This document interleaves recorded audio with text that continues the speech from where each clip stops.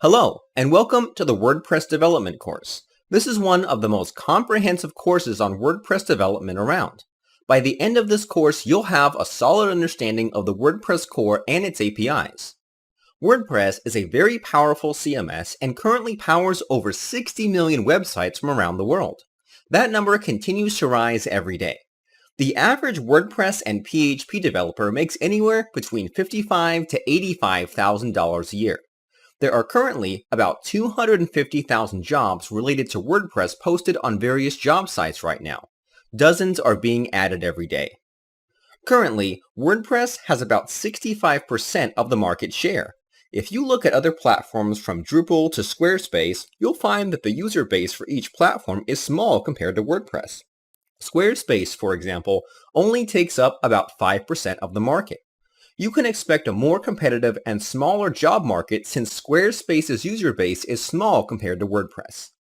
WordPress, on the other hand, is very in demand and provides a lot of benefits. Not only is it in demand, you'll find that the hours are flexible and you can work from anywhere in the world. Its popularity is due to the fact that you can create any kind of website you'd like. You can create a simple blog out of the box, or you can create a full-blown social network. WordPress can be used to create e-commerce sites where you can sell both physical and digital products. You can even sell services. You can also create directories where users can find information about any subject. You don't have to use it for big projects either. Out of the box, you can use WordPress for smaller sites like your own personal portfolio or small business. One of the greatest perks of developing for WordPress is that it is mostly front-end agnostic. What I mean by this is you can use any CSS or JavaScript framework you want. WordPress gives you complete freedom. As a result, creating responsive sites is pretty easy to pull off. By taking this course, you'll learn how to customize your WordPress site by creating custom plugins and themes. Here's an overview of what you'll learn throughout this course. Currently, you're in Section 1. In Section 1, we'll go over what WordPress is and what you need to know about the various resources available to you. We'll then start setting up an environment, the stack, and WordPress itself. We'll also dive into alternative options besides the one I go over.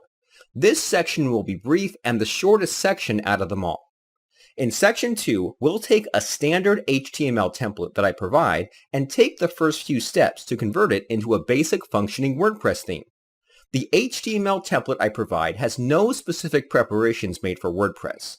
This allows you to learn every step you need to take to make a template WordPress ready. As you will see, WordPress will work with any template you provide.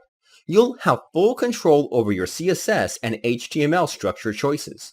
This section is broken down to be easy to understand and simple. In Section 3, we'll then continue developing the theme by creating templates. The template system WordPress provides out of the box is simple but very flexible. By the end of it, you'll understand how the WordPress template system works, along with getting to know the customizer for adding custom theme options. In Section 4, we'll go over any templates I may have skipped over in the previous sections. The templates presented in this section aren't as popular as the other templates, but you may need to know about them randomly in the future. In Section 5, we'll start talking about plugin development. This is where we will really get the opportunity to extend the WordPress core. We'll discuss the various APIs you can use in a practical way. Some of the topics we'll get into will be creating custom post types, authentication, hooks, AJAX requests, security, and work with the database. By the end of this section, you'll have a better understanding of how WordPress works. In Section 6, we're going to step away from WordPress for a moment. As of WordPress 5, Gutenberg was integrated into the core. There are a lot of things you can do with Gutenberg, but in order to extend it, you need to know some JavaScript concepts. For those who aren't comfortable with things like the command line, Node.js, Webpack, React, etc., then this section is for you. I talk about these things and give you a solid foundation to help you get started. Once we've talked about those things, then in Section 7, I'll introduce Gutenberg development. I'll talk about how to set up your project and building a custom block from scratch. We'll also talk about how to use the toolbar and how to use components provided by WordPress. Afterwards, in Section 8, We'll continue with Gutenberg development by talking about the other components provided by Gutenberg, things like rich text, the media uploader, form controllers, etc. We'll cover anything that may have been missed related to Gutenberg. In Section 9, we'll explore various APIs to create things like widgets and shortcodes. We'll even talk about how to authenticate and register users. This will get us into topics such as security and nonces. In Section 10, we'll talk about creating admin interfaces and setting up forms. We'll manually process those forms with various APIs. After that, I'll show you some alternative and faster methods for performing those tasks to make you an efficient developer.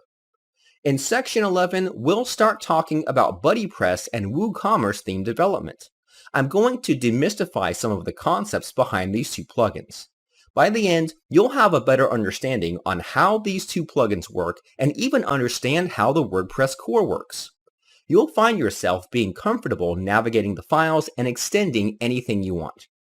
In Section 12, we'll wrap things up by adding a few more features to the plugin and theme we developed. We'll finalize things by learning about debugging, unit testing, translations, child themes, RTL support, and so much more.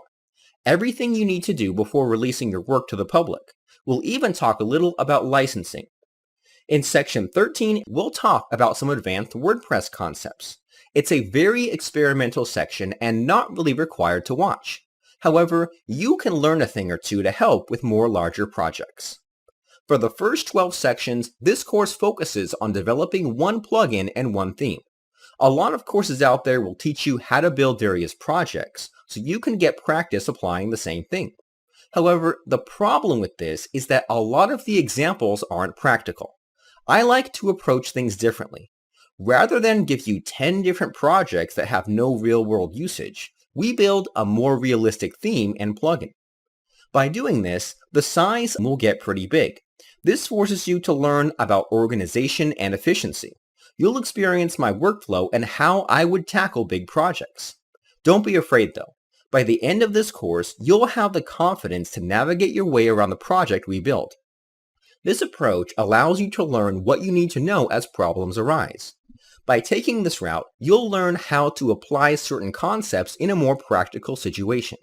You'll also develop a good workflow as you continue with this course. WordPress comes with over 10 different APIs, and you'll learn how to use most of them by the end of this course. The great thing about WordPress is that all APIs are available to you whether you're working on themes or plugins. So the things you learn while creating themes can also be applied to plugins and vice versa. We'll take a deeper look at this as the course progresses. Before you even begin this course, there are a couple of requirements you need to know or have. You will need a good understanding of PHP, HTML, CSS, and JavaScript. You'll also need to know some jQuery. You'll also need a local server to work on. This can be your computer. If you don't have one, then you'll learn how to set one up in the next couple of lectures. You'll also need a text editor. Any will do. For this course, I'll be using Visual Studio Code. Lastly, you'll need a healthy thirst for learning. There is a lot of content to digest, so you'll definitely be kept busy. We will mainly focus on working with WordPress's inbuilt APIs, so we will not be covering most of the HTML, CSS, and JavaScript. WordPress doesn't require you to learn any special HTML, CSS, or JavaScript code. As you'll learn, WordPress is extremely flexible on the front end. I will provide you with a static HTML design that will convert into a WordPress theme. If you wish, you can use your own theme, but I highly advise against it while you're learning. Your code should be similar to mine before you decide to freestyle anything.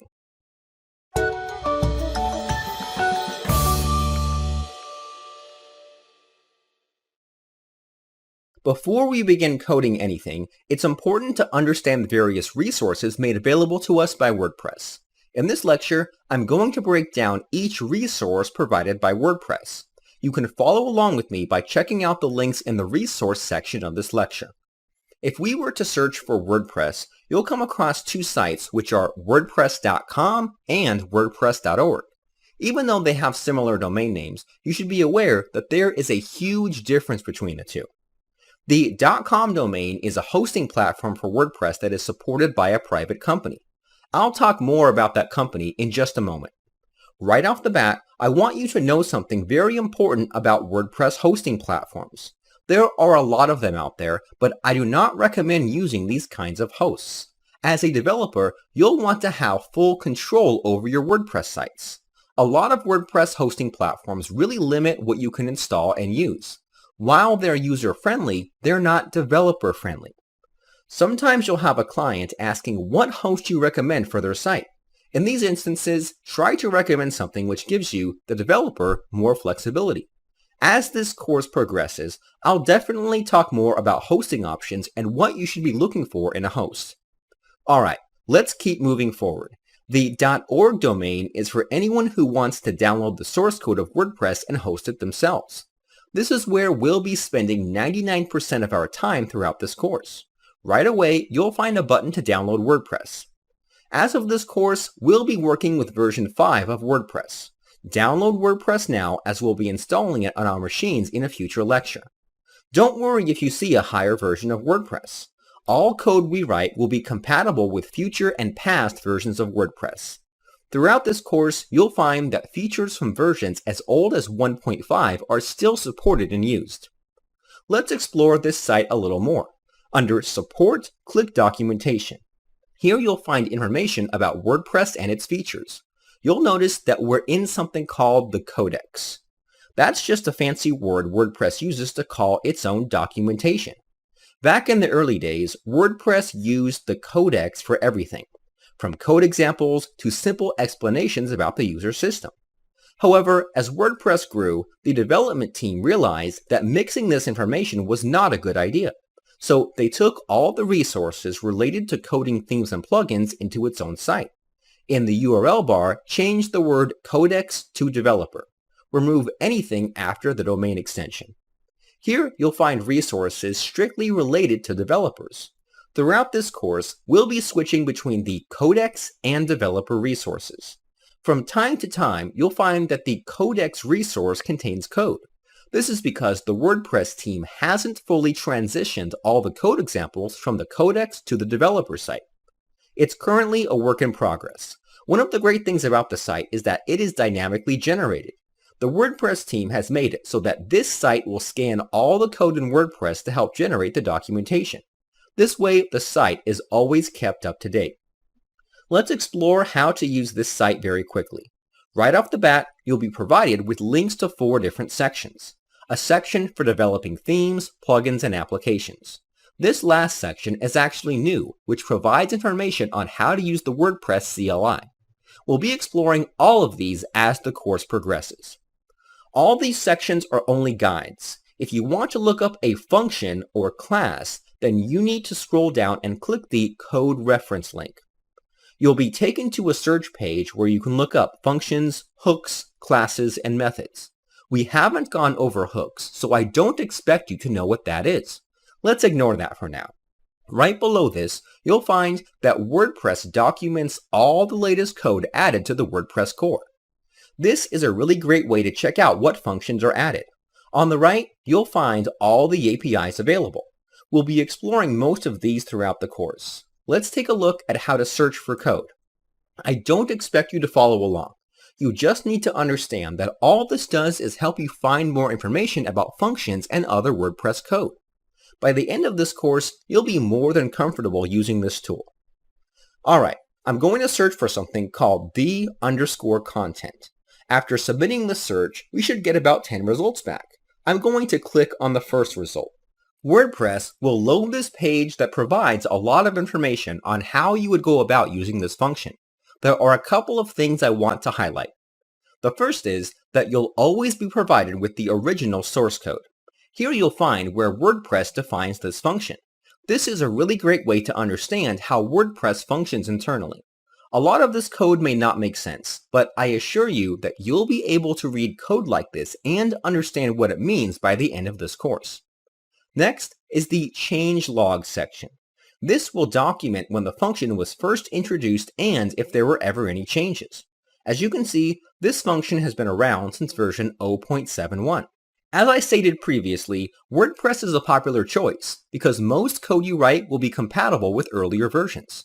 Not as early as this, but you shouldn't have any problems with a few versions back. Down further, you'll find a Related Uses section. Here you'll find where a function is used within WordPress itself. This is a really great way to see how WordPress itself uses its own code. You'll find some really great examples by reading through the WordPress code itself. The last section is the User Contributed Notes section. This section is available for anyone and everyone to submit some tips and tricks on how you would go about using this function. Something important I should highlight is that not all pages are like this. Some pages will provide even more information and others will provide very little. For the most part though, functions that are commonly used tend to be documented quite well. I know this is a lot of resources to take in, but I promise you we will definitely be going over how to use both of these resources to your advantage. To reiterate, the Codex is where you'll find information on WordPress and all its features. The information presented here is user-friendly. The developer site provides information related to the code of WordPress. A lot of this information is technical and aimed at developers. Before I finish things off, let's explore the site Automattic.com. Automattic is a company that makes huge contributions to the WordPress software. They own plugins such as Jetpack and WooCommerce. Even though they don't own WordPress, they do have a big influence over the open source software. Automattic owns the .com domain of WordPress, but they do not own WordPress itself. It's very important to make that distinction. Anyway, that's about it. We're almost ready to begin writing some code. In the next lecture, we're going to start setting up our system for WordPress development.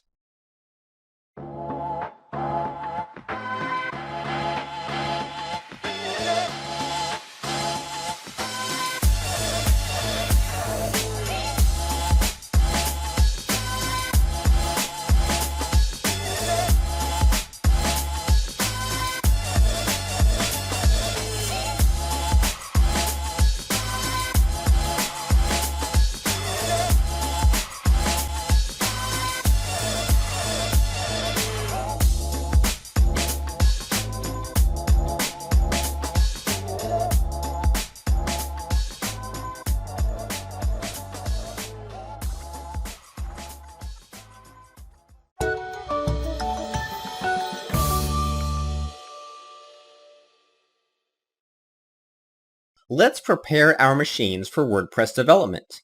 If you already have things set up and prefer your own kind of environment, then you're free to skip this lecture. If not, then just follow along. I'll try my best to explain everything.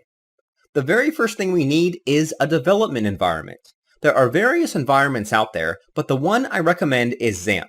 It's free and constantly updated with the latest versions of software for web development. To download XAMPP, you'll need to visit the site apachefriends.org.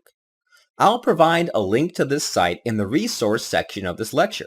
Just a side note, most sites I talk about will be provided in the resource section of each lecture, so just be aware of that. You should see something similar to what I see. XAMPP is a program that bundles various programs together. Let's take a deeper look at these programs. The very first program is Apache. The official Apache site is apache.org. Apache is actually an open source software foundation that provides free programs for everyone.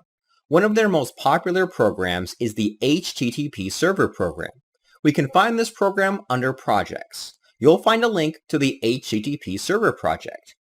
This program allows you to turn your computer into a server that accepts and sends requests. It's very lightweight and easy to use. The next piece of software is MariaDB. You can find more information about the software at mariadb.org. MariaDB is a database that allows you to store data about anything you want. There are all kinds of databases out there, but the most popular choices are either Oracle or MySQL. MySQL and MariaDB are the two databases WordPress is 100% compatible with. So you may be wondering, why are we installing MariaDB instead of MySQL? Well, there's a lot of business politics that I won't dive too much into because it's really boring, but here's the overall gist of it. MySQL has seen very little development in recent years. A lot of developers have decided to fork MySQL and continue developing it under a new name, which is MariaDB. Forking is just a fancy term for downloading open source code and then adding on to it. Essentially, MariaDB is MySQL, but with more features and is constantly updated. So most code that you write for MySQL will also be compatible with MariaDB and vice versa. I promise that all code we write will be compatible with both MariaDB and MySQL. The last piece of software is PHP. You can find the official PHP site at php.net. PHP is the programming language WordPress is built with. I assume you already know about PHP, so I won't be talking about it. You'll notice that Perl is also bundled, but we won't be using Perl at all, so you don't have to worry about that. The X in XAMPP stands for operating system, implying that XAMPP is cross-compatible with all operating systems. All these programs combined together will create an environment you can run on your computer. This environment will allow you to install and work with WordPress locally. There are other environments out there, but I highly recommend you use XAMPP. I find XAMPP the easiest to work with out of all the environments available. There are better options out there, but those tend to be overkill. In the next lecture, I'll talk about other options and why we won't be using them. For now, just keep following along with me. Let's download and install XAMPP. There are various versions of XAMPP, but I prefer the one that comes bundled with PHP 7.2. People ask me all the time what version of PHP they should be using, and I always recommend PHP 7 or higher. PHP 7 is fast and allows for faster processing times, which is great for development. Let me show you something really quick. Go to the WordPress.org site, and I want you to click the About link. On the side, you'll find a page called Requirements. WordPress will recommend you work with PHP 7. If you read a little further, then you'll find that the absolute minimum version you need to run WordPress is PHP 5.2.4. A lot of hosts will still use PHP 5.2 or PHP 5.3, but I'm going to recommend that you don't develop for these versions of PHP. It may seem like you're limiting the amount of clients you'll work with, but you save yourself a huge headache by avoiding these versions. The reason being is that these versions are no longer supported by PHP. These versions have security vulnerabilities and exploitations. Personally, I only develop plugins and themes that are compatible with PHP 7 and up.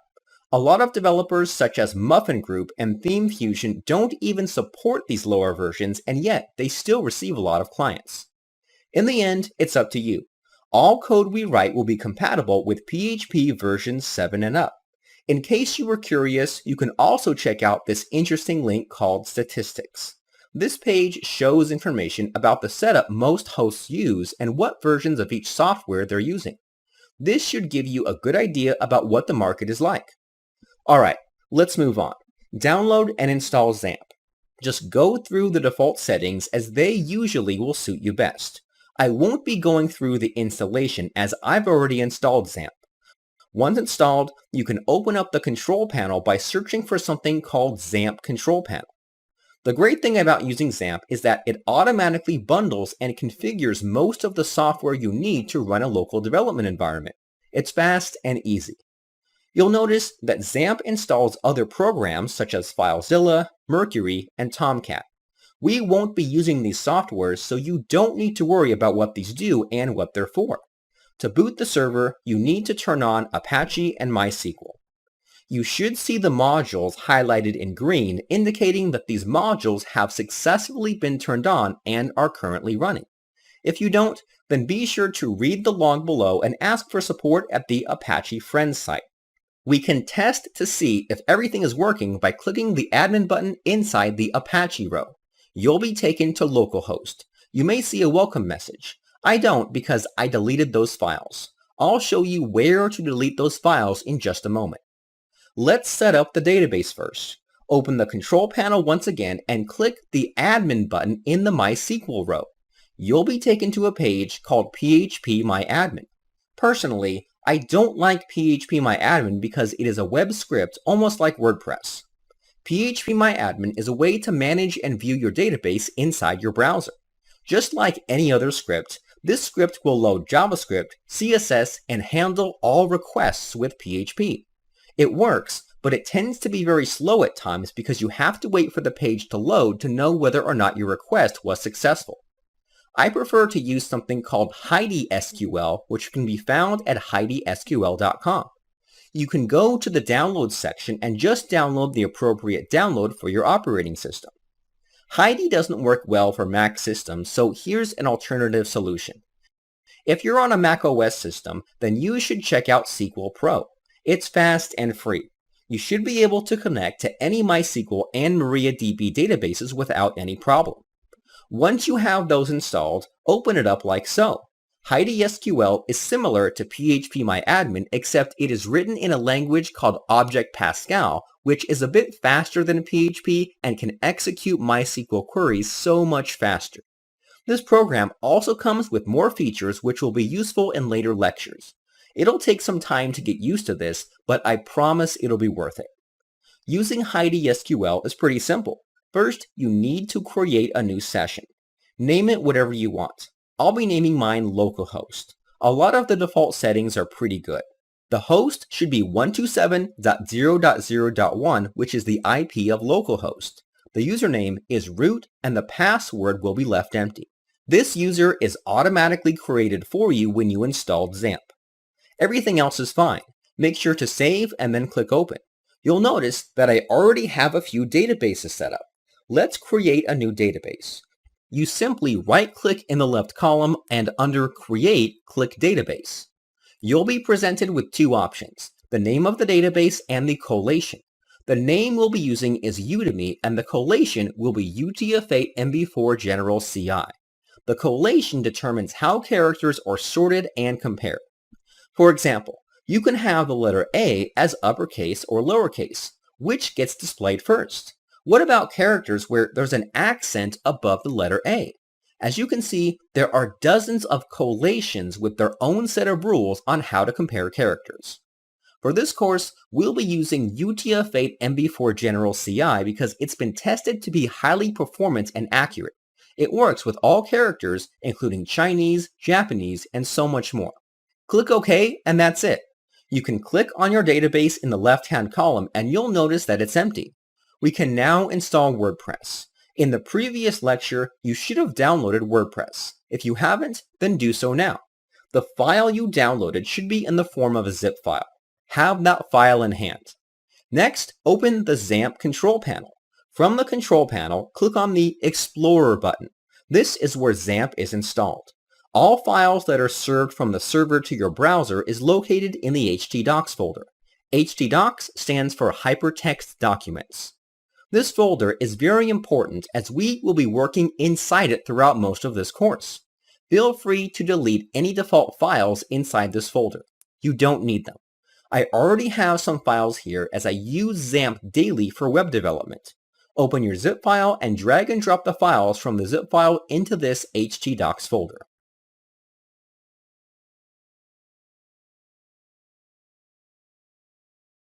I'm going to rename this from WordPress to Udemy.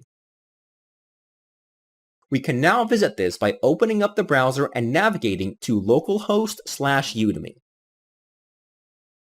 Upon arriving on the page, you'll be asked to begin installing WordPress. Let's do this together. You'll be asked to select your language. I'll be using English. Select whatever language suits you best. Afterwards, you'll be told that the wp-config.php file isn't available. WordPress will then ask you if you'd like to create this file now. I'm going to let WordPress generate this file. Before it can do so, it's going to ask us for the database details. Let's go through it one by one. The database name is Udemy and the username is root. There is no password and we'll leave the rest as is. The last field is table prefix. The table prefix allows you to give your database tables a unique name. Whatever you input here will be prefixed to all the tables WordPress generates. WordPress will generate a little over 10 different tables for your site. The names it generates tend to be very simple and basic. This can cause issues if you already have tables inside your database. To avoid naming conflicts, you can set a prefix to give each table a unique name. For example, there is a table named posts. If you set the prefix to WP_, then the new name will be WP_posts. You should always be mindful of this setting as we'll be using it ourselves in the future. For now, I'm going to leave this as is. If you don't understand, that's fine. You'll understand what I mean in a future lecture. Run the installation. After some time, you should see a success message. You'll be then asked to input some basic details about your site and set up a user account. Input whatever details you want. You can just copy what I put if you'd like. Once you're finished, you should see a success message and you can now log in. Congrats! We've successfully installed WordPress. We're pretty much done. There's one last thing I want you to do before we finish things up here. Go ahead and log into your WordPress site. Then go to Settings Permalinks. Change the permalink settings to post name. This will make our URLs easy to read. It's not necessary, but it will make your life simpler. We're now finished. That was a lot to go through, but hopefully you got through it.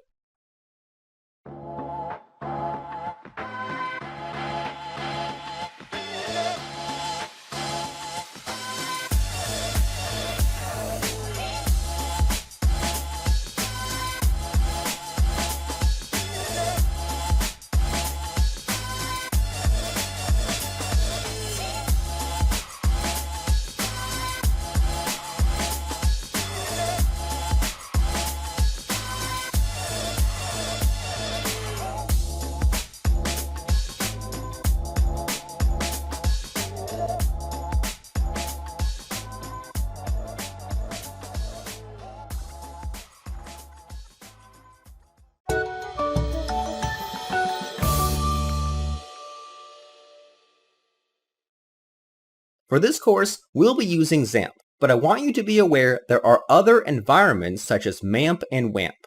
I don't like to use either because WAMP doesn't come with the latest version of PHP and MAMP isn't completely free.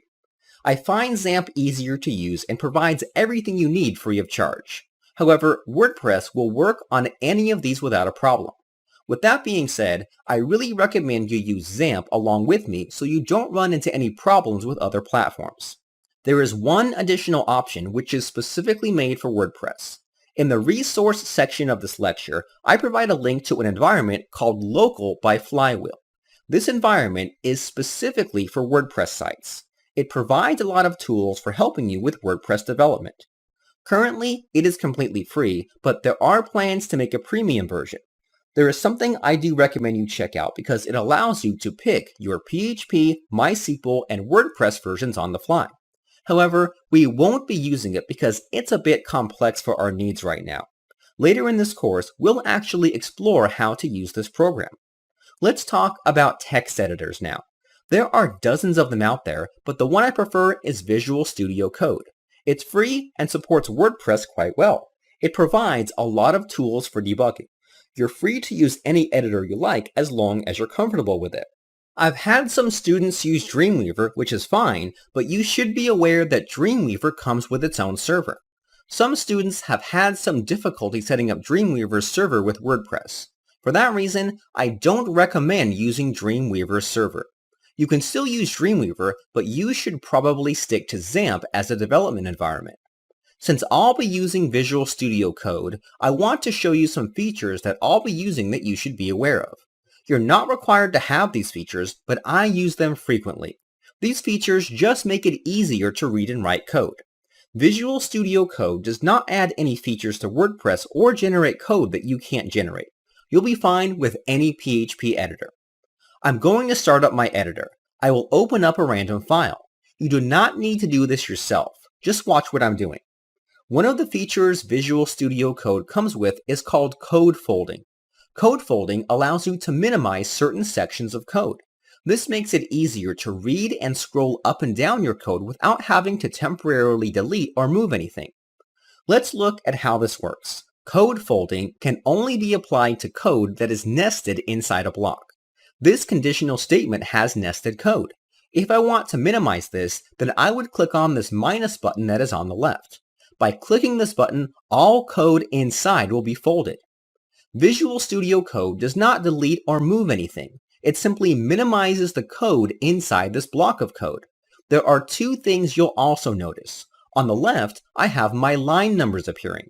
You'll see that Visual Studio Code accounts for this and will skip the line numbers inside the block comment. Another thing it'll do is create this black square on the same line. This indicates that there is more code that's being hidden. If I wanted to view the code inside, I would simply click on the button on the left again. I'll be using this feature frequently to make it easier to read the code in larger files. Another feature that comes with Visual Studio Code is code hinting. Code hinting is not a feature exclusive to Visual Studio Code. Code hinting will suggest code that you intend to write and will help you complete it for faster development. For example, if I were to begin writing the PHP function include, then my editor will suggest the function before I even finish writing it and will allow me to select it and auto-complete it for me. This is a really great feature that is common among text editors. I'm going to remove this code as I don't want these changes applied to my files. The last feature that I want to show you is the file search feature. There are a ton of files that come with WordPress. Searching for code can be tricky. Luckily, Visual Studio Code allows you to search for code without having to know where to begin. Let's say I wanted to know where the WP_die function was defined. On the left, I'm going to click on the search icon. This will open the search feature in Visual Studio. Now I can search for anything I want. I'm going to search for the following, function WP_die. Immediately, Visual Studio Code will return a list of results that match the text I inputted. It'll show the line where the text is used along with the name of the file and the line number. I'm going to double-click on the first result. The file selected will then be opened inside the main editor window and I'll be taken to the line where that piece of text was found. This is a really great feature that can make it easy to find code that you have no idea where it is. Throughout this course, I rarely use this feature, but I just wanted you to be aware of it. It's not required that you have Visual Studio Code. As I said, any PHP editor will do. A lot of these features just make it faster and easier to read code. I just wanted to show you these features so that you can understand why my code looks the way it does. Alright, that's it for now. I'll see you in the next lecture.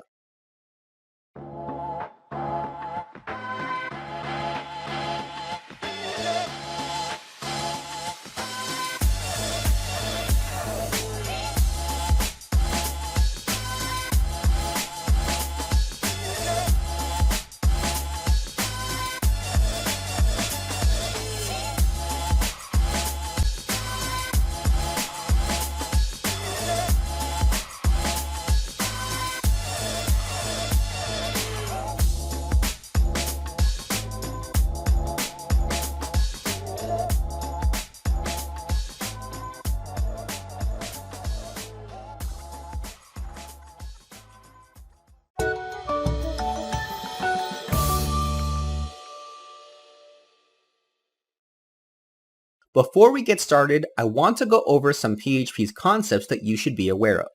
I want to make it clear that this isn't a PHP basics course. I expect you to know PHP and some of the fundamental concepts such as variables and functions.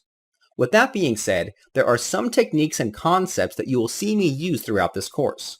I just want to make sure we're all on the same page. Right now, I'm on a site called Write PHP Online.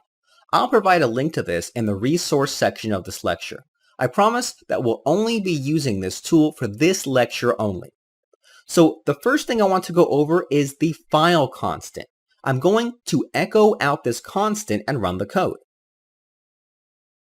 This constant will always contain the full system path to the file it's being used in. It's very important that you understand what the value returns when you use it. Each PHP file you create will automatically define this constant for you. You also don't have to worry about conflicts between each file. Throughout this course, we'll be working inside multiple directories. When you're working inside multiple directories, it can be rather difficult to determine where you are. The file constant will help us greatly. The next concept I want to go over is arrays. I'm going to create an array named R, and it will contain the values 1 through 5.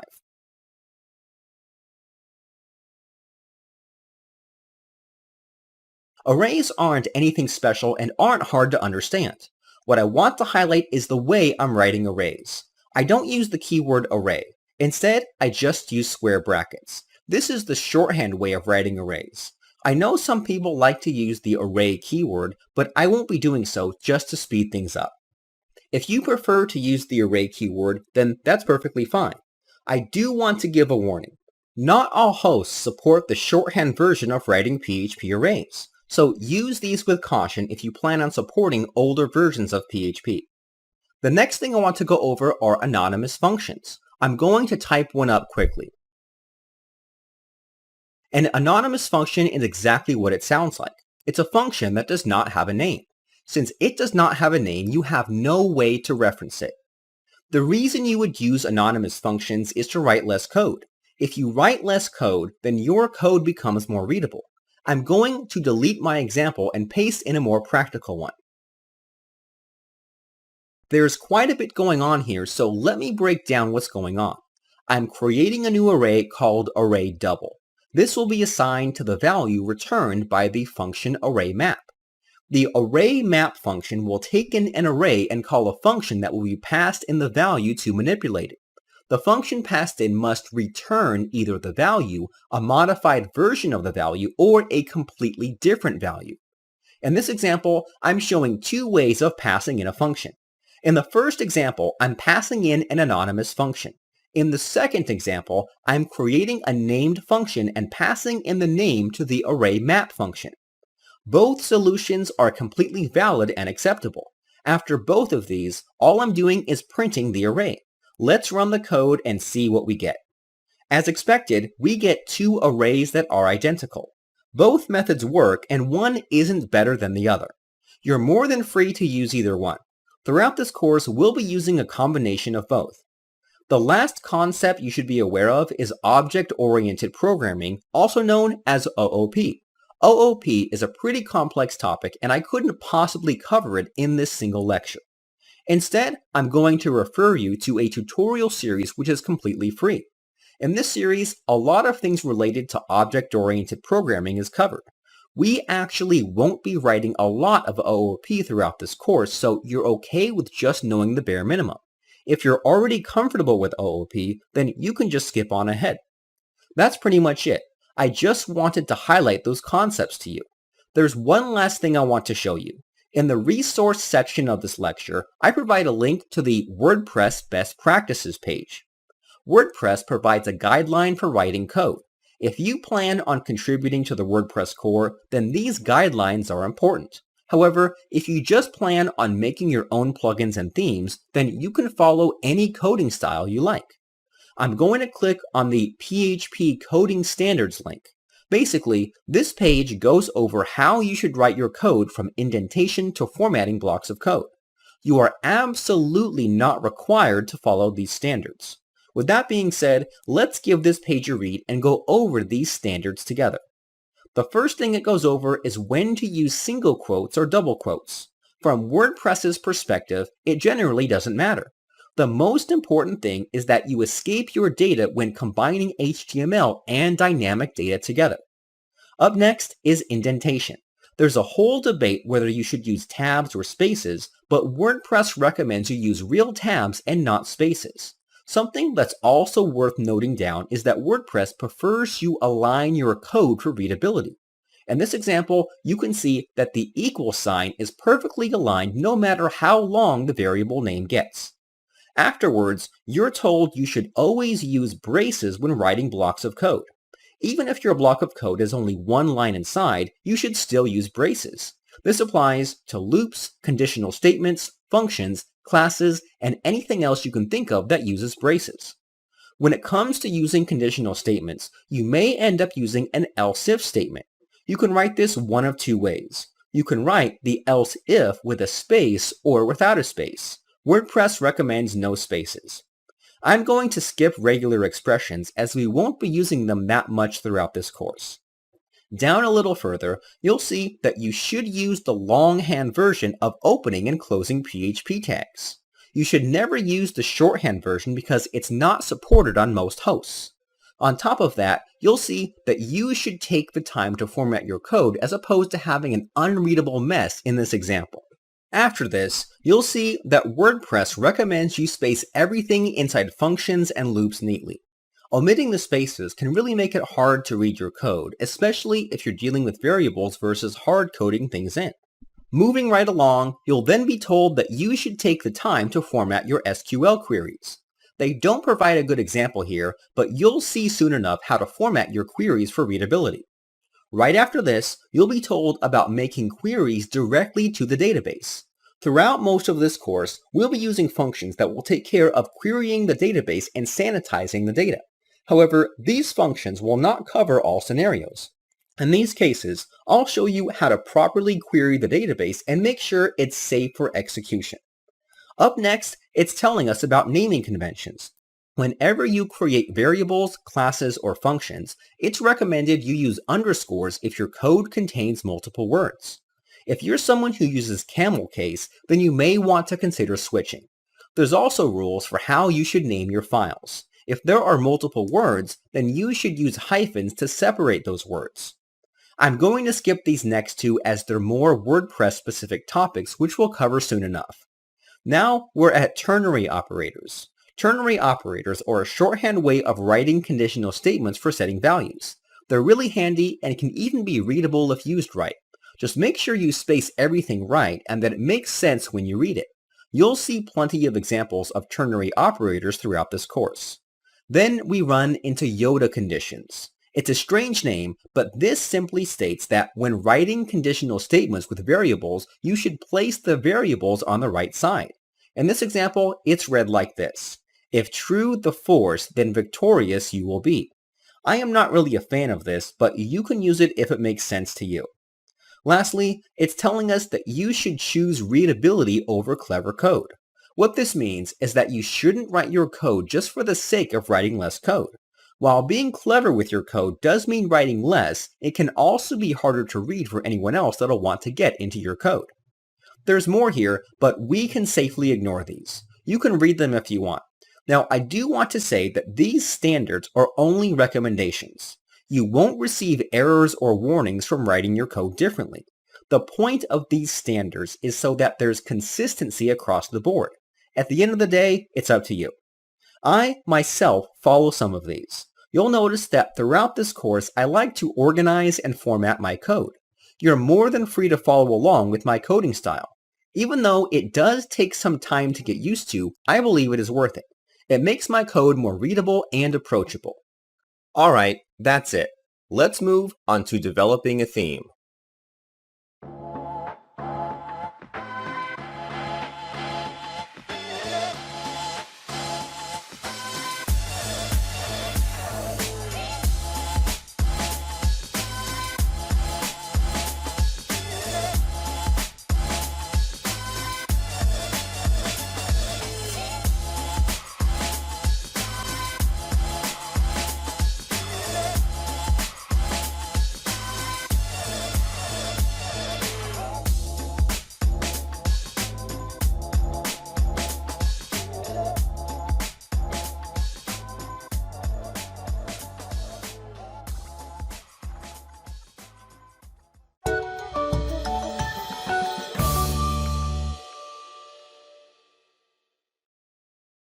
WordPress comes bundled with various files, but the most important file is the wp-config.php file.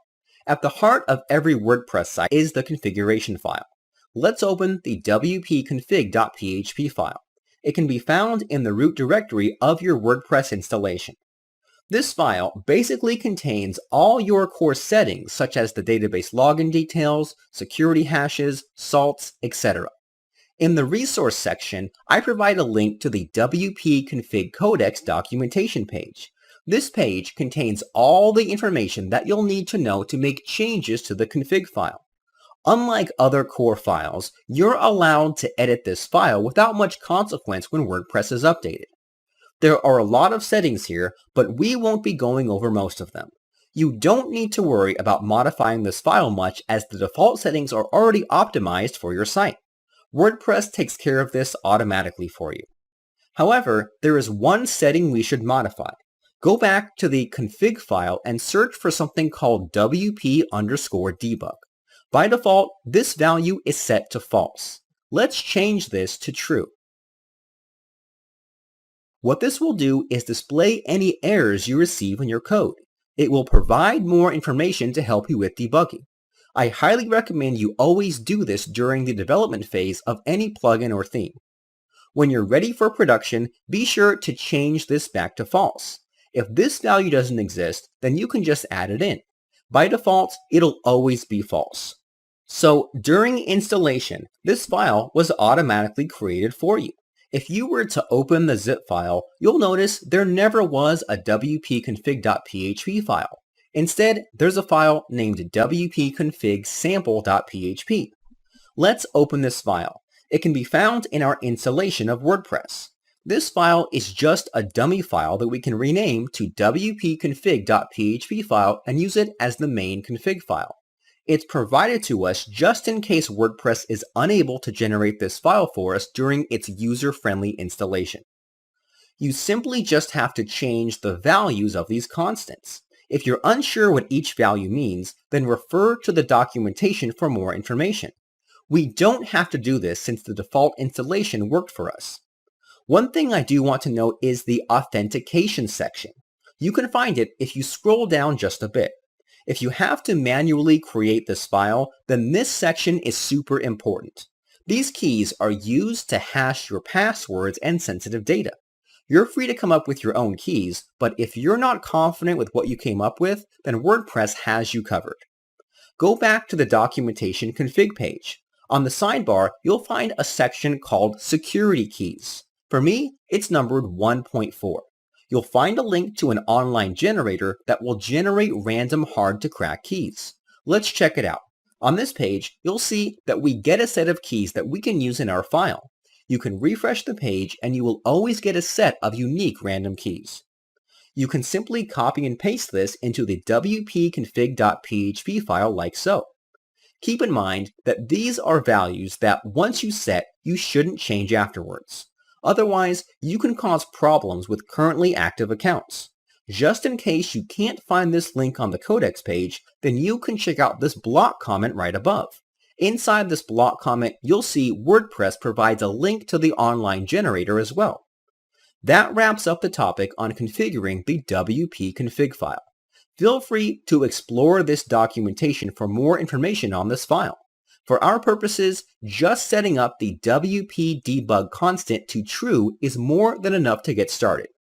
Let's explore some of the other files and directories. Inside the root directory, you'll find a couple of files here. The files found inside the root directory determine what files should be loaded on every page request. Next, we have these three folders called wp-admin, wp-content, and wp-includes. Let's start with the wp-includes folder. This folder contains classes and functions that help WordPress process requests. It's important to understand that this is different from what you might find inside the root directory. The root directory files help loads and set up WordPress.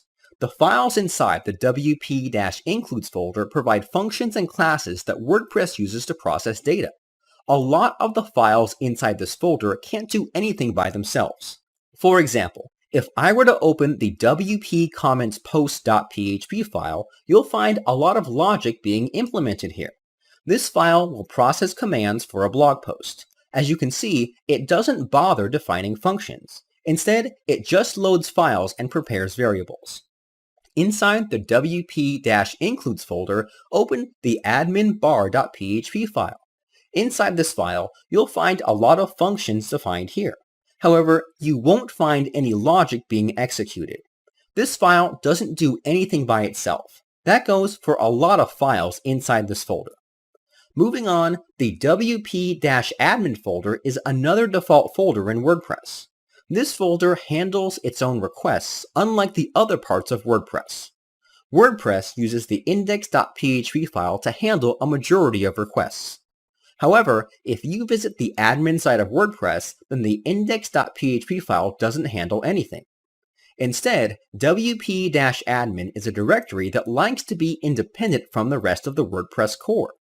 All files here are just for the admin. There's nothing much to it, honestly. The last folder is the wp-content folder. This folder will contain all plugins, themes, and uploads. This is where we will be working for the majority of this course. Because of that, I won't be talking too much about this folder in this lecture. What I will say is that WordPress will automatically add some plugins and themes, which can be a great way to understand how to build your own themes and plugins. You are allowed to freely modify a lot of these files without much consequence. Before I end this lecture, let's configure the server. In the XAMPP control panel, navigate to Apache config php.ini. This file contains settings for our PHP environment. There are 3 settings I want to change. The first setting is the max execution time. Search for it and set it to 500. This will allow our scripts to run for 500 seconds. Realistically, this should never be the case, but if you ever decide to do something that is resource intensive, then you can avoid timeout errors by setting this value to a high number. The next value to set is the post max size. Search for it and set it to 50 M. This will allow us to submit large requests up to 50 megabytes. There will be times where we will be submitting a lot of data, so setting this to a high number is beneficial to us. The last value to set is the upload max file size to 50 M, which will allow us to upload files up to 50 megabytes. That's it for now. By making these changes to our environment, we can now begin with developing plugins and themes for WordPress. You will need to restart the server for these changes to take effect. Do that before you move on to the next lecture.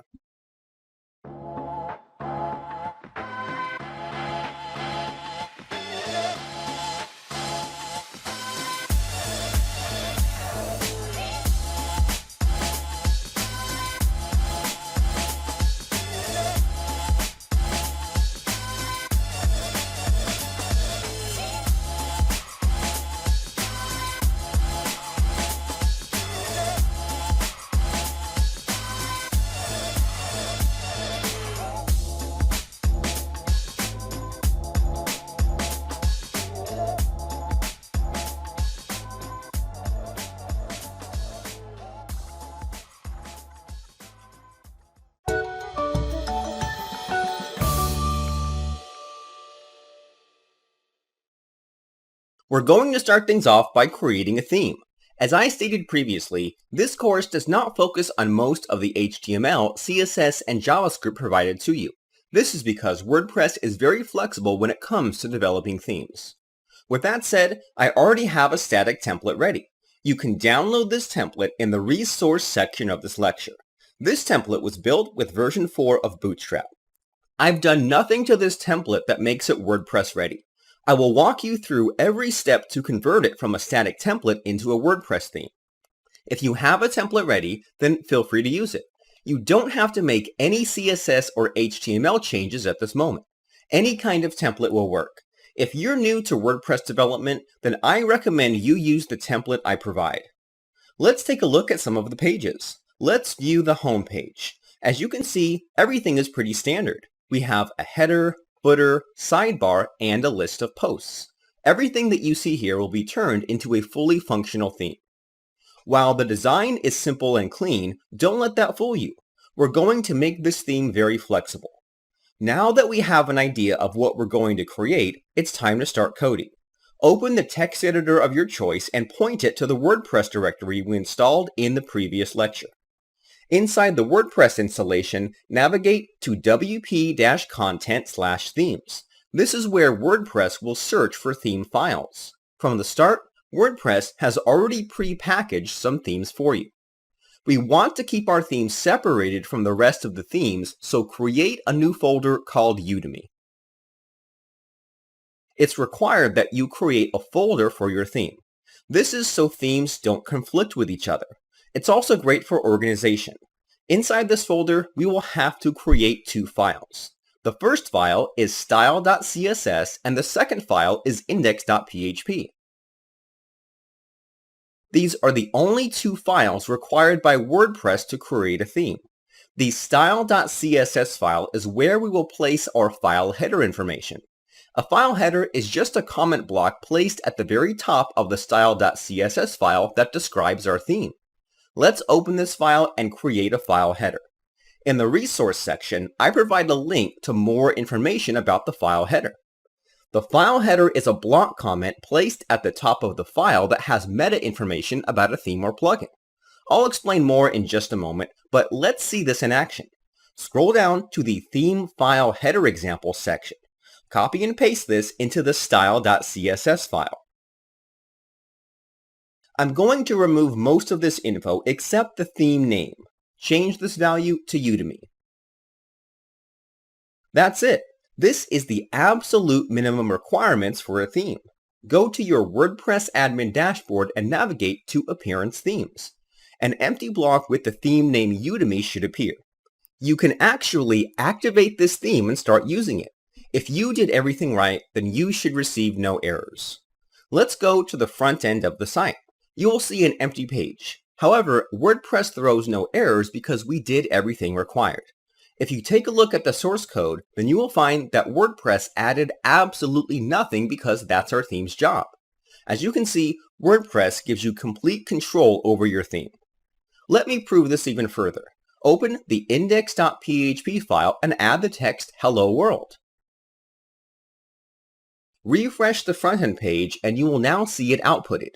WordPress is very smart and will automatically load this file without us having to write any logic. The index.php file can be thought of as the default template for WordPress. There are various templates we can create, but we'll cover that later. I'm going to temporarily switch back to the theme 2017. Then I'm going to delete the index.php file.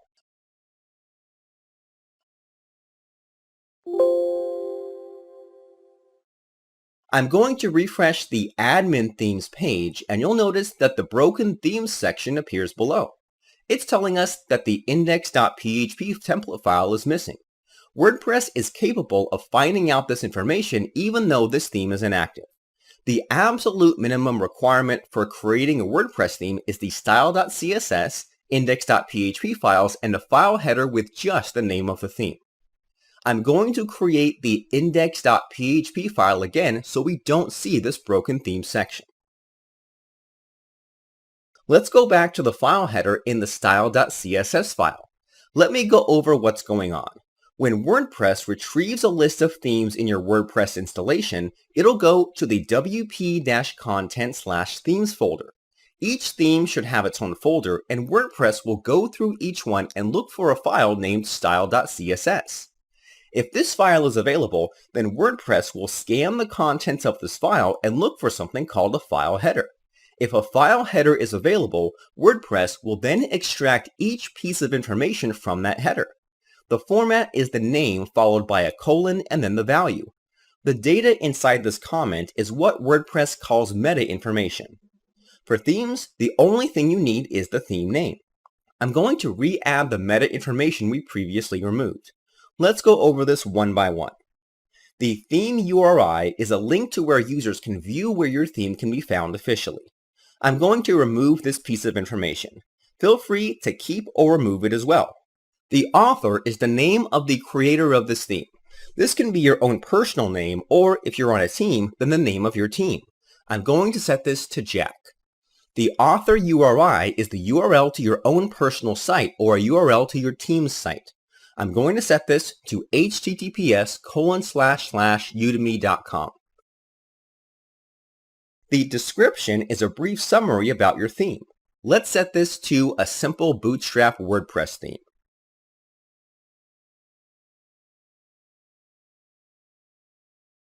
The version is the current version of this theme. Since this is a brand new theme, we'll be setting this to 1.0. You can use whatever version schematic you want. WordPress doesn't force you to stick any specific version schematic. The license is simply the name of the license you'll be using. I'm going to leave this as is for now. We'll be going over licenses later in this course. The license URI is the URL to where the user can find more information about the theme's license. The tags is the comma-separated list of words that describe your theme. This piece of information is used by WordPress's theme repository to help users find your theme. If you plan on uploading your theme to WordPress.org, then setting this piece of information is important. I don't plan on uploading this to the repository, so we can remove this. The last property we can set is the text domain. The text domain is very important when it comes to translating our theme. You can think of the text domain as a unique ID for our translations. It's common practice to set the text domain to the same name as your folder. In our case, we're going to set it to Udemy. I promise you, we'll be going more over what the text domain does and its role in WordPress development later in the course. For now, just know that if you want to make your themes or plugins translate ready, then set the text domain to something unique. Right below, there's this small bit of text. You do not have to add this bit of information. Authors usually use this space to add in more info about the theme, such as license info or developer notes. WordPress will not bother scanning this part of the file, so you do not have to worry about it. I'm going to remove this bit. Let's go back to the theme's admin page and refresh the page. You can click on the theme and you will now see some of our information displayed. As you can tell so far, WordPress handles a lot for us. If you'd like to know more about file headers, then I highly suggest you read the codex page I provided earlier. This page details what metadata you can create. You'll notice that it provides information about creating plugins. I want you to ignore this for now, as we'll be developing plugins in a future section. There's one last thing I want to do before I end this lecture. While not required, WordPress will search for a file called screenshot.png. This file is basically a screenshot of your theme that will be displayed on the admin side of WordPress. In the resource section, I provide a screenshot you can use for our theme. Upload it to the Udemy theme directory we just created.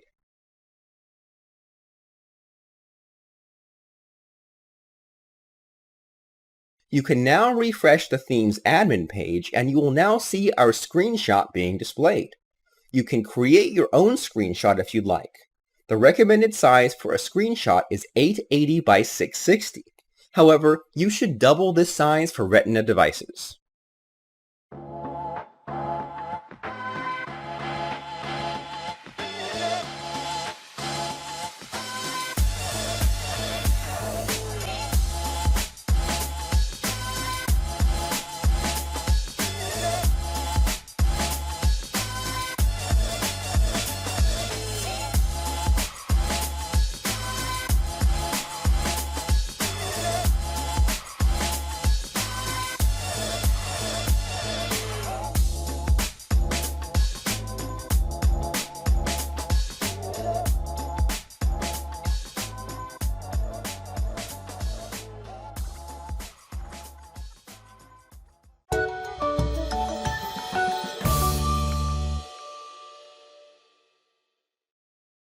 Right now, all we have is empty white space as our theme.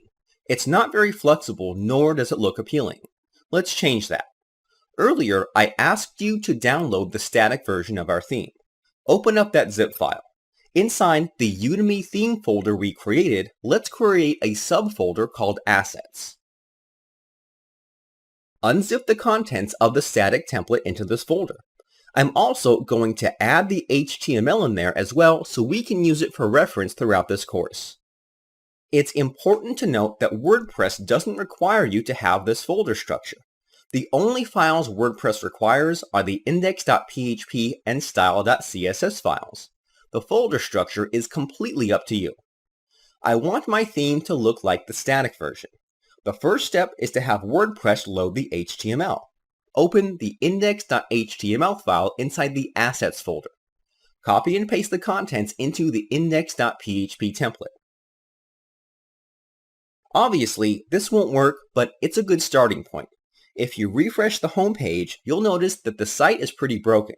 If you press F12 on your keyboard, then you'll open up the developer tools for either Google Chrome or Firefox. You can then click on the Console tab and you'll see that we're getting all these 404 errors. If you're unfamiliar with the developer tools, then don't worry. Throughout this course, I'll be going over how the developer tools can help us develop better themes. Let me give you a brief overview. The developer tools are a way for you to analyze and modify your site. It can be intimidating to beginners, but it's actually quite simple to use once you know how to navigate your way around. Let's take it slow. The only thing you should know about the developer tools is the console tab. The console will output messages about your site. It's mostly used for errors, but you can use it for other things if you wish. Earlier, I stated that this course doesn't really focus on JavaScript. I assume you already know JavaScript, henceforth I assume you already know about the console tab. Taking another look at the console, we have all these 404 errors, meaning that a lot of the files we want to load can't be found. This is because the paths that are inputted are incorrect. Technically, these paths are correct if you were to try to open the HTML file by itself. We could edit the index template and fix the links to point to the new path for our theme, but that is inefficient and not recommended. We run into a couple of problems, such as users being able to actually change the default WordPress folder structure to suit their needs, rendering our fixed links useless. We would also have to check if SSL is enabled, forcing us to check if the protocol is HTTPS or HTTP. Lastly, you'll end up loading all style sheets and scripts on every page even if we don't need them. There are just too many disadvantages to hard-coding the URLs into the template. If you wanted to, you can create the logic for this, but you don't have to, because WordPress actually handles this logic for us. It's something WordPress calls action hooks. I'll explain what those are in just a moment. Back inside the theme folder, create a new file called functions.php. This file is completely optional, but if you have it, then WordPress will automatically load this file and execute any code within this file. You don't have to do anything to set it up. Be sure that you name this functions.php and not function.php. I've had students in the past forget the S, causing their code not to work. The functions file can be thought of as your theme's logic.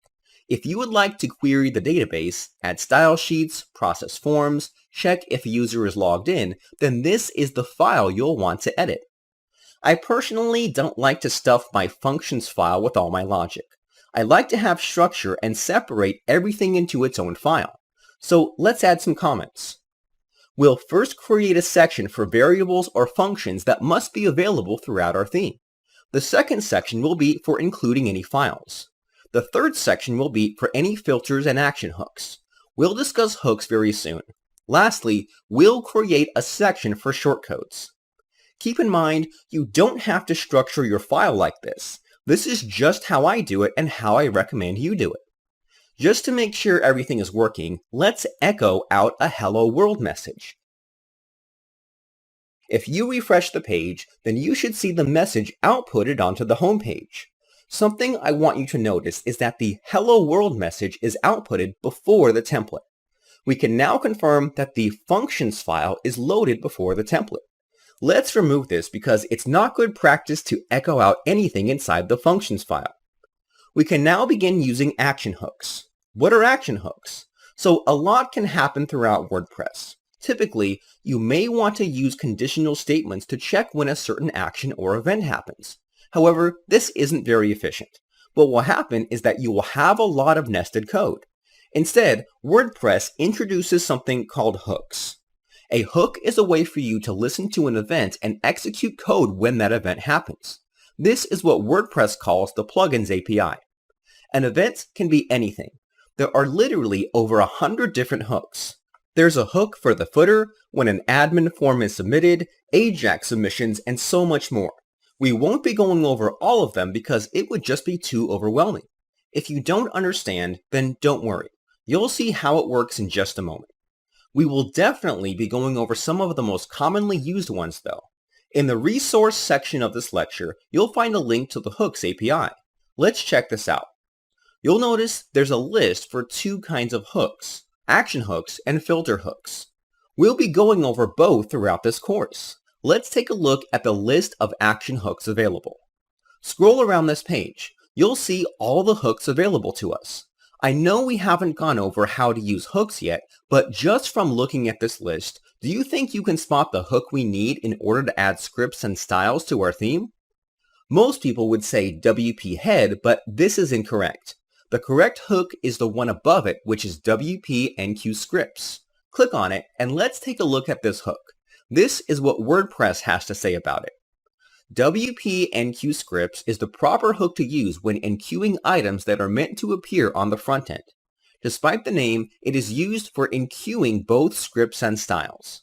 Just by reading that, you know it is indeed the correct hook to use when adding scripts and styles. So let's get started with using action hooks. Open the functions file and under the hooks section add the following code. Add action WP Enqueue script JU_enqueue.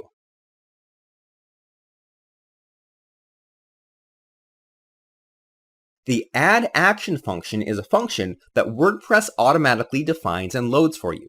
You don't need to do anything to make sure it's available to you. This function has 4 parameters, but only the first 2 are required. The first parameter is the name of the hook you want to access. In our case, we want to access the WP Enqueue scripts hook. Make sure you input this as a string. The second parameter is the name of the function you want to call when this hook is triggered. The other 2 parameters we'll be discussing in another lecture. For now, we only need the first 2. Currently, we don't have this function defined, so we'll get an error. Let's fix that quickly.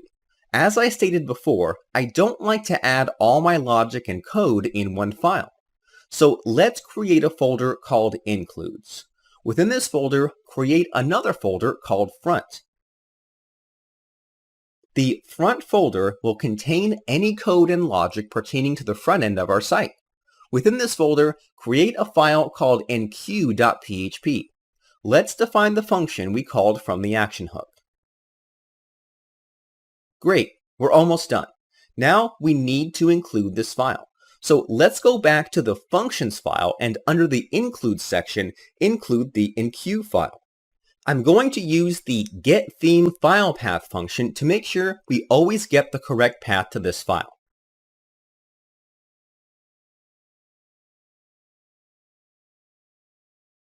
The getThemeFilePath function does a couple of things.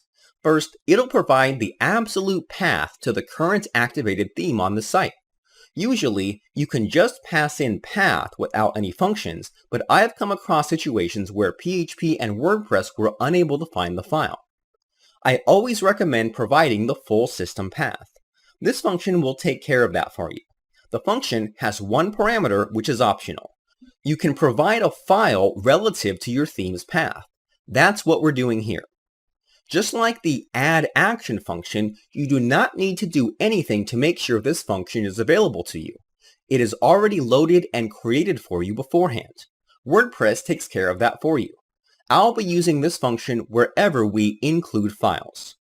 If we did everything correctly, then we should be able to refresh the page without any errors. Since we have no errors, then that means we did everything correctly. Let's go over how this works internally. When a user makes a request, WordPress will begin loading its files. Then it'll connect to the database and start deciding what needs to be loaded. Your theme and plugins are loaded afterwards. Once your theme is loaded, WordPress will look for a file named functions.php inside your theme folder. Once this file is loaded, all code inside will begin execution line by line. We use a function called addAction that is supplied by WordPress, which tells WordPress, hey, I'd like to execute some code if a certain event happens. In our case, we want to call the function JU_enqueue if the WP Enqueue scripts event is fired.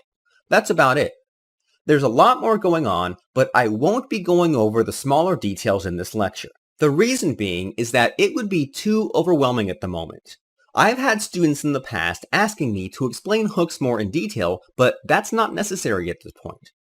I promise I will go over how the Hooks API works more in depth in a future lecture.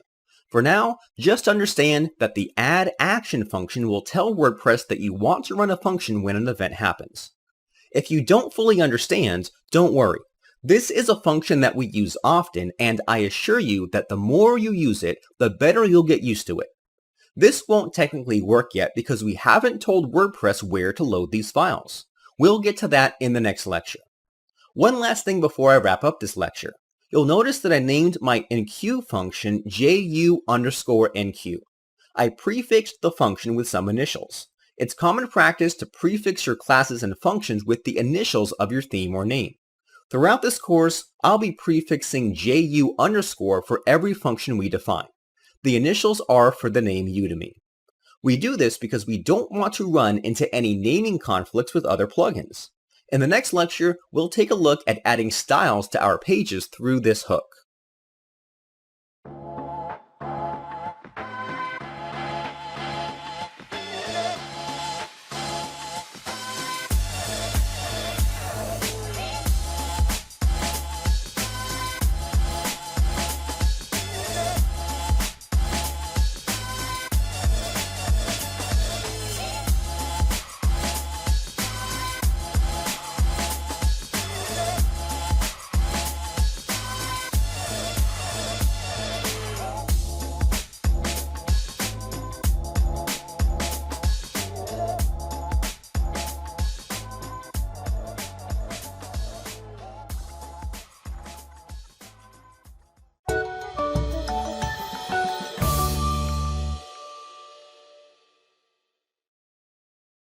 Let's take a look at how to add styles and scripts through our hook.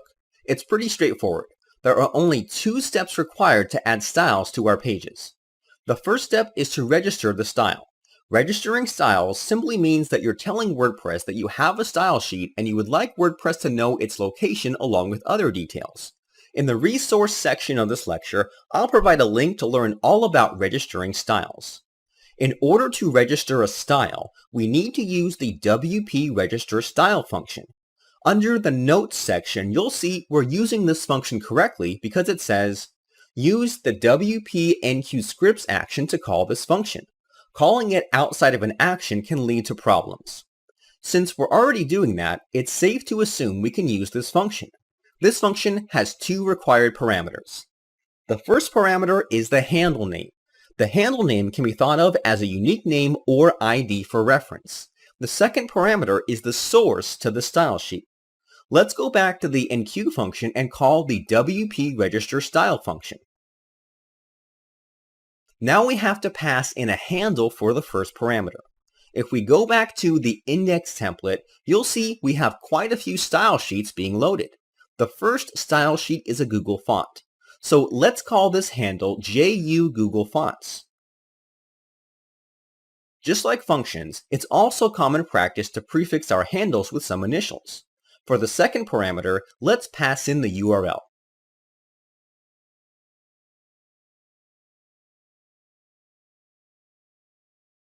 We're loading this font from a CDN so we can just paste the URL like so as a string. Next up is the bootstrap.css file. You'll need to call the WP register style function again. Just like before, I'm going to use the same naming convention. The name will be JU Bootstrap. Unlike the fonts, this file is located within our theme directory. We'll use WordPress to help us generate a URL to this file. There's actually a function that will always point to the current theme directory. This makes it easier on us as we don't have to perform checks if the owner of the site changed the name of the theme directory. Right at the top of this function, I'm going to create a variable named URI and set its value to the function getThemeFileURI. You do not have to pass in anything and you don't have to include any files to get this function to work. This function is loaded and defined for you by WordPress. You may notice this function has a similar name to the getThemeFilePath function. The difference between these 2 functions is the URI version will actually get the web URL. The non-URI version gets the system path. With this variable set, I'm going to pass it into the function. Right after this, I'm going to append the path relative to our theme folder, which is /assets/css/bootstrap.css. The first 2 parameters are required. These next 3 are optional, but the last 2 aren't used as often. The third parameter is what's most important. The third parameter is an array of dependencies. Sometimes your styles may depend on another style sheet to load. You simply pass in an array of handle names and WordPress will take care of loading those style sheets before this one. If WordPress doesn't find a style sheet, then this style sheet will not be loaded. For example, If I wanted the Google font to load before this style sheet, then I could pass in the handle name like so. I'm not too worried about dependencies, so we can leave this out. Now that we have that finished, I'm going to register the rest of the styles. It's the same as before. Pause the video if you need to have what I have. If we refresh the page, you'll notice that this won't work just yet. We've only registered our styles. Now we must tell WordPress we would like to add it to our page. We now have to use a function called WP-EnqueuStyle. I've also included a link to this function in the resource section of this lecture. This function only has one required parameter, which is the handle name of the style we registered earlier. You'll notice the other parameters are similar to the WP register style function. However, these are only available just in case you forget to register a style. You should always register a style though. The difference between registering and enqueuing a file is that registering will tell WordPress about a style sheet and make it available to be called later on, while enqueuing will instruct WordPress to load our style sheet onto the page right away. You will not always want to enqueue a style on every page as it is inefficient. There's also plugins out there that will sometimes scan registered styles and perform actions such as minifying and concatenating style sheets together. So it's best to register first, then enqueue. Let's enqueue the font style sheet. Right after the register functions, call the function WP-EnqueuStyle and pass in the handle name JU Google Fonts. Let's do this for all the style sheets.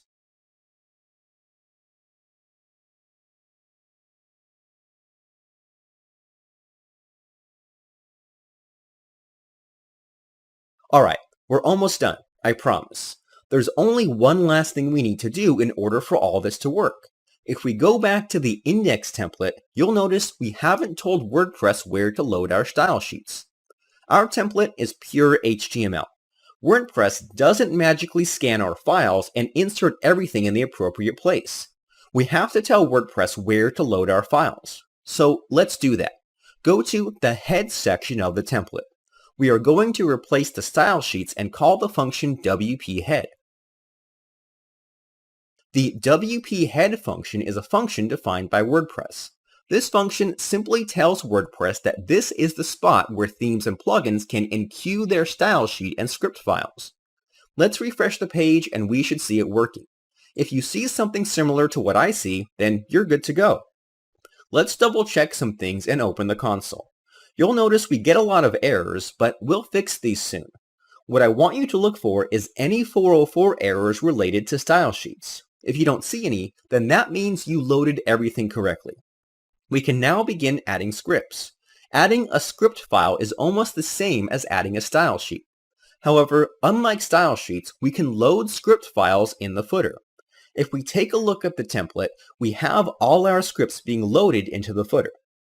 Just like adding files inside the head tag, we also have to call a function from the footer to instruct WordPress where to load files in the footer. At the very bottom of the template, right before the closing body tag, call the WP footer function.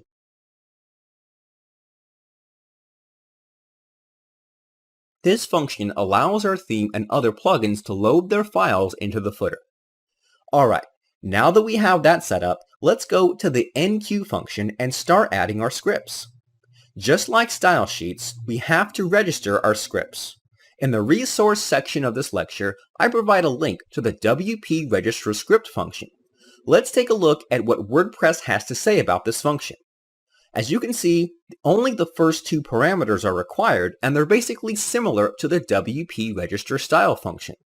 Back inside the index template, we include a script called plugins. Let's add this script to the footer through the enqueue function.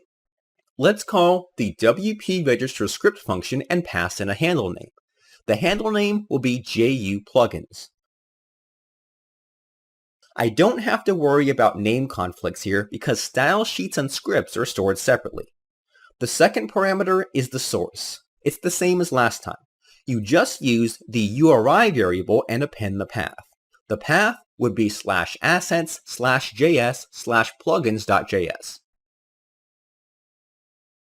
Now, in most cases, you always want to load your scripts in the footer to allow our content to be loaded before our scripts. So how do we make our scripts load in the footer? Let's go back to the documentation and look at the WP register script function again. You'll notice that the fifth parameter determines whether or not a script is loaded in the footer. By default, it doesn't. We have to pass in a true Boolean value so that we can load the script inside the footer. Let's go back to the function and start using this. The third parameter is this script's dependencies. In some cases, your script will depend on the functionality of another script. You have to pass in an array of handle names for WordPress to make sure those scripts are loaded first before this one. In our case, we don't have to worry about dependencies, so we'll just pass in an empty array. The fourth parameter is the version of the script. If you update your script frequently, this can be a useful parameter to set. This is because a lot of WordPress sites have cache enabled. By updating the version, you'll force WordPress to load the latest version of this script. I'm going to set this to false as I don't really need to worry about versioning for this script. The whole point of this part of the lecture is to load the script into the footer, which is the fifth and final parameter. All you have to do is pass in true. That's it. Let's enqueue the plugins file using the WP enqueue script function and see if it loads on the page.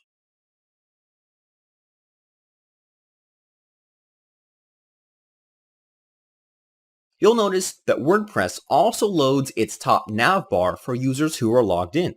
After confirming that it loads, why don't you pause the video and load the rest of the scripts?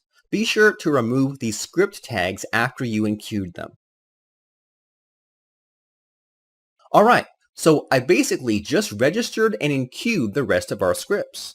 You'll notice that I also removed their inclusions from the footer. If I refresh the page, you'll see that everything is loaded correctly, except for one thing, jQuery.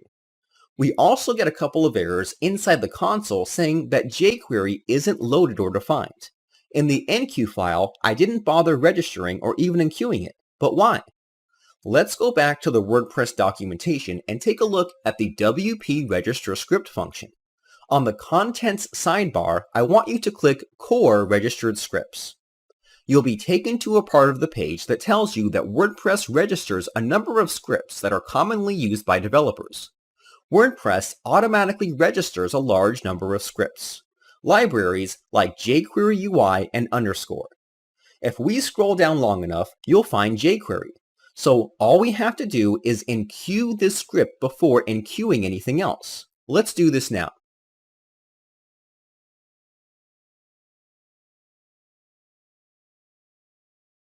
Refresh the page, and if you did everything right, then you should see that any errors related to jQuery are now gone. Now, before I end this lecture, I want to say one very important thing. Never ever override WordPress's default scripts, including jQuery. There are some developers out there that like to include their own version of jQuery, which may seem great and all, but it's really not a good idea. You aren't the only developer using jQuery. If developers constantly use their own versions of scripts, then this could break a client's site and can cause hours of debugging. It's so much better to just use a jQuery version that's consistent throughout the site. Inside the HTML template, we use a different version of jQuery, but that's only for the HTML template and not meant to be used for the WordPress theme at all. So please don't try and override WordPress's jQuery.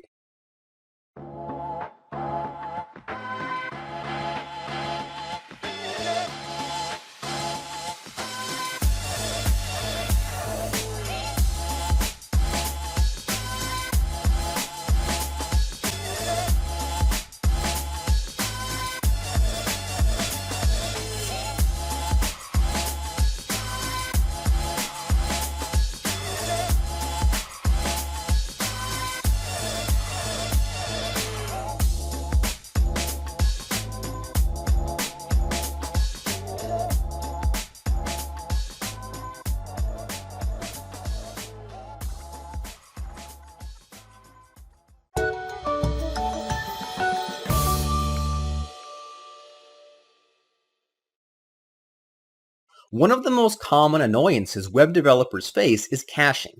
Caching is a pretty basic concept. Whenever you visit a site, you're downloading files. These range from CSS to image files. The web would be quite slow if you had to download those same files over and over again. To solve this, your browser will store copies of those files and then load those copies rather than downloading the same files again. This provides a better user experience overall. As developers, we want this, but not during the development phase of a plugin or theme.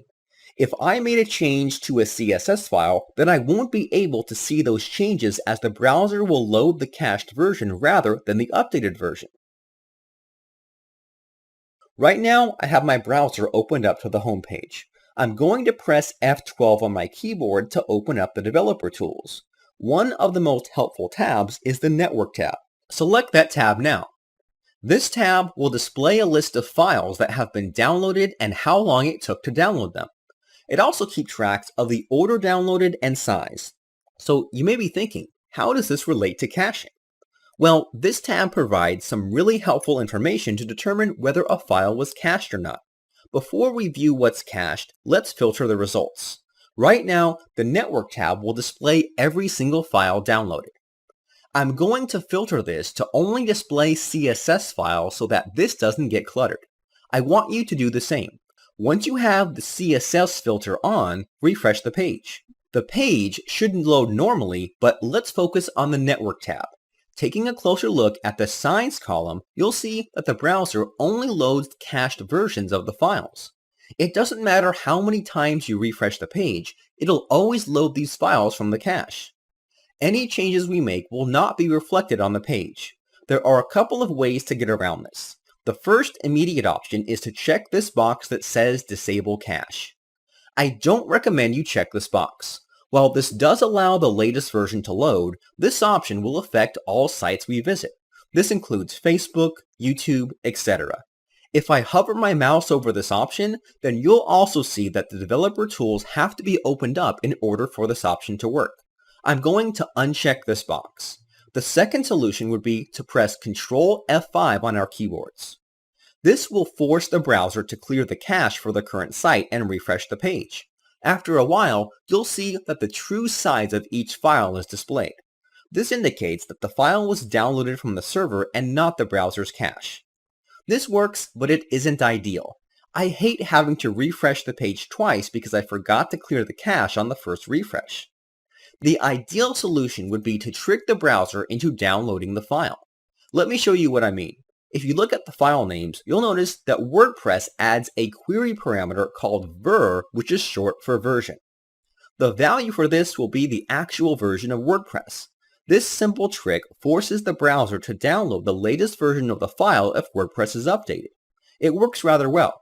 However, if I refresh the page again, then you'll see that the version never changes.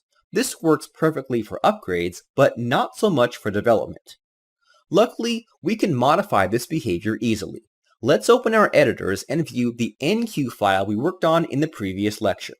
We're going to start with the style sheets first. The WP register style function we're using here has a fourth parameter called version. Right now, we're only taking advantage of the first two. The third parameter would be an array of dependencies, but none of our files require that kind of power, so I'm going to pass in an empty array. The fourth parameter allows us to pass in a custom version number if we don't want to use the WordPress version number. By default, this will be set to false, which will let WordPress pick the version. Instead of hard-coding a version, I'm going to pass in the time function. Now I'll refresh the page and view the Network tab. I applied this to the Google font, so we should see the file size appearing for that file. As expected, the file is now loading from the server. If I were to hover my mouse over the file name, you'll see that the full URL includes the version query parameter. The value for this will be the value of the time function. This is great, but it can definitely be improved. Let's switch back to the editor. The next logical step would be to update each function, but there's a problem with that. Let's say we were finished with our theme. We would have to come back to this file and update the values again. Then, if we wanted to make changes, we would have to update the values once more before moving forward. That can be a bit annoying, but this can be solved easily. I'm going to open the functions file. Inside this file, we have a section called Setup. Personally, I like to create a constant that determines whether we're in development mode or not. You don't have to do this, but I recommend you do as it'll make your life easier.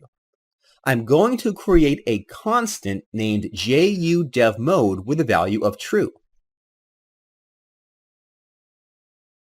Then let's go back to the enqueue file and create a variable named version right below the URI variable. The value for this will be JUDevMode_false. Basically, I'm checking if development mode is on. If it is, I'll set the version to the value returned by the time function. If development is off, then I'll set the value to false. Below in the register function, I'm going to replace the time function with the version variable like so. Now I'm going to do the same for the rest of the register functions.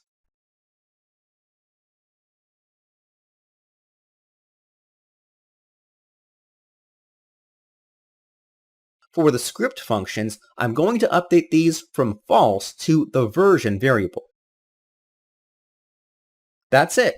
Now we don't have to update all of this in the future. Switching between development and production mode is as simple as modifying one value. Let's refresh the page and see the changes. The page should load normally without any errors. If we were to view the Network tab, then you'll see the version for our files are completely dependent on the current time. We no longer have to worry about caching.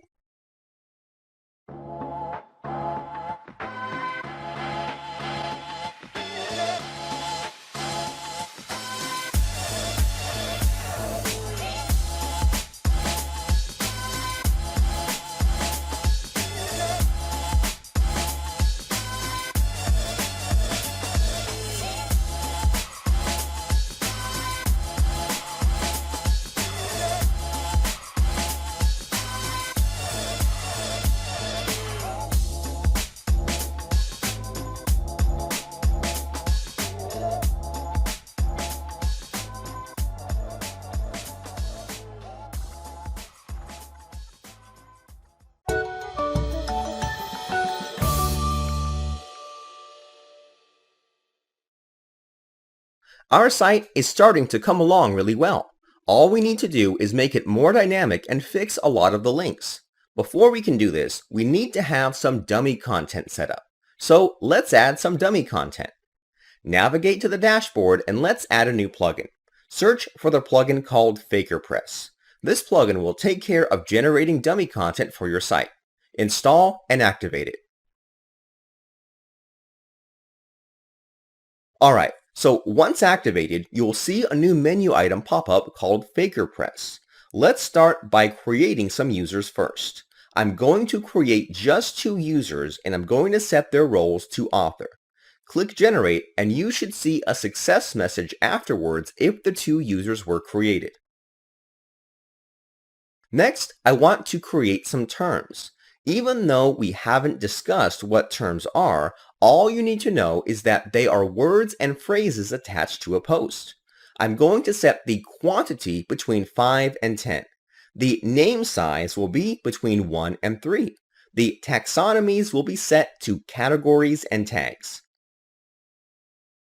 That should do it. Click Generate and that should generate some terms. Lastly, let's create some posts. Under FakerPress Posts, this will allow us to generate some posts. In the quantity, put 15 and 20. Change the date to last 15 days. Set the author field to all users including the admin. A lot of these fields are fine as is. Scroll down to the taxonomy section and select all the terms we created previously.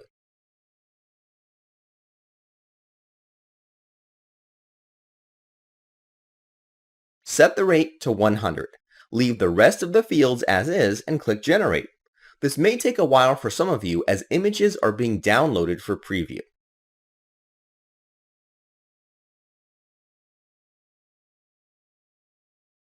Hopefully, you will receive a success message. Once that's finished, let's view the posts generated. We don't need to generate any more content from FakerPress for now, so I'm going to deactivate this plugin. Let's create one page called About Us. Insert a few words and then publish it.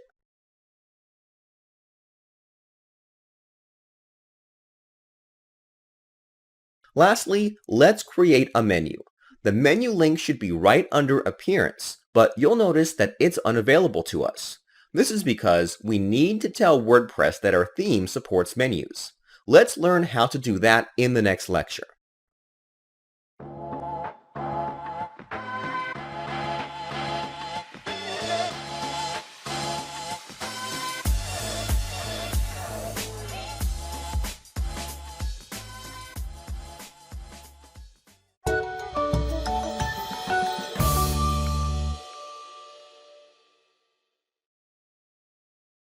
Right now, I'm on the documentation page for the Register Nav menu function.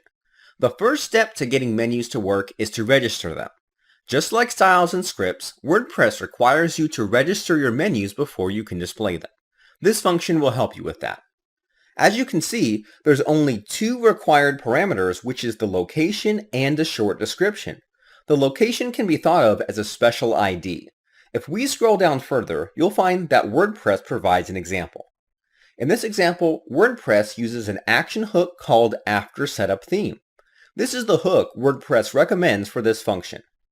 As instructed, let's open the Functions file. Just like last time, we're going to organize our code. Under the Hooks section, I'm going to call the Add Action function. According to the documentation, the most appropriate hook we should use is called After Setup Theme.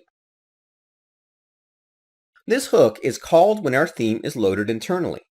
I don't mean that the page itself is loaded, but all the functions you defined inside the functions file is loaded. The function that will be called is JUSetupTheme. This function isn't defined, so we'll have to do that now. Create a file inside the includes folder called setup.php, and then I want you to define the function. Lastly, include it.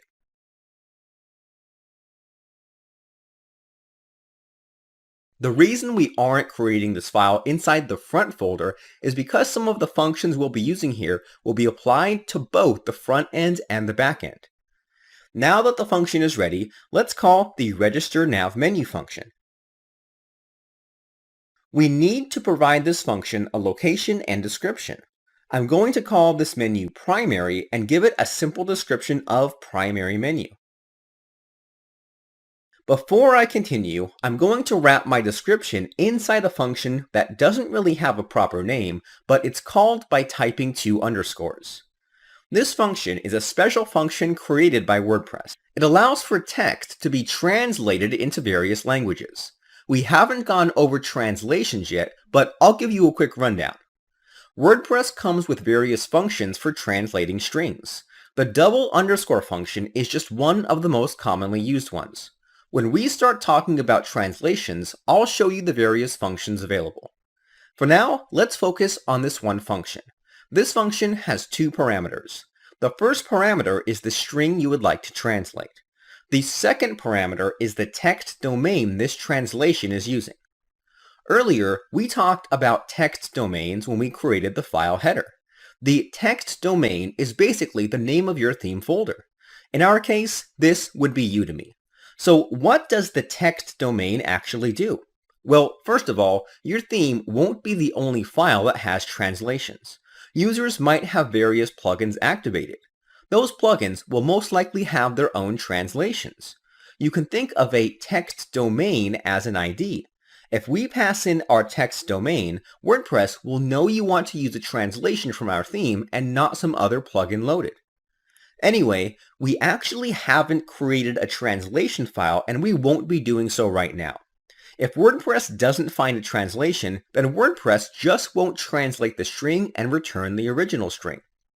You don't have to translate every string, but I highly recommend it so your plugin or theme can be used by the widest audience possible. Alright, that's it for now. If you didn't understand, that's fine.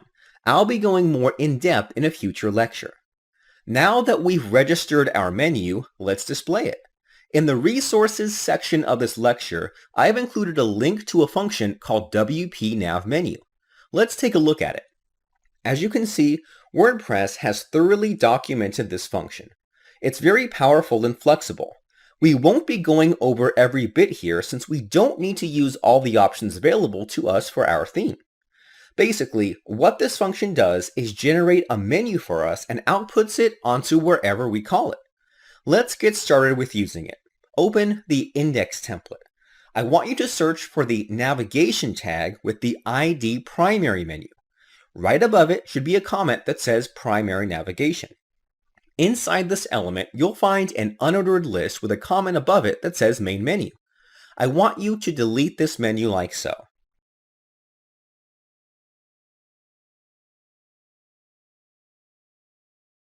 Next, open some PHP tags and create a conditional statement.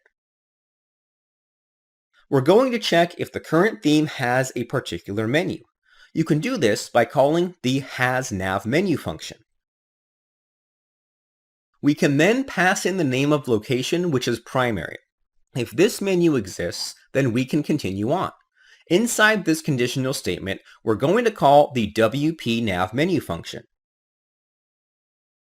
This function can be called as is, and WordPress will just use its default settings, but we don't want that. We have some things we would like to specify. This function only has one parameter, which is an array. So let's create an array, and in this array, the first item will be theme location. This key's value should be the location name we used in the register nav menu function. The name of the menu we registered was called primary, so this key's value should be primary. Next, let's define the container. The container is simply a tag that is wrapped around the navigation's HTML. WordPress will generate the HTML for our menu. The HTML generated is simply UL and LI tags, or simply known as an unordered list.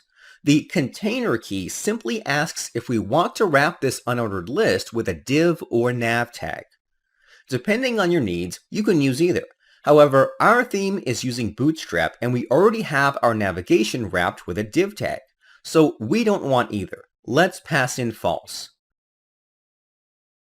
Therefore, WordPress won't wrap our unordered list with a div or nav tag.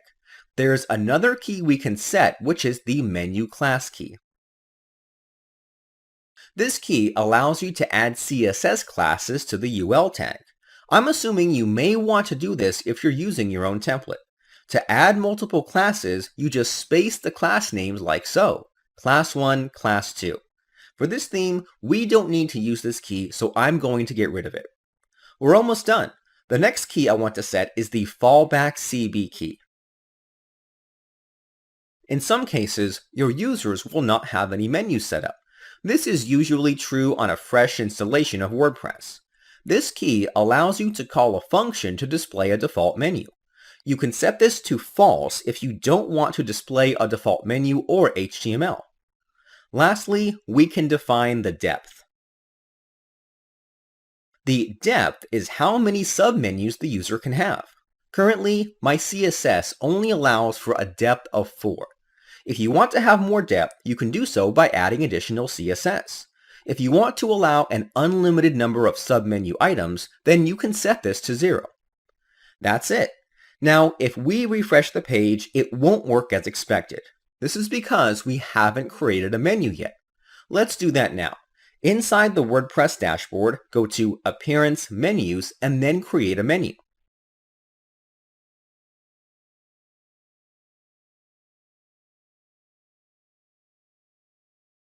Take quick notice of the Menu Settings section. You'll see that there's a subsection called Display Location. This lists all the display locations we registered in our setup file. Let's assign this menu to the primary menu. I'm only going to have the About page assigned to this menu. After saving the menu, go back to the front end and refresh.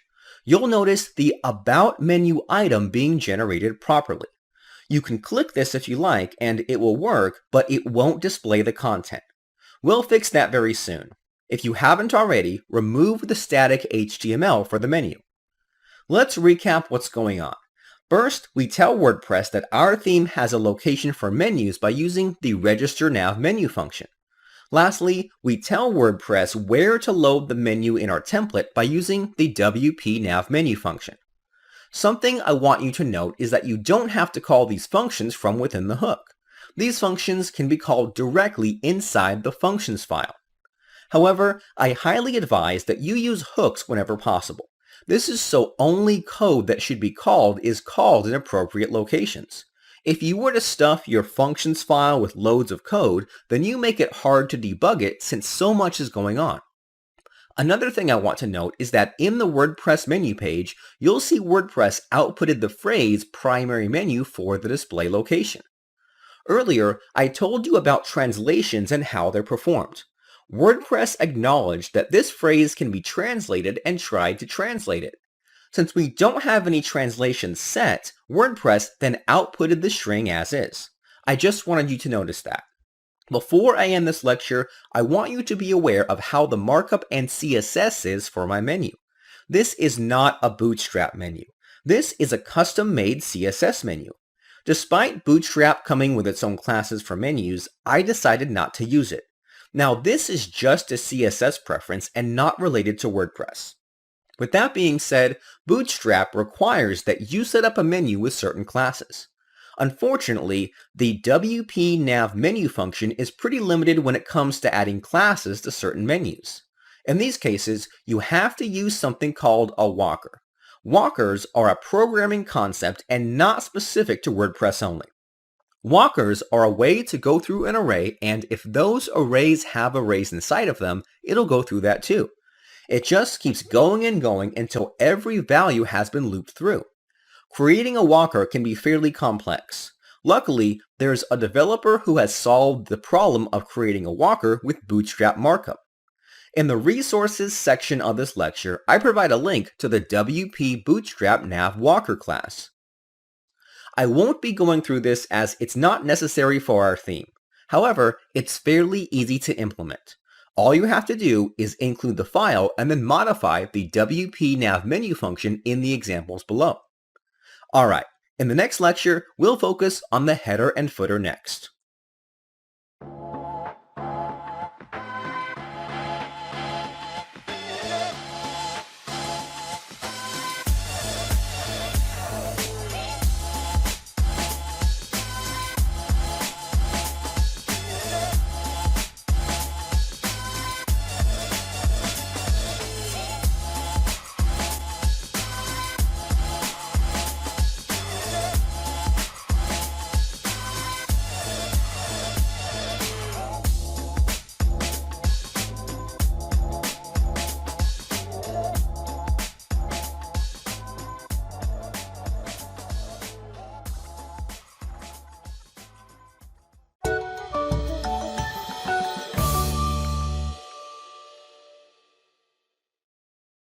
Welcome to the first aside. An aside is a lecture that isn't necessary to watch. It's more of a bonus lecture for more information about a particular topic. You're free to skip these lectures and come back to them after you've finished this course. In this first aside lecture, I'm going to show you how to create a walker class. In the previous lecture, I talked about how to create a menu using the WP Nav menu function. This function has one extra setting you can set, which is the walker key. Before we get into how the walker key works, let's talk about walkers in general. Walkers aren't specific to just WordPress. Walkers are a general programming technique. Basically, they are a class or function that takes care of looping through an array.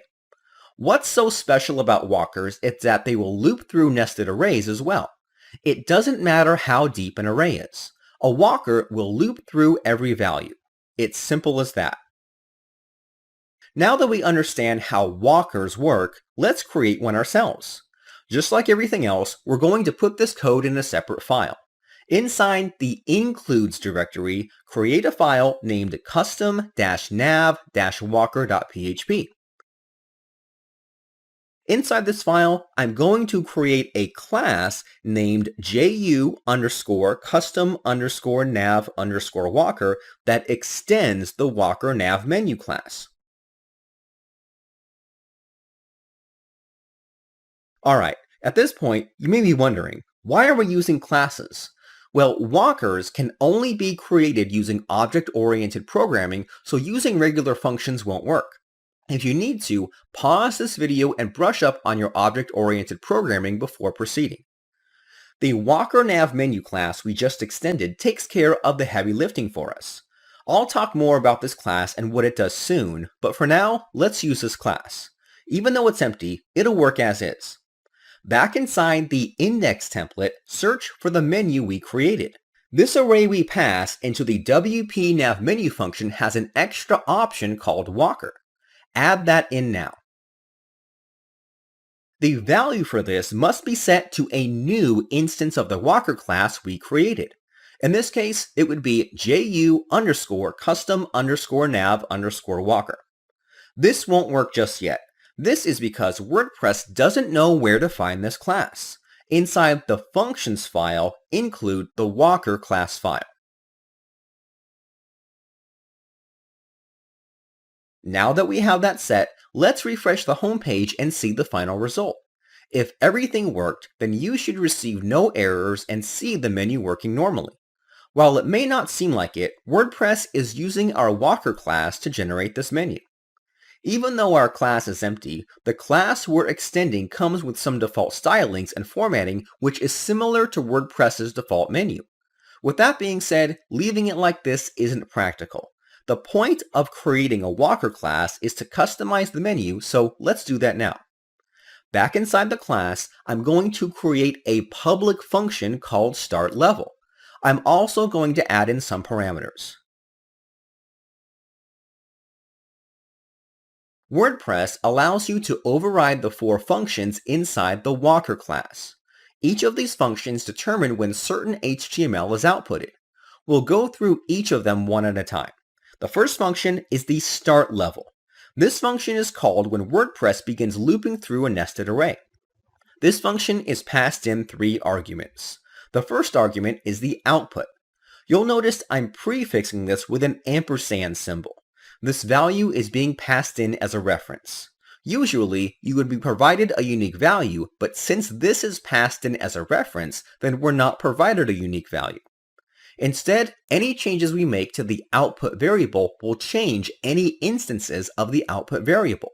You'll see that affects us soon enough. Moving on, the second argument is the depth. This is the depth of the menu being generated. Right now, our menu has a depth of 0 as there are no submenu items. Lastly, the third argument is the arguments. This will be the values you passed into the WP Nav menu function. This gives you complete control over your menu. You can choose to use or ignore the values you pass in. Now that we understand the basics, let's use this function. In most cases, you would just echo out the elements you want to be outputted, but that's not the case here. Instead, you have to make changes directly to the output variable to properly output HTML. I'm going to keep things simple and set the output variable to hello. This is the incorrect way of doing things, but that's fine for now. This is just an example. I'm going to save my changes and refresh the page. After some time, you'll notice that nothing really changes. Our menu is still displaying as normal. This is because the Walker class only gets applied to nested menu items. First-level menu items don't use the Walker class at all. It's only when you have submenu items is when the Walker class will be used. Right now, I don't have any submenu items, so the class will not be used. Let's change that. I'm going to open the WordPress admin dashboard and navigate to the menus page. On this page, I'm going to quickly add a submenu item to any of these main level menu items. Make sure to save your changes before proceeding. Once that's done, refresh the page one more time. If you look at the menu now, you'll see the hello message being outputted. This will also break the menu and page, but that's fine. Let's go back to our editors. Obviously, this isn't the proper way of doing things. Something I want to note is that whenever you make changes to the output variable, you should always append the value rather than assigning a new one like we're doing here. I'm going to change this into an unordered list tag and append the value. The reason I'm creating an unordered list tag is because this function is called when the menu is about to be generated. This function gives you the opportunity to set things up before the actual menu is created. You'll notice I'm not closing this tag either. Since we're setting things up, we don't want to immediately close the tag. Before we see this in action, I want to make sure WordPress is using this walker. So I'm going to add a class named special-class. This class isn't specific to WordPress or my theme. It's just a class I made up on the spot. With that set, refresh the page and see the final result. The page should now be displaying normally. Even though we didn't close the unordered list tag, WordPress defaults to an unordered list anyway, so it closes it for us.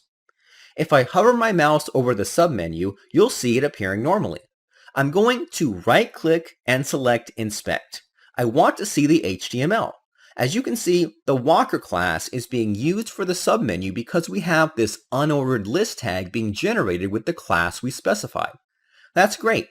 We now have more control over the menu and can assign classes, IDs, attributes, etc.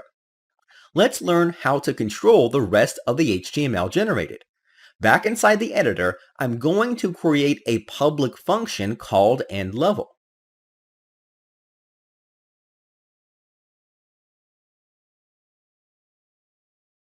Just like last time, we're passed in the same arguments with the same values. However, the output variable contains all the HTML from the previous functions. If we were to override this value, then any HTML generated before this function will cease to exist. We'll keep it simple and just append a closing unordered list tag.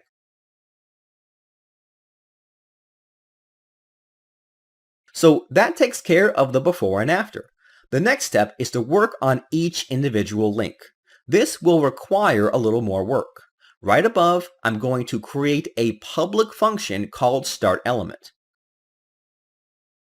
This function has the same parameters as the previous functions with 2 additional add-ons. The second parameter contains the item object. This object contains information related to the link itself, such as the URL, title, etc. Lastly, we have the ID. This variable contains the ID for the menu item itself. This may seem strange, but WordPress keeps track of all menu items by assigning them an ID. You can use this to add special features by using their ID. We won't be going that far, but you are free to use it if you like. I'm going to start things off by appending a list tag to the output variable with a class of special-class-item.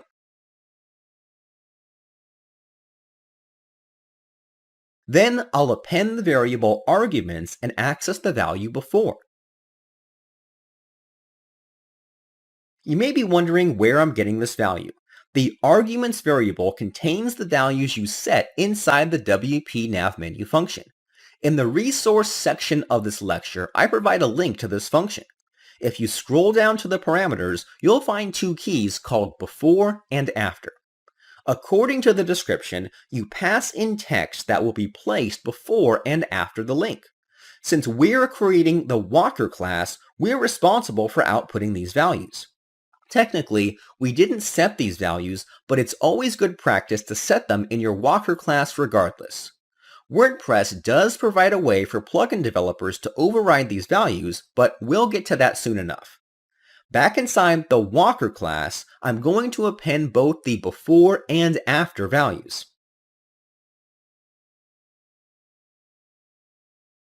In between these 2 values, I'm going to set up an anchor link.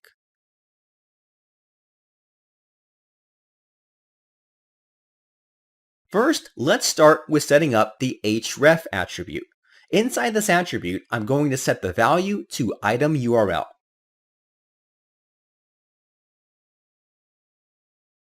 The item variable contains information about the specific menu item in the loop.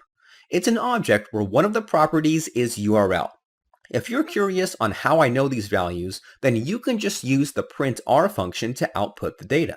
If you never know what values a certain object contains, then I always recommend you just output it.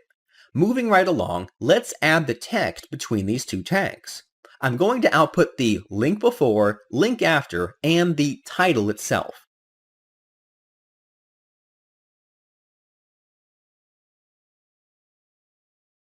Like before, the link before and link after are values that can be set inside the WP Nav menu function.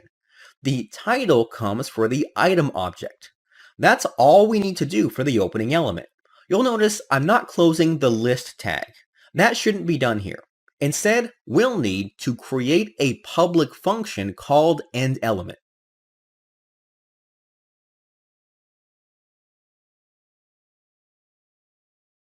This function's purpose is to close the element, which we'll do by closing the list tag.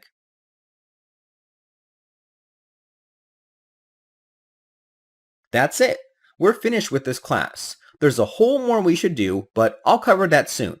This is usually the minimum setup you'll find yourself doing. Let's go to the home page and refresh. After refreshing, you should see the menu working as usual. If you inspect the element, then you should see that the special class item class is being applied. Not only is it applied to submenu items, but it's also being applied to main level items. To be clear, the start level and end level functions get applied to submenu items. The start element and end element functions get applied to all menu items, including main level ones. This is why we see it being applied here. Now that we're finished with the walker class, let's explore what else we can do. In the resource section of this lecture, I provide a link to the walker documentation page. This page goes into detail about what walkers can do. Walkers don't apply to just menus. They can also be used for creating other types of content. More on that in just a moment. Let's read what WordPress has to say. The walker class was implemented in WordPress 2.1 to provide developers with a means to traverse tree-like data structures for the purpose of rendering HTML. This is just another way of saying of being able to loop through a nested array so you can output HTML. Let's scroll down to the very bottom to the section called Related Classes. Here is a list of WordPress classes that take advantage of the walker class. The difference between these classes and the walker class is that the walker class simply loops through your data. It doesn't do anything with it. These classes here take care of using that data and outputting HTML. Let's click on the walker nav menu class, which we extended in our custom walker class. You won't find much written information. In this case, we'll have to study the code ourselves. Click on the link to the file. Here you'll find the walker that WordPress uses to generate the menu. As you may notice, there's a whole lot more going on than what we had in our own class. I won't be able to go over every little thing, but here's a few things you should know. First, you'll find a lot of \t and \n strings appearing in the HTML. The \t tells the browser to tab the HTML. The \n tells the browser to put the HTML on a new line. These are used for formatting reasons. You don't have to do this as the developer tools already take care of formatting your HTML. With that being said, if you don't use these, then it's actually beneficial to you. By removing whitespace, you're essentially making the file size smaller, which can allow for faster loading times. It's up to you whether you want to use them. The first function here is the start level. Just like in our own function, this will output an unordered list tag. It'll also take the time to check if there should be whitespace, and it'll take the time to apply certain attributes. There are some functions being used here that are WordPress specific. If you're coming to this lecture after finishing this course, then you're most likely familiar with what these do. If not, that's perfectly fine. I won't be explaining these functions in this lecture, but I will in a future one. Keep in mind that this is an aside. You don't have to take this lecture right away. You can always come back to it anytime. Moving on, the end level function takes care of closing the unordered list tag and checking for whitespace. Afterwards, we have the start element function. Just like last time, this will output a list tag with the link inside. There's a whole lot more going on here, but it's mostly checking if certain attributes should be applied. It'll also take care of generating classes. Once again, if you don't understand the functions being used here, then that's fine. You'll learn about them as the course progresses. Lastly, we have the endElement function, which closes everything. This is the default WordPress menu and will work in most situations. If you ever need to override the default HTML markup, then you need to use a walker class. For the rest of this course, we're going to continue using the default walker class, so I'm going to comment out the walker key inside the WP-nav menu function. Once you've done that, let's move on to the next lecture. I'll see you there.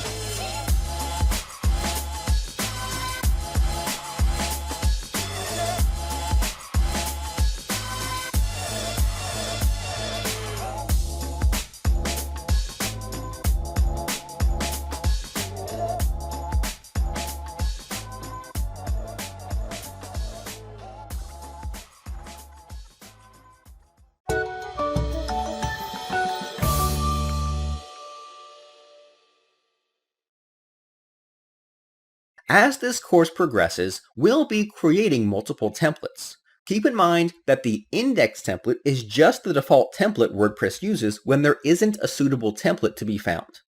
Our theme should be consistent, and so therefore the header, footer, and sidebar should look the same. Our templates can get pretty big if we just copy and paste our header and footers. It would also be a pain to have to edit each template every time we made a change to the header. Luckily, WordPress provides a solution by providing a couple of functions for including different sections of our template. Let's create the required files first. First, we have to create a file called header.php in our themes folder. It's very important that you give the file this name, as this is the name WordPress will search for when trying to include your header. From the index template, let's cut everything from the doc tag to the closing header tags and then paste it into the header file. Next, let's create a footer.php file. Just like before, we are forced to name it this by WordPress. From the index template, cut everything from the bottom of the file to the opening tag of the footer comment. Then paste it into the footer file like so. This will leave us with the section tag with the ID of content. Alright, now all we have to do is include our files. At the very top of the index template, call the function getHeader. This function will look for a file called header.php and include it. At the very bottom of the file, call the function getFooter. Just like the header function, this function will look for a file called footer.php. I'm going to format template so it's easier to read. Once that's done, refresh the page and see if everything is working properly. If you see no errors, then that means you did everything right. Let's go over how these functions work. These two functions will look for files named header.php and footer.php within the themes directory respectively. I want you to be aware we're not completely forced to name our files header.php and footer.php. Let's say we had a header called header-v2.php and we wanted to use this header for post template specifically. Well, all you have to do is pass in the name v2 and WordPress will then search for a file called header-v2.php. Don't worry about pre-appending the word header or appending the extension .php. WordPress takes care of this for you. This way, you can have various headers. These same rules apply to the getFooter function. For this course, we'll only have one header and footer, so we don't need to pass in anything to these functions. Alright, we're almost done here. I want to do one thing, which is to allow any plugins or WordPress itself to add classes to the body tag. By doing this, you can take advantage knowing which features are active on the site with your CSS. Let's explore how this is done. The first step is to open the header template and inside the body tag, call the function body class. This function will add an attribute called class and then output some classes. I have some classes I'd like added, which are the no dash transition and stretched classes. Let's refresh the page and then let's use the developer tools to see what's going on. Right-click and select Inspect anywhere on the page. What you should be viewing is the Elements tab. This tab allows you to view the HTML of the current page in real time, meaning if any changes were made inside this template while the user is browsing, then the HTML will update accordingly and vice versa. If you take a look at the body class, then you'll notice that a few classes have been added that weren't there before. WordPress automatically loads these classes for you so you can apply appropriate CSS. For example, the admin-bar class should appear if you are logged in. However, if I log out, then this class will disappear. After logging out, you will see the admin-bar class disappear. This is really great, as you can apply certain stylings to the page depending on the classes added to the body. I'm going to log back in. As I stated from the beginning, I did not make any changes to my template to prepare it for WordPress. So even though these classes are loaded, there aren't any styles in my files that takes advantage of these classes. Using these classes is completely optional. Even though we aren't using these functions, there are plugins that do. This is an important point I want to make. Some features you add aren't just for WordPress or yourself. Sometimes you'll want to add features so plugins can extend how WordPress functions. I'm going to remove the body class function for a moment. Refresh the page and you'll notice our site is a little different from before. If you take a look at the body tag, then you'll notice some classes still appear. WordPress has a fallback. It will use some JavaScript code to add some classes, but most of the original classes are gone. To prove this further, you can right-click and select View Page Source, and you'll notice the body tag has no classes applied. I'm going to re-add the body class function because of its usefulness. Let's refresh the page one more time, and all the CSS classes we had before should reappear. Just to recap what's going on, all we did was split up the index template. We put the header and footer into their own respective templates. Then, we modified the body tag so WordPress can generate some classes. I'm going to add a link to this function in the resource section of this lecture. We can now begin working on the sidebar.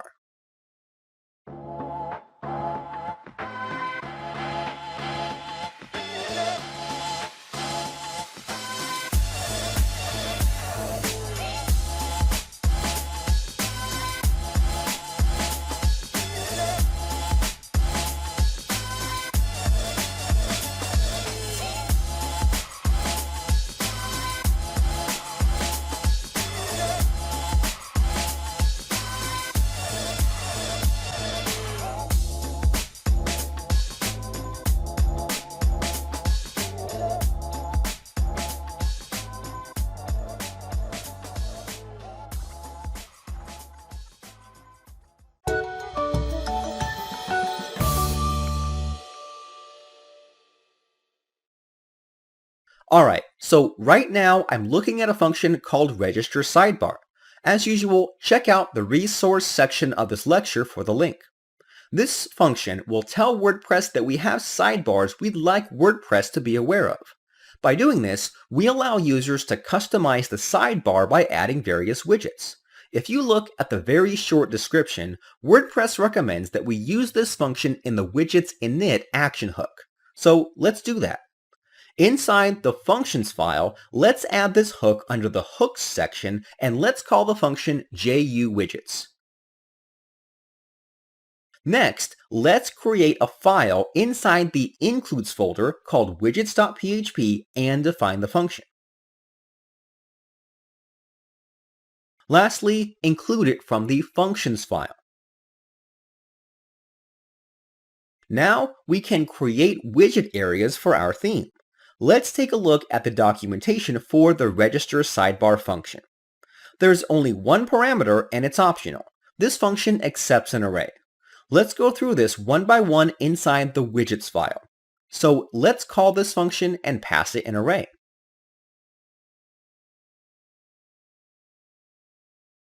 The first key is the name of the sidebar. The name should be readable, short, and concise. I'll be using the double underscore function just like last time since I want to allow users to translate this name if needed. I'm going to call it My First Theme Sidebar. The second key we can set is the ID. We must set an ID or WordPress will throw an error. Before we set the ID, let's go to the codex for a second. Scroll down to the notes and I want you to look at the very first note. WordPress warns us of IDs we should avoid and provides a link of IDs not to use. So let's take a quick look. As you can see, the list is pretty exhaustive. Let's go back to our widget file and let's give our widget a unique ID. One way of making sure we have a unique ID is to prefix our ID with initials like we do with our functions. I'm going to give my sidebar the ID JU Sidebar. Next is a simple description. I'm going to make this translatable and set it to Sidebar for the theme Udemy.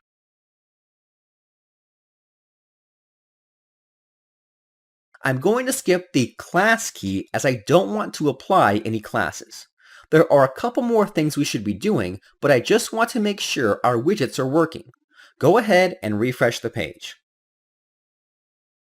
We should see no errors so far. Let's go to the WordPress dashboard and you should now see a new menu item appear under Appearance called Widgets. Let's check this out quickly. As you can see, WordPress now has created a nice little UI for our sidebar. It takes care of saving and updating the sidebar. Right now, our sidebar is empty, so let's drag and drop some widgets onto the sidebar. After doing so, let's take a look at our site. You'll notice that our widgets aren't loading. This is because we've only registered the sidebar.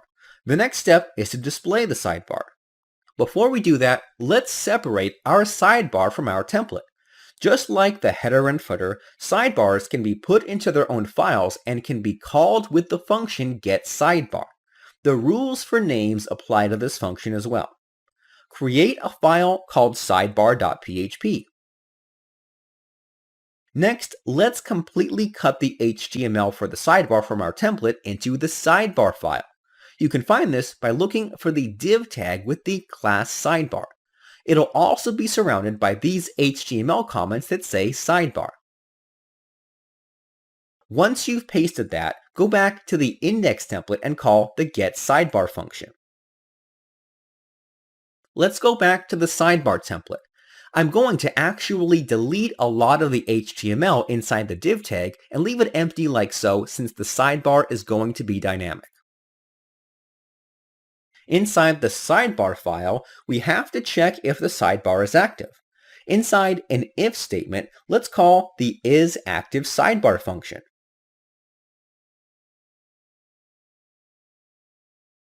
This function does exactly what we need it to do. It will check if the sidebar is active. You simply pass in the name of the sidebar.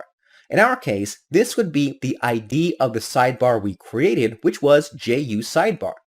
Inside this conditional statement, if it returns true, then we'll call a function called dynamic sidebar, which will take care of displaying our sidebar. The only thing we have to pass it is the ID of the sidebar, which is JU_sidebar. Any widgets that are attached to this sidebar will now be displayed. If we did everything right, we should now see our new sidebar appear on the page. Great! Well, not so great because the HTML outputted doesn't really go well with our theme. Let's fix this. Let's take a look at the codex and learn more about the register sidebar function. There are 4 more keys we can set. They are the before widget, after widget, before title, and after title keys. These keys allow us to inject HTML into the sidebars. As each name states, it'll insert HTML at some point of each widget created. I'm going to pause the video for a bit and fill out these keys. Alright, now I want you to copy what I have. For the most part, nothing in here is really special. This is just regular HTML with some classes to make our widgets look pretty. It can look a bit confusing because there are so many opening and closing tags. Widgets areas are a bit tricky to create if you create widget areas with so many classes and tags. So when you're designing your site, try and keep the HTML for widgets fairly minimal. I was able to create this through trial and error. The only thing I want you to focus on is the before widget key. You'll notice that I have these random set of characters in the class and ID attributes. These attributes are a bit special because this tag is the container tag for the whole widget. You can think of these random characters as placeholders. There are some widgets out there that might want to add their own classes and set their own ID. By providing these characters, we allow for third-party widgets to do so. We don't have to do anything else. Now, let's refresh the home page and see what our widgets look like now. If yours looks anything like mine, then you're on the right track. It's definitely looking closer to the original template, but we still need to make changes. We've run across a problem you'll find yourself running into when creating widget areas and sidebars.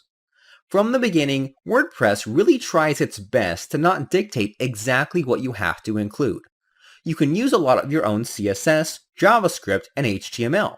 However, widgets are a special case because the HTML for widgets are generated by WordPress.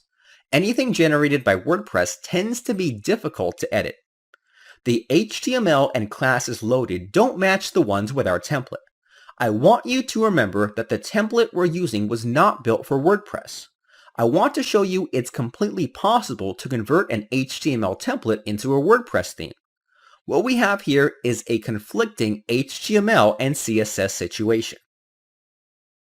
So how do we fix this? We have about 3 options. The first option is to override the HTML for these widgets and make WordPress load these widgets formatted the same way our HTML template does. The second option is to just create our own version of these widgets and have complete control over the HTML and information loaded. The final option is to edit the template CSS file so that they look similar to the HTML template. We will be going with option 3 because that's the simplest of the 3. Trying to override the default WordPress widgets is more difficult than you can imagine. Actually, WordPress doesn't even provide you with a way to override these widgets. This forces you to try and hack the WordPress core. If you have any experience with trying to hack a framework or CMS, then you know it can lead to massive headaches. So we'll just be editing the CSS file so that the widgets look similar to our theme. It's faster and way easier. A lot of developers tend to opt into this route because it's so simple. The second option is also commonly taken. It may seem redundant, but you also give yourself the opportunity to add more options that originally weren't available in the default widgets. It's completely allowed and even recommended. We'll definitely be exploring how to create our own widgets in a future lecture. For now, we'll just go with option 3. As I stated earlier, we won't focus so much on the HTML and CSS since we have the freedom to use whatever frameworks we want. I'm going to actually give you all the CSS all at once. Inside the assets/extra folder, you'll find a number of files that contain some HTML and CSS already created for you. I want you to open the widgets-css.txt file. Copy and paste the contents of this file into the custom.css file inside the assets/CSS folder. Just paste it into the very bottom of the file. If you're wondering how I did this, all I did was look at the HTML and classes WordPress generated, then I just added my own stylings. It was all trial and error. It is time consuming, but definitely the shortest and easiest route out of the 3. If you plan on specializing in WordPress theme development, then this kind of error can be easily avoided by preparing your HTML templates to be WordPress ready. I'm going to refresh the page now. You'll notice that these don't look anything like our template. This is because we're very limited to what we can style and what we can add with WordPress widgets. I promise, when we start creating widgets, we'll definitely recreate our own versions of these widgets with the original template styles and formatting. Just so you know, a lot of commercial shops require that you format these widgets even if you provide better versions of these widgets. In the end, you never know which the user prefers, so it's best to accommodate all scenarios.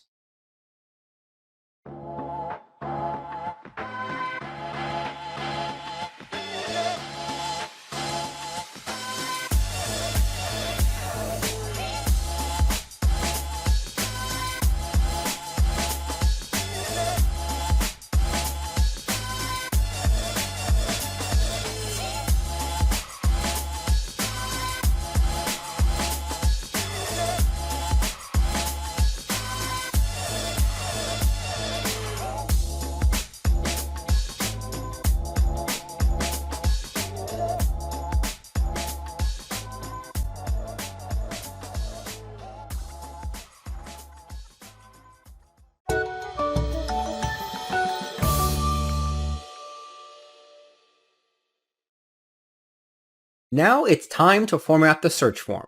Unlike the other widgets, WordPress makes it easy to apply styles and formatting to the search form.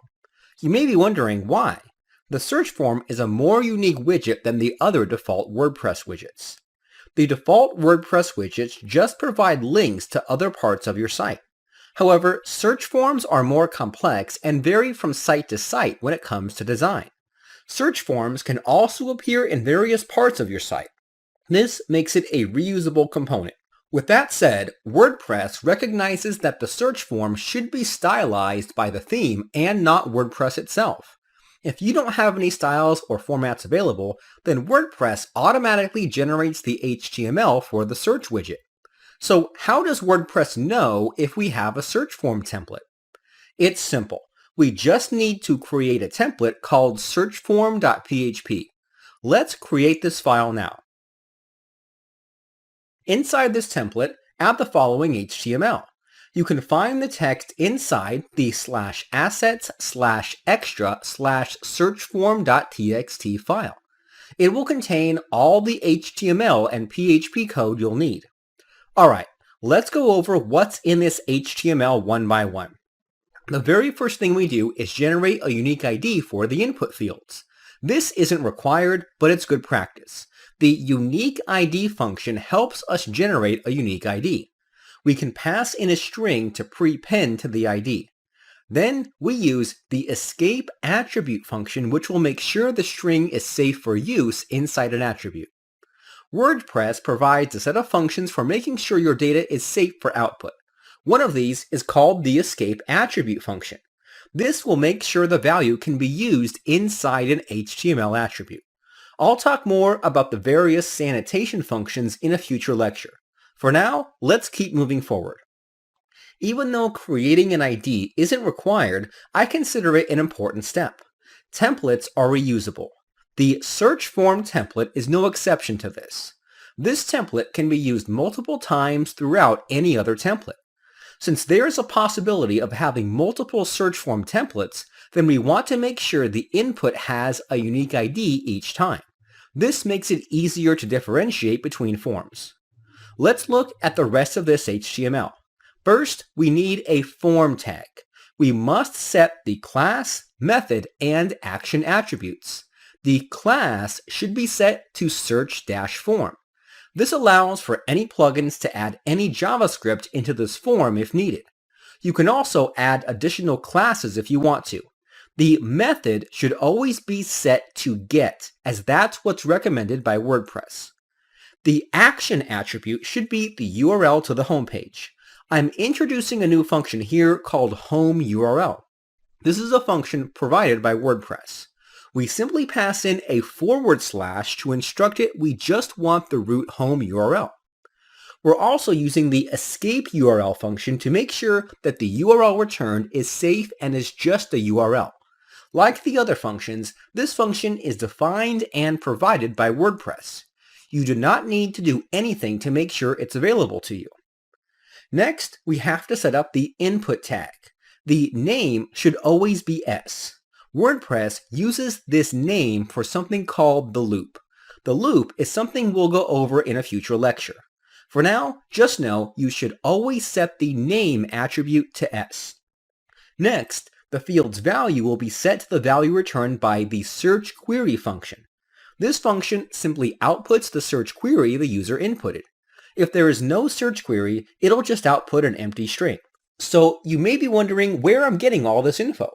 Well, there's a function called getSearchForm which will look for a file named searchform.php and then output it. Otherwise, this function will generate some default HTML for you. This function is used from within the search widget.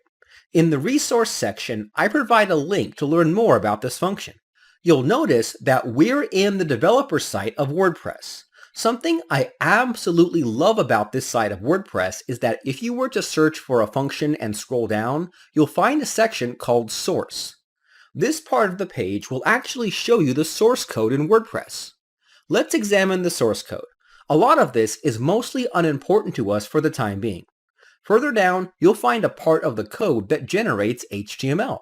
There are two versions. One version is for HTML5 and another is for XHTML. Currently, our theme is meant for modern sites, and so we're using the HTML5 version. What I did was started with this form as a base. Then I modified it a bit to match the design of my theme. You are allowed to do the same if you wish. There are only 4 important things we need to set, and that is the method, action, the input's name, and the current search value. You do not need to have every class or HTML as the one WordPress generates. The point of making your own template is to customize it to your needs. Besides the 4 things I pointed out earlier, everything else is completely up to you. That's it. Let's refresh the page and see if the form is formatted correctly. This looks so much better because it fits with the rest of the theme. We haven't created a search template yet, so we can't actually see the results generated by the search. We'll be doing that in a future lecture. One last thing I want to note is that inside the form, we're using a function called _e, which is similar to the double underscore function. The difference between these two functions is that the _e function will echo out the translated string rather than returning it. That covers how to create a search form template. Keep in mind that creating this template is completely optional. You can just let WordPress handle it, and that would be just fine. Alright, I'll see you in the next lecture.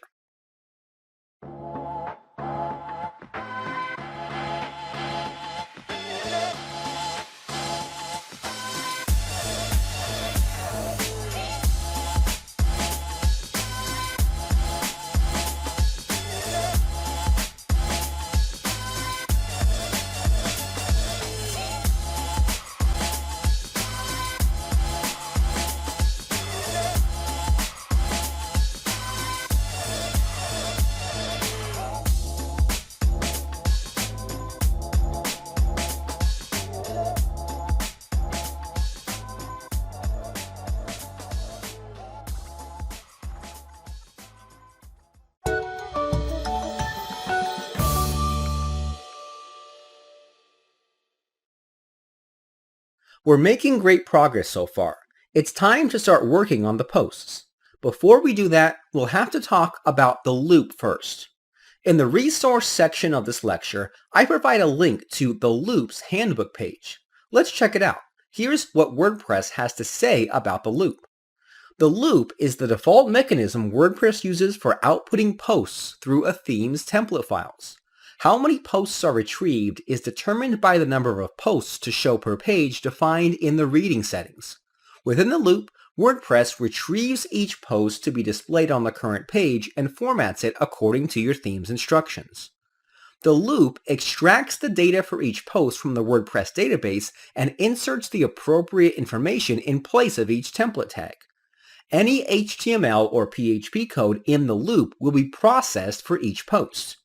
To put it simply, the loop is true to its name. It loops through each post retrieved for the current page one at a time and performs the actions specified in your theme. So what WordPress is saying is that it's just a set of functions that WordPress provides so you can display posts. It's called the loop because you actually have to use these functions inside of a loop. The loop is basically an array of posts. Sometimes the loop will only have one post, and sometimes it can have several posts. It varies from page to page. It's pretty simple, so let's get started. First things first, we have to add support for featured images. I'm currently looking at a function called Add Theme Support on the WordPress developer site. I'll provide a link to it in the resource section of this lecture. WordPress comes with some features that we can take advantage of right out of the box. It is possible and allowed for us to create our own version of these features, but that's beyond the scope of this course. It's also not common practice to do this, even in commercial themes. One of these features is called post thumbnails. All we have to do is call this function and pass in the post-thumbnails argument, and WordPress will activate the thumbnail feature. This feature will take care of generating a featured image in various sizes. If we take a look at the documentation, you'll notice that there is a second argument that allows you to specify certain options that come with each feature. If you scroll down far enough, you'll find more information specifically for the second parameter. we can pass in an array of post types. We haven't talked about post types yet, but basically it's a way to categorize certain pieces of content. We can choose to specify which post types should have post thumbnails. If you don't pass in an array, then post thumbnails will be enabled for all post types. I prefer to enable thumbnails for all post types, so I'm not going to take advantage of the second parameter. It's always good practice to check to see if you can pass in more options. It allows you to customize certain features for your theme. Let's use this function now. Open your editor and edit the setup file. Right at the top, I'm going to call the add theme support function and pass in the value post-thumbnails. To reiterate, inside the function, we tell WordPress we'd like to support one of its built-in features. We pass in which feature we'd like to use. In our case, we want to use the post-thumbnails feature. That's it. To check if this feature is enabled, go to the admin dashboard and try viewing a post.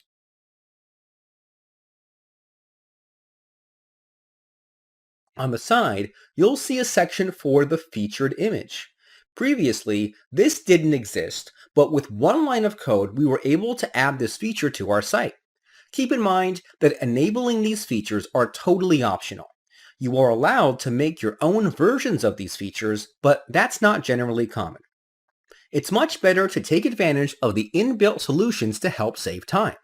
Now that we're done, let's move on to the loop. Go to your editor and open the index template. You'll find a comment that says posts. This is where we will be running the loop. You'll notice I have some static blog posts. We don't need these anymore, so let's delete all of them except one. We'll be using this one as a reference. Next, let's add some PHP tags and start coding the loop. I want to create a conditional statement. We're going to call a function called havePosts. This function has no parameters and it does one simple thing. It checks to see whether or not the current page has any posts. The question is, how does it know that? What WordPress will do is read the URL. Just based on the URL, WordPress will determine what posts should be displayed and how many. It's all handled for you. Moving on, this function will return true or false depending on what it finds. If true, then we should start displaying some posts. Before I continue, you'll notice I'm using curly brackets for my conditional statements. Let's open up the index template for the theme 2017. You'll notice that this theme doesn't use curly brackets. Instead, the developers use the end if statement for their conditional statements. This right here is preference and what makes your code readable to you. If you want to use this style of coding, then go for it. You won't face any performance or security issues by using end if or curly brackets. It's all preference. For this course, I'll be using curly brackets. Continuing on, we'll create a while loop and call the same function again. This may seem like it'll run an infinite loop, but we can fix that easily in just a moment. Before we go any further, let's go into the reading settings page in the admin dashboard.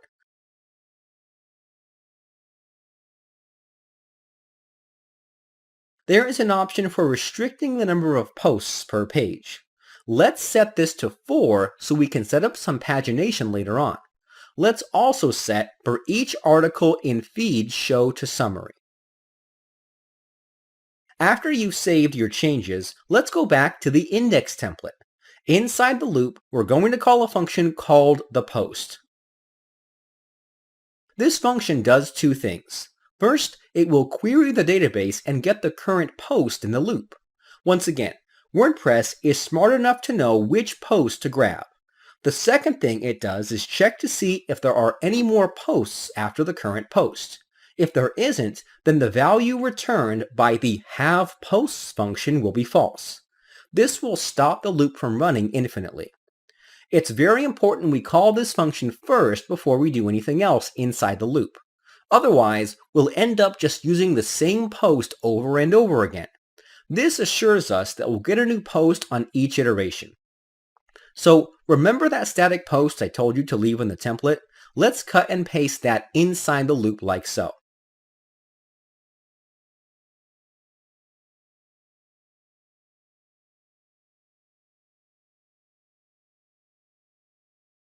That'll do it. Let's refresh the home page and see what we get. You should now see the list of posts. All of them will be the same. It's pretty broken, but that's fine. We'll fix this soon. There should only be 4 posts since that's what we set in the reading settings page. In the next lecture, we'll continue working on this.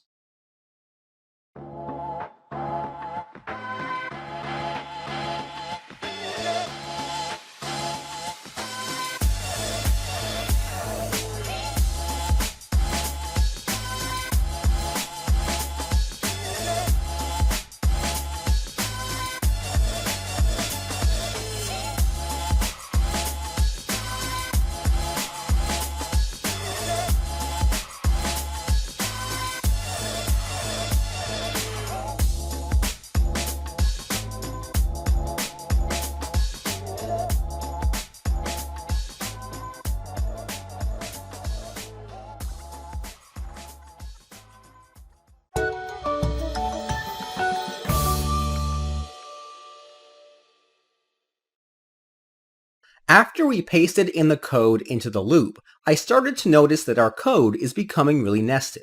Not only that, I know for a fact that this part of the template is reusable. In future lectures, we'll be reusing this part of the template multiple times. Therefore, I want this to be reusable. Luckily, WordPress provides a solution for this by providing something called template parts. Template parts are reusable templates that we can add into any template we want. By themselves, they don't do anything. A template parts are meant to be used inside another template. In the resource section of this lecture, I provide a link to the function getTemplatePart. This function will load a template part into your template. It's similar to the getHeader and getFooter functions. The only difference is that you can give your template parts any name you want. If we take a look at the parameters, you'll see there's only 2. The first parameter is the slug for the generic template, and the second is for the specialized template. What does WordPress mean by generic and specialized templates? This function tends to confuse some developers, so let me break down how it works. This function will load a template, but it performs a lot of checks before it loads the template you specify. Here is the simplest example of the function being used. In order to load a template, you need to specify the path relative to the theme folder. In this case, WordPress will load a template named content.php. Pretty simple so far. Let's take a look at the second parameter being used now. In this example, we're passing in the phrase foo for the second parameter. WordPress will load either one of 2 templates. First, it'll combine both content and foo together into the file name content-foo.php. If that template doesn't exist, then it'll search for the content.php template and load that instead. You can think of this as a backup. At this point, you may be thinking, why don't we just do this? Why don't we just use the first parameter exclusively? You may be tempted to do this. For the most part, this is completely valid. However, I don't recommend it. The purpose of the second parameter is to give yourself a backup template just in case WordPress is unable to find your first choice. The only time you don't want to use the second parameter is when you know for a fact that you don't need a backup template. I'm going to go back to my editor and I'm going to create a new folder called partials. This is where we'll be storing all our template parts. You can name this folder whatever you want. Partials is just a fancy word for parts of a template, sometimes referred to as template parts or views by other developers. Inside this folder, I'm going to create another folder called Post. This is where we'll store template parts related to posts. Lastly, I'm going to create a file named content-excerpt.php. Once again, you can name this whatever you want, but it should accurately describe what's inside. I'm going to cut and paste the HTML code into this template like so.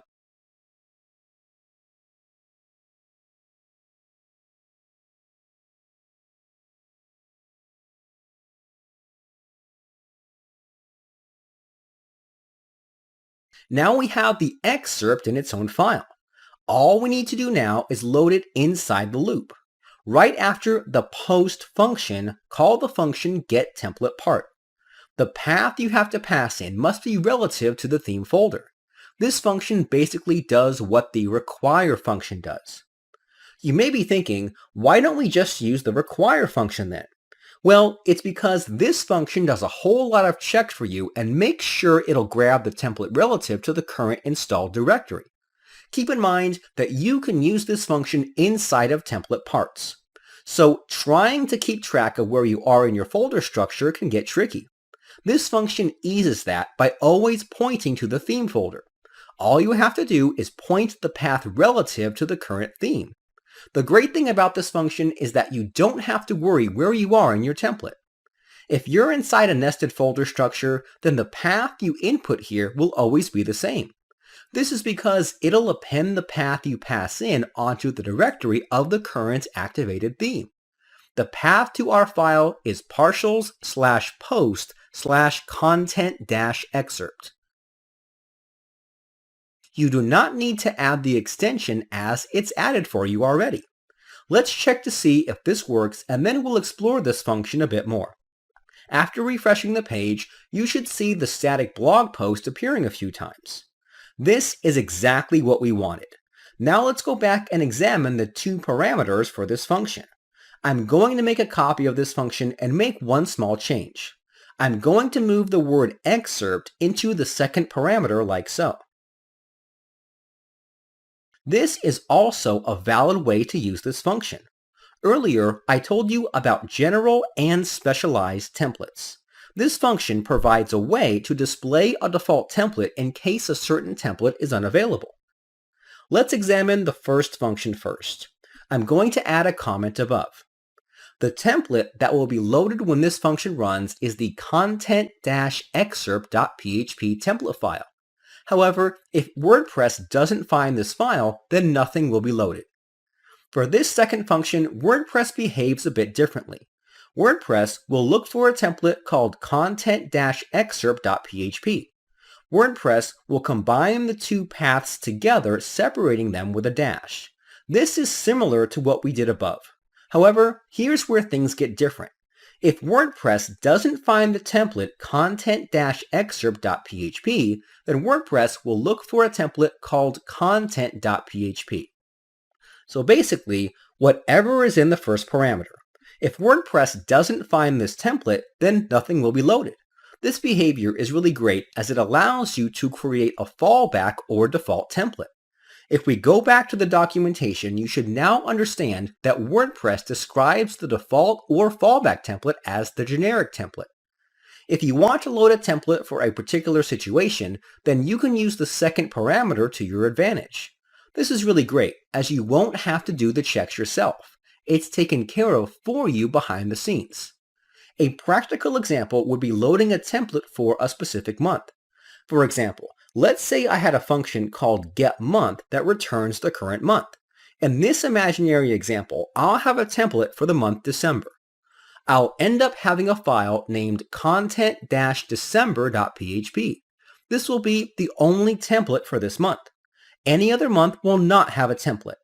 Therefore, I would just let all the other months fall back to just content.php. That's just a basic example. It's up to you how you want to use this. Anyway, I'm going to change this back to excerpt and comment it out.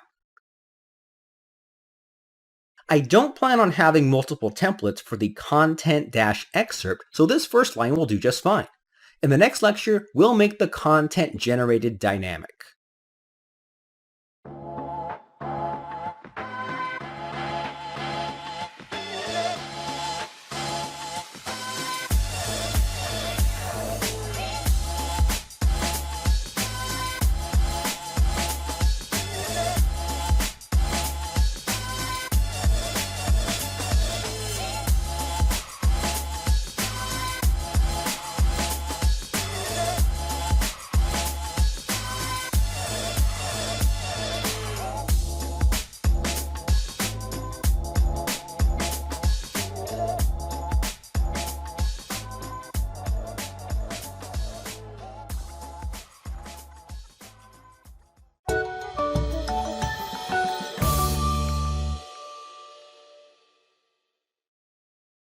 The loop is ready, and all we have to do now is make each part of the post dynamic.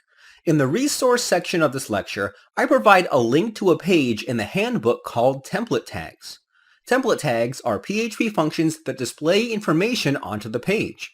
There are hundreds of them, and each are simple to use. The purpose of a template tag is to make your code readable and simpler. Usually, you would have to query the database and grab this information manually. Template tags save you time by doing all the work behind the scenes. All you have to do is call the function associated with the data you'd like to grab.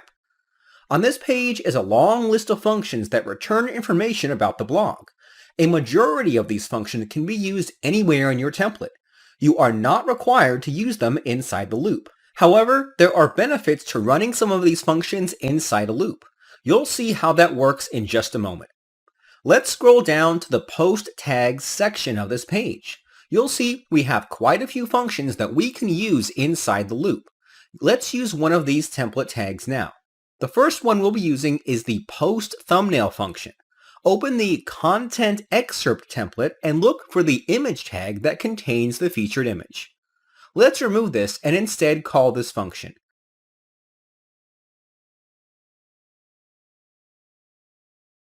Keep in mind that this template is being loaded inside the loop. The function will generate the HTML for our image and output it. The benefit of using a template tag inside the loop is that template tag functions will automatically detect that it's inside a loop. This function and any other function we use inside the loop will automatically know which post to grab the information from. This function has a couple of parameters we can set. The first parameter is the size of the image. You can pass in a number if you believe you know a good size, or you can take advantage of WordPress's post thumbnail size feature. In the resource section, I provide a link to the post thumbnail page. WordPress describes in detail about post thumbnails, but we won't concern ourselves with the whole thing. Scroll down to where it talks about the sizes available. From what WordPress says, there are 4 size aliases we can use: thumbnail, medium, large, and full. Full can be thought of as the original size. Let's pass in full to the function. The second parameter is an array of attributes that WordPress will add to the HTML generated. You can set any attribute you'd like. There are no restrictions. The only attribute I want to override is the class attribute. One class I'd like to use is the image_fade class, which will give the image a nice effect. Let's use the key called class and set its value to image_fade. That's all we need to do. Refresh the page and check out the post thumbnail. This is exactly what we wanted. You should see something similar to what I see. You may have different images, as FakerPress generated most of these posts and grabs random images from the internet. Some posts will not have images, and that's perfectly fine. We need to do one more thing before we move on to the other parts of the template. Not every post that is displayed will automatically have an image associated with it. We can't assume every post will have a post image. So what we're going to do is wrap the div tag with the class entry-image with a conditional statement.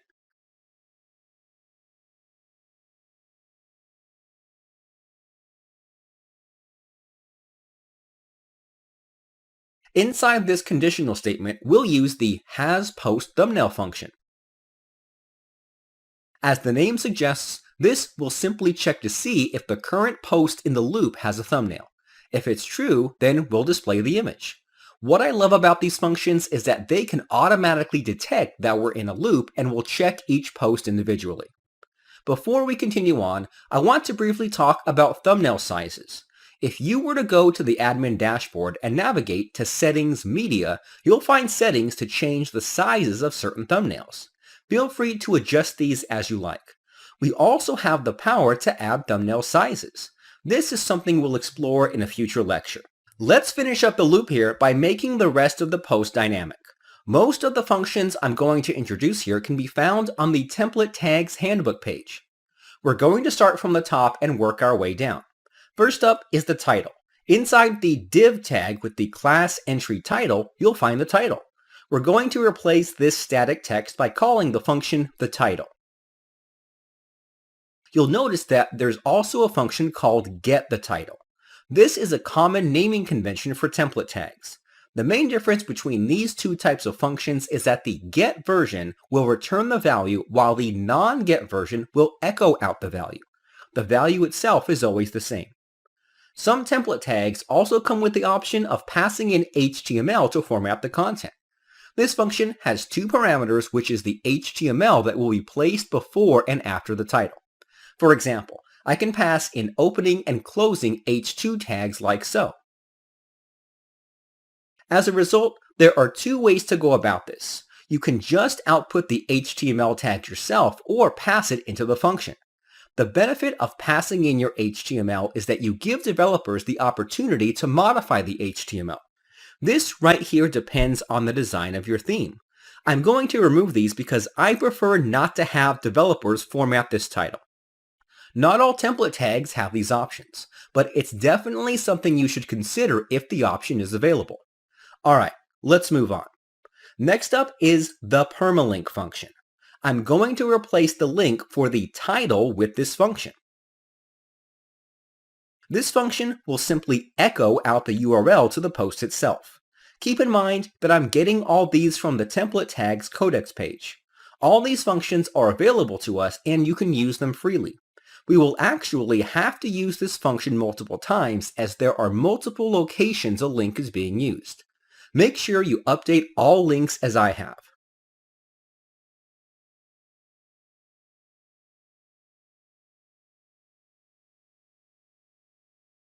Next up is the date. We'll be using the function getTheDate and we'll be echoing out the value. There is a theDate function, but this function actually comes with a problem. If there are posts with the same date, then this function will end up acting funny and display the same date even after the date between posts has changed. In the resource section of this lecture, I provide a link to the date function. Here is what WordPress says. Special note, when there are multiple posts on a page published under the same day, the date only displays the date for the first post. To repeat the date for posts published under the same day, you should use the template tag theTime or getTheDate. WordPress itself recommends that you use the getTheDate function rather than the date function. The format for the date is determined by the administrator. In the admin dashboard, navigate to Settings General. Here, we can modify the output of the date. We can also modify the format through the function itself. This function can optionally accept one parameter, which is a format. In the resource section of this lecture, I provide a link to formatting the date and time in WordPress. You can pass in any of the following and WordPress will change the output. I'm not going to change the format as I like to let my users determine their own preferred format. If you don't specify a format, then WordPress will use the format in the settings. Let's keep going. Use the author function to output the name of the author. So far, so good. Up next is setting up the URL to the author. This one's going to be a bit tricky as we have to use two functions to obtain this value. We'll be echoing out the value returned by the function getAuthorPostsURL. This function will return the URL to the author's profile. However, unlike the other functions, this function isn't aware of being in a loop. All the other functions will automatically use the ID in the loop. This function requires that we pass in the ID of the author. So to do this, we have to use the function getTheAuthorMeta, which will retrieve information about the author. This function is aware that it's inside the loop. This function can return a number of values, but we're interested in the ID of the author. So I'll just pass in ID. In the resource section of this lecture, I provide a link to the author meta function. The page displays all the possible values you can retrieve using this function. This bit of code here will grab the permalink to the author's posts. The very last thing we want to do is the call the category function, which will return an unordered list of links of categories for each post. However, we do not want that. We want the categories to be separated by spaces. Luckily, we can pass in a string that will act as a separator. so I will pass in a string of an empty space. Next up is the comments number function. Replace this static text with the function. This function will output the number of comments a post has. There are 3 parameters which are all optional. The first parameter is the text to display if there are no comments. I'm going to pass in the string 0. If I were to admit this value, then WordPress will automatically display no comments if there are 0 comments in the post. By passing in the string 0, WordPress will just output the string itself. The second parameter is the text to display if there is 1 comment, and the third parameter is the text to display if there is more than 1 comment. I won't be setting these since I like the default values anyway. The last thing we have to do is update the excerpt. I'm going to replace the paragraph tags and call the function the excerpt, which is a shortened version of the original post. It's a really great way to give readers a preview of what's in the post itself. As you can already tell, we're just calling a bunch of functions that WordPress will take care of replacing. WordPress takes care of everything from pagination to querying the database to looping through everything. All we have to do is instruct it where we want to place the data. Let's refresh the page and see our dynamic posts. As expected, everything works. Before I end this lecture, I want to talk a little more about template tags. Let's go back to the page with the list of template tags. People often get confused what a template tag is. Template tags is just a fancy phrase for a plain, regular PHP function. The point of a template tag is to remove a lot of the logic from your template. Your template should mostly be HTML with some PHP code outputting the data. Template tags are functions that handle all the logic for retrieving or processing data. If we take a look at this list of functions, you'll see that the first few items are the getHeader, getFooter, and getSidebar functions. You should be familiar with these functions so far. Even though these functions don't query the database, they do take care of loading certain templates and performing checks. There are so many template tags here that it's a bit difficult to explore them all. The best way to learn about a template tag is through practical use and understanding how to use them. Throughout this course, we'll be exploring how to use a lot of these template tags. Anyway, that wraps it up for now. I'll see you in the next lecture.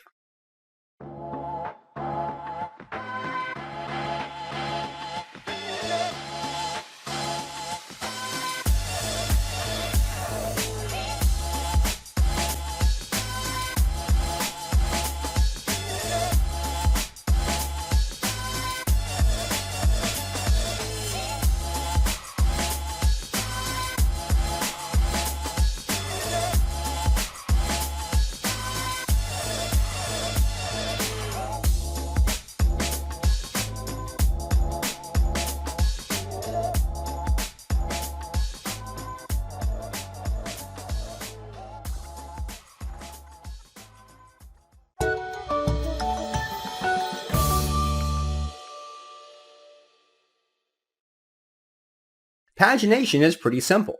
In the resource section, I provide a link to WordPress's Pagination Codex page. Typically, pagination tends to be difficult because you have to account for various scenarios. However, as you can see here, WordPress provides a few functions that we can use for pagination. These functions will work universally on various templates and different types of pages. This is great because now you don't have to do a lot of the work. WordPress will do the heavy lifting for you. All you have to do is call these functions in the appropriate locations. Open the index template inside your editor. At the bottom of the template, you'll see the static pagination buttons. Right above the links, I'm going to place my code here. Call the function nextPostsLink. This function is pretty simple. It will check if there are older posts, and if there is, then it'll output a link to that page. There's an optional parameter which is the text to display. I'm going to use the text I had in the static pagination link.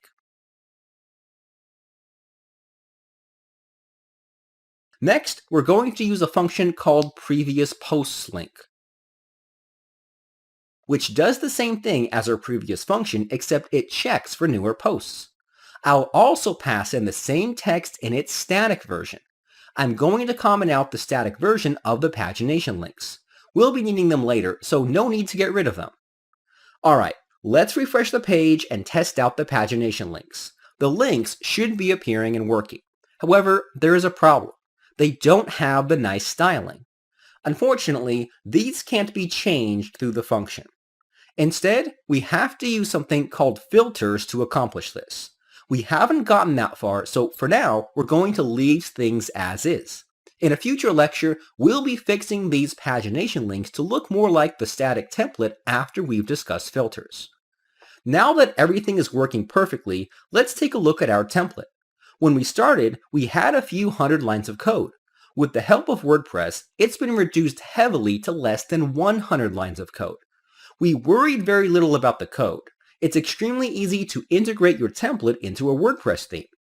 We haven't had to write one single database query or perform many checks. This is the power of WordPress. It is this simple. This concludes this section. We started out with a static HTML template and converted it into a functioning WordPress theme. This theme is not even close to complete, but look at how far we got in such a short amount of time. I'm going to recap over some of the things we've learned so far. One of the most important steps we took was loading the style sheets and scripts. We did this by registering and enqueuing them. A lot of beginners usually want to avoid this step and just manually link them in the head tags. However, this is considered bad practice. You end up missing out on a lot of the features WordPress provides. There are plugins out there that provide compression, minification, and concatenation. All these concepts speed up your site significantly. These features are only available if you register and enqueue your files. So it's always important that you use the proper hooks and functions for loading your files. Never manually place them in the head tags. The next thing we did was start displaying the menus. There are two ways to go about this. You can manually create your own menu system. This is a completely acceptable solution, but it is not a common one. WordPress provides this feature along with others for you. All you have to do is register a menu and then display it in your template. WordPress takes care of managing and processing the data for you. After that, we began splitting up the template into various sections. This makes our code more readable and easier to manage. We also took care of creating the form and began displaying the posts. The steps we took were pretty simple. I want to stress that even though all this was simple, you shouldn't take this process lightly. Most developers will try and stuff all their code in as little files as possible. While this does speed things up, it can make things harder to scale. You should be very conscious about how you organize your files and what you put in them. You'll repeatedly see me try and separate our code throughout this course. In the next section, we're going to start working on other templates. Templates give you the opportunity to display content in various styles. You'll see what that looks like in the next few lectures.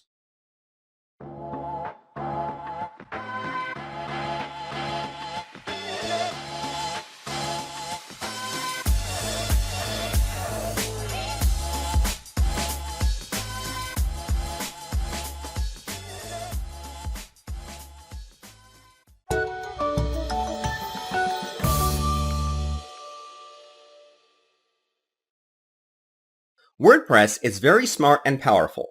As you can already tell, it handled most of the logic for us. It can handle even more logic for us by selecting which templates to load.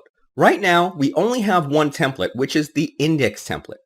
However, we can create multiple templates for different pages, such as 404s, single blog posts, pages, archives, and so much more. The question is, how do we make WordPress acknowledge we have multiple templates and which one is meant for which type of page? In the resource section of this lecture, I provide a link to the WordPress template hierarchy. What you'll see here isn't the WordPress Codex.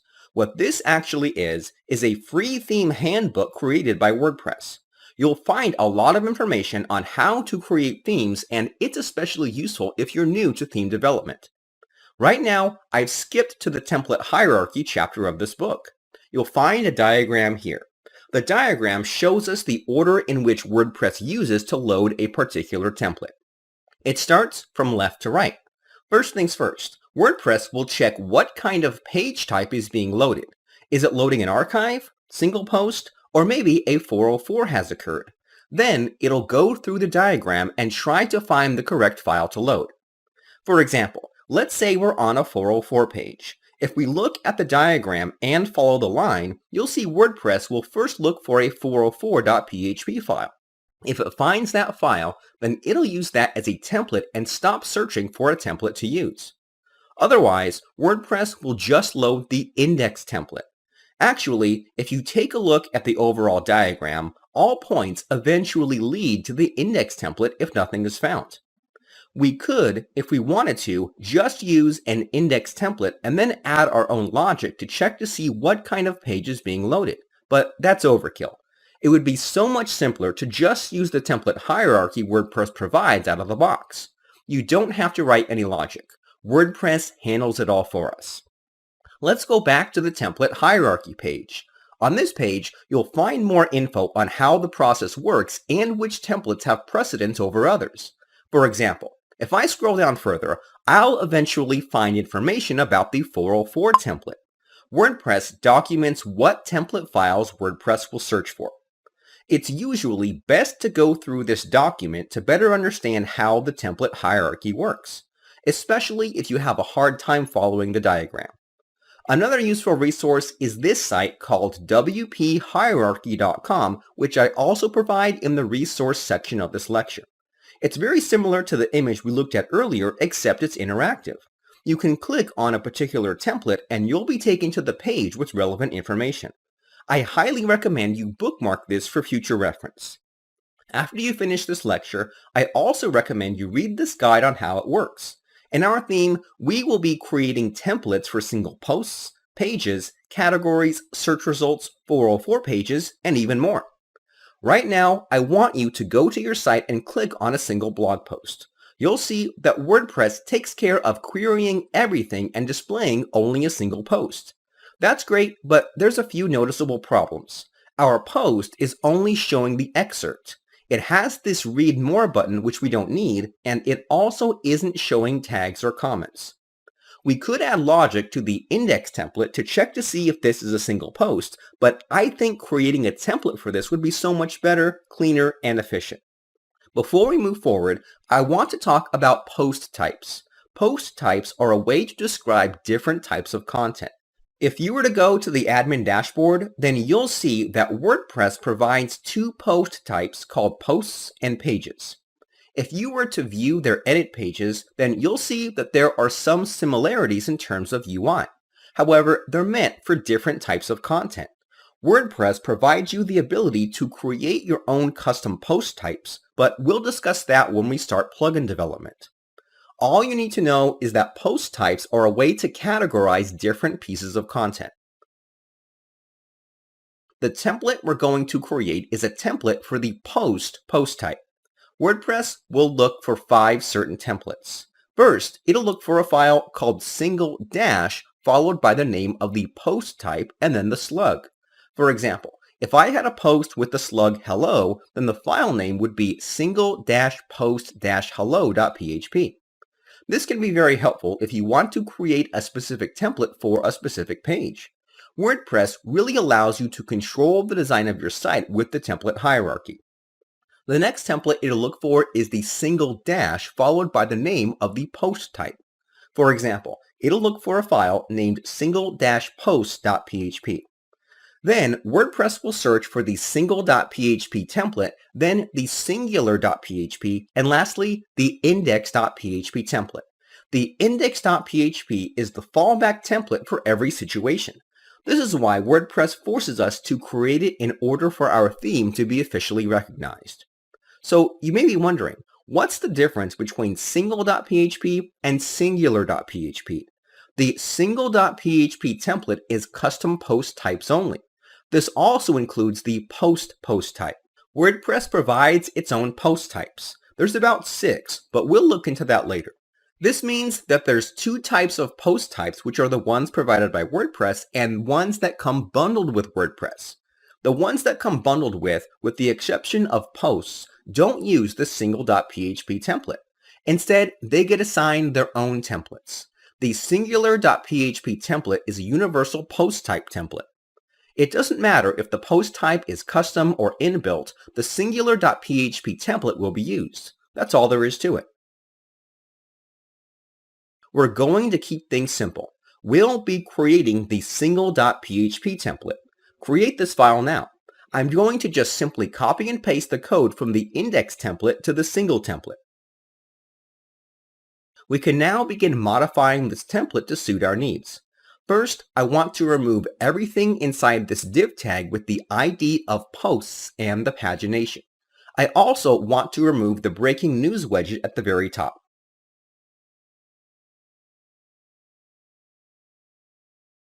Next, open the single.html template file inside the assets folder. I want you to look for the div tag with the class single-post. Copy everything here and then paste it in the spot where we deleted the previous div tag. So we're kind of back to where we started, but that's fine because this gives us the opportunity to fix everything. Unlike the index template, there are a couple of sections here we didn't go over. That's fine. I'll show you how to tackle those extra sections. For now, what I want you to do is to remake the loop and fill in all the blanks as much as you can. Pause the video if you need to. Alright, let's do this together.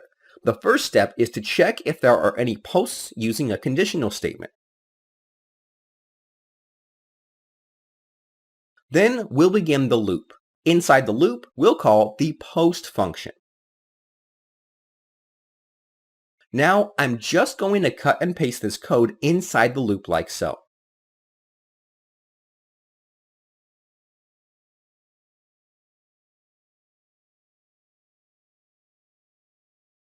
If you need a refresher, I suggest you rewatch the previous lectures if you were confused by what we did so far. At this point, the only thing we need to do is use template tag functions to replace the static content. First up is the actual post itself. Let's go through this one by one. Replace the text inside the tag with the title function. Echo out the date. Use the category template tag. Then use the comments number template tag.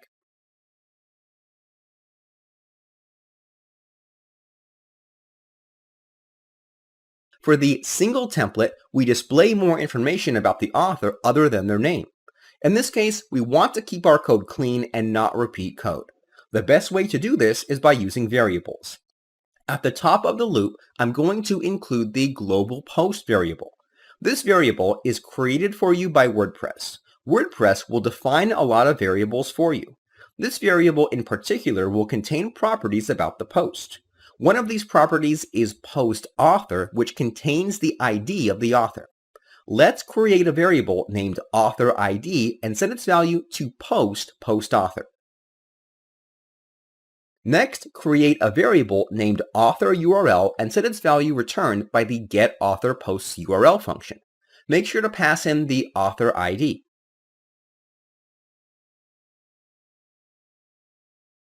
Now we can just echo out the URL and use the author template tag like so.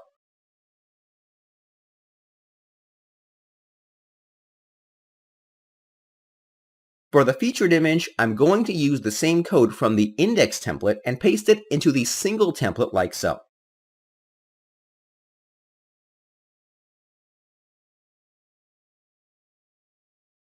I'm going to make a small modification.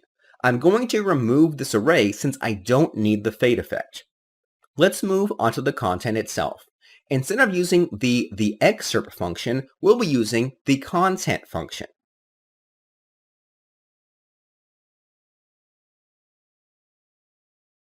This function will display the full contents of the post, which is what we want instead of a summary. Lastly, I'm going to call a function called the tags. I'm going to place this function inside the div tag with the class tagCloud. This function will include all tags related to this post and take care of comma separating all the tags. It'll also generate a link for each tag. This function has 3 parameters which are all optional. We'll only concern ourselves with the first 2. The first parameter will display text before the tags. I don't want to display any text, so I'll just pass in an empty string. The second parameter will be the separator. I'm just going to pass in a space. The default value is comma. Let's check out the single post and see if everything is working. If you don't see tags, then it's probably because you don't have tags attached to the post. In that case, just quickly add some and then check back on the page. You should see something similar to what I have. We're almost done. There's actually a few things WordPress recommends we do to make our theme compatible with most WordPress sites. In the resource section, I provide a link to the theme development codex. On the contents sidebar, I want you to click single post. If you scroll up and down, you'll notice WordPress jots down some important notes for us to know when creating templates. You shouldn't consider these rules, but more as recommendations. So let's see what WordPress has to say about the single post template. The first thing it recommends is that we should call a function called WP link pages for paginated posts. What exactly does this do and how does it work? Well, WordPress provides a feature called paginated posts. Rather than create multiple posts, you can create one single post with page breaks. To test this out, you'll need to edit a post. Any post will do. Then, somewhere in the middle, add a block. The block you should add should be called page break. What this will do is break the content into multiple pages. This is useful if you have an extremely long post and would like to paginate it into separate pages. This way, you don't have to manually create a post for one long post and link all the posts together yourself. Save this and then let's view the post. You'll notice it won't work right away. This is because we haven't called the WP link pages function. Call this function right after the content function. Let's refresh the post and you should now see the post being paginated into separate pages. This is really great. The best part is we didn't have to do much to get this working. I'm going to provide a link to this function to learn more about it.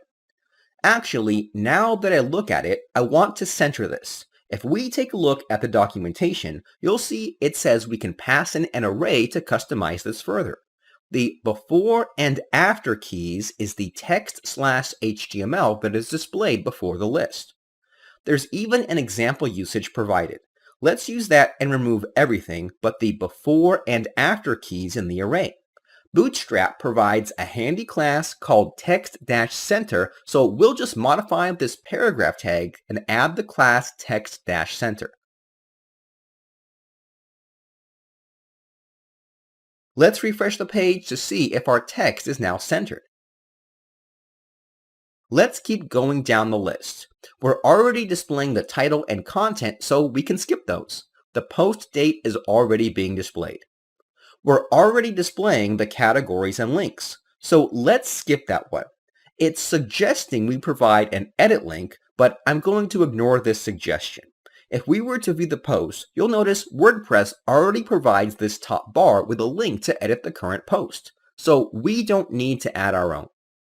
Now, it's recommending we display comments and a form for submission. I'm going to cover this in a future lecture as comments deserve its own kind of lecture. So let's skip over this one for now and move on to the last and final point. WordPress now recommends we add links to any posts posted previously or after this post. We can do this by simply calling the previous post link and next post link functions. I want you to know that you shouldn't confuse these two functions with its plural form. The plural form is used for pages with multiple posts, while the singular form is for single posts. Inside the template, we have a section for the next and previous posts. Search for the div tag with the class post-navigation. There should also be a comment right above the element that says page navigation. Let's replace these static HTML links with their respective functions like so.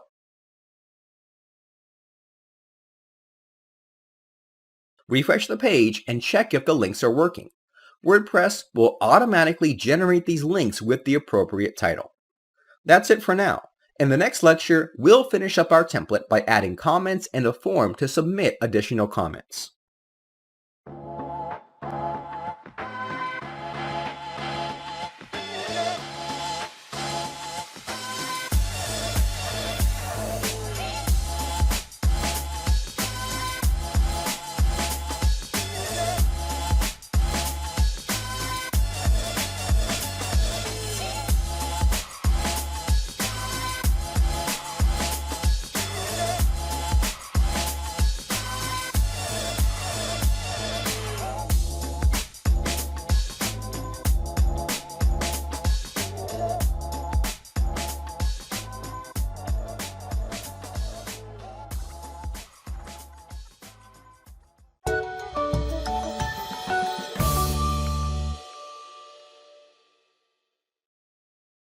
Comments deserve a lecture of their own. We'll be taking a look at how to make a template for comments and how to submit a comment. I'm still working inside the single template file. Scroll down until you find a section called Comments. Right before this, we're going to call the function Comments Template. This function will look for a template file called comments.php and load it. Let's create that file now. I'm going to move the comments from the single template into the comments template.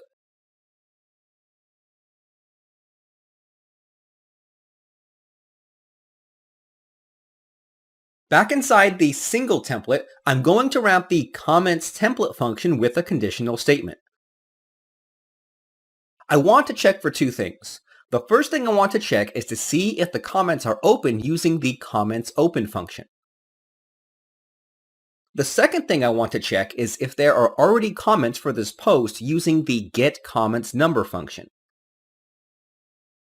If there are already comments, then we'll want to display those even if the comments section is closed. Let's go back to the comments template. I'm going to set up a conditional statement and call the function postPasswordRequired. This function will check to see if this post requires a password value before viewing it and if the current visitor has not inputted that password. If this returns true, then we shouldn't display anything to the user. In this case, I'll just add a return statement like so. You may be wondering, will this really stop the rest of the file from returning? Wouldn't using the exit or die function be better? Well, keep in mind that we're calling this template file using the comments template function. This function includes this file, and so we can use the return statement to end this function early. You'll also notice that I'm not even using the postPasswordRequired function inside the single template. In a way, it would make sense to block the rest of the post from displaying, but we don't have to do that because WordPress already does that for us. The only reason I'm using this function inside the comments template is because the comments template can be used anywhere in our theme. Comments are used everywhere in WordPress, so we want to take into account of those situations as well. Assuming everything is good so far, we can begin displaying the comments and form. I'm going to start with the form. Scroll down to the section that says Comment Form. I'm going to place this code directly inside the div tag with the ID of respond. There is a function variable that will help with generating the form, which is the comment form function. This function has two parameters which are both completely optional. In the resource section of this lecture, I provide a link to this function. Let's look at the developer page for a second. As you can see, like most WordPress functions, this function is heavily documented. This function will generate a form where a user can submit a comment for a post. You are allowed to create your own form, but this function is pluggable. This is a new phrase we're learning here. Anything in WordPress that is pluggable simply means that plugins are allowed to extend the functionality of that bit of code. Developers are allowed to add in their own fields or change the way it looks with plugins. So it's always best to use this function rather than creating a form manually. There are a lot of options we can set here.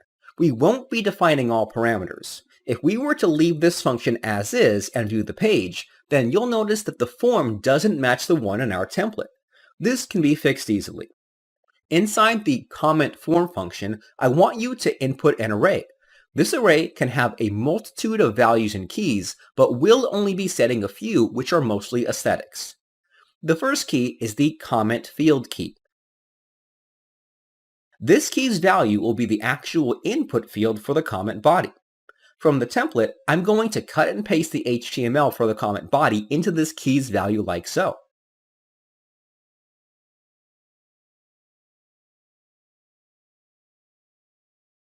Next up is the rest of the fields. The other fields are defined using the fields key.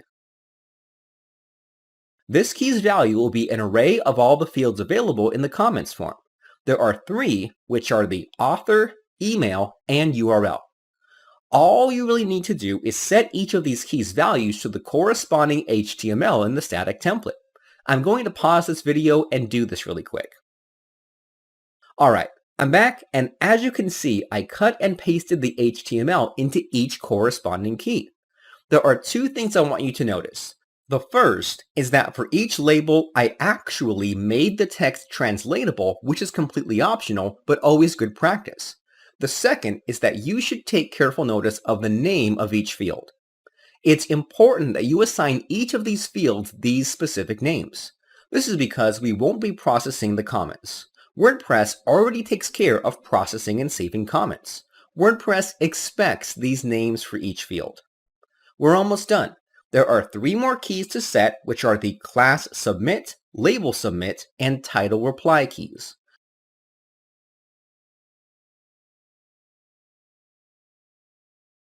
The class submit key's value should be the CSS classes the submit button uses in the HTML document. I'm going to simply cut and paste like so. The label submit will be a translatable string that says submit comment.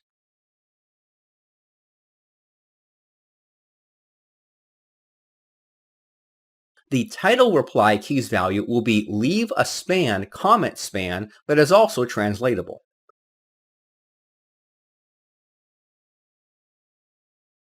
That should do it. If you haven't already, delete the static comment form. Then refresh the page and you should see something similar to what I see. This may seem like a lot of work, but WordPress handles a lot for us behind the scenes. This function does a lot more than output a form. Let me go over what goes on. First, WordPress checks to see if the user is logged in and can submit comments. It'll also check if comments are open for submission. It'll also take care of submitting the correct post information this comment belongs to. Try submitting a comment if you'd like. Something I should also note is that the form may be different if you are not logged in. I want you to log out of WordPress and check the form. As you can see, WordPress displays these extra fields for logged out users. I'm going to log back in and then go back to the comments.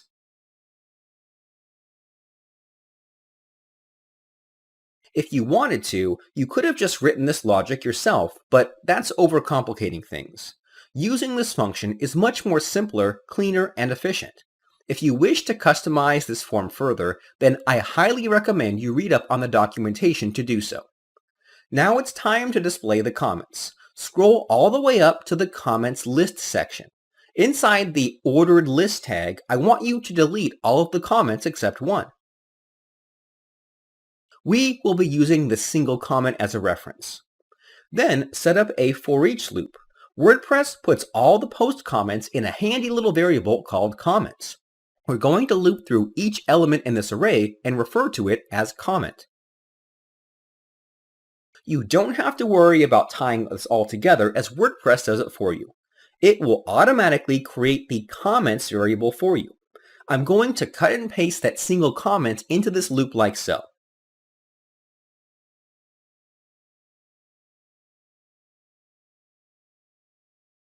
Just like the loop before, all we have to do is simply replace the static content with template tags. The first template tag for comments is the getAvatar function. Inside the div tag with the class comment-author, replace the image tag and echo out the getAvatar function.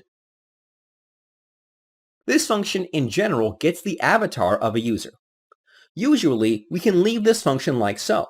However, we're using it inside a loop that's inside of a loop. This makes things confusing for this function. So we have to pass in the comment object itself. WordPress will be able to scan this object for the ID of the user to get the correct avatar. The second parameter would be the size. For this template, the size 60 is perfect. The third parameter is the default image URL if the user doesn't have one. I'm going to pass in an empty string. This will tell WordPress to handle the default image URL. I'm also going to pass in an empty string for the fourth parameter. The value for this must be the text to display inside the alt attribute. I don't want to display anything in the alt text, so I'll leave this empty. The fifth parameter is an array of additional settings. I'm going to pass that in and set the class key. The value of this should be the classes inside the image tag below.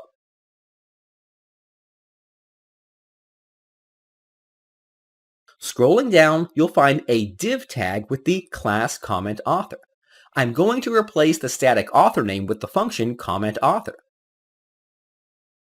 Unlike the previous function, comment-specific functions will only grab its values from the current comment in the loop. This function will output the name of the author of this comment. The next one is the comment_date function, which returns a formatted date when the comment was made. Lastly, we use the function comment_text to return the text made by the user. Nothing much to it, honestly. If we refresh the page, then you'll see the comment we made previously appear. The very last thing we need to do is add comments pagination. You simply call the comments pagination function right after the loop.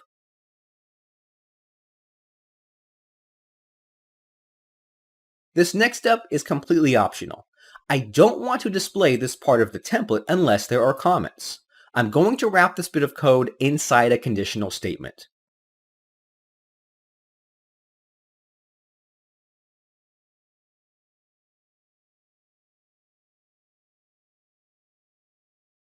I'm going to use the haveComments function to check to see if there are any comments. I'm also going to display the number of comments inside this h3 tag using the comments number function. Make sure you remove the comments text as well. That's it for the comments template. You may be wondering, but what about spam protection? Actually, spam protection is something we can leave to plugin developers. There are dozens of plugins available to block spam, and so we won't bother adding a built-in system ourselves. It would be a bit overkill. All comments are processed through a particular file. If we look at the WordPress installation, you'll see the wp-comments-post.php file inside the root directory. This file will process all comments posted to it. Feel free to check it out. That's it for now. In the next few lectures, we'll finish up the single template.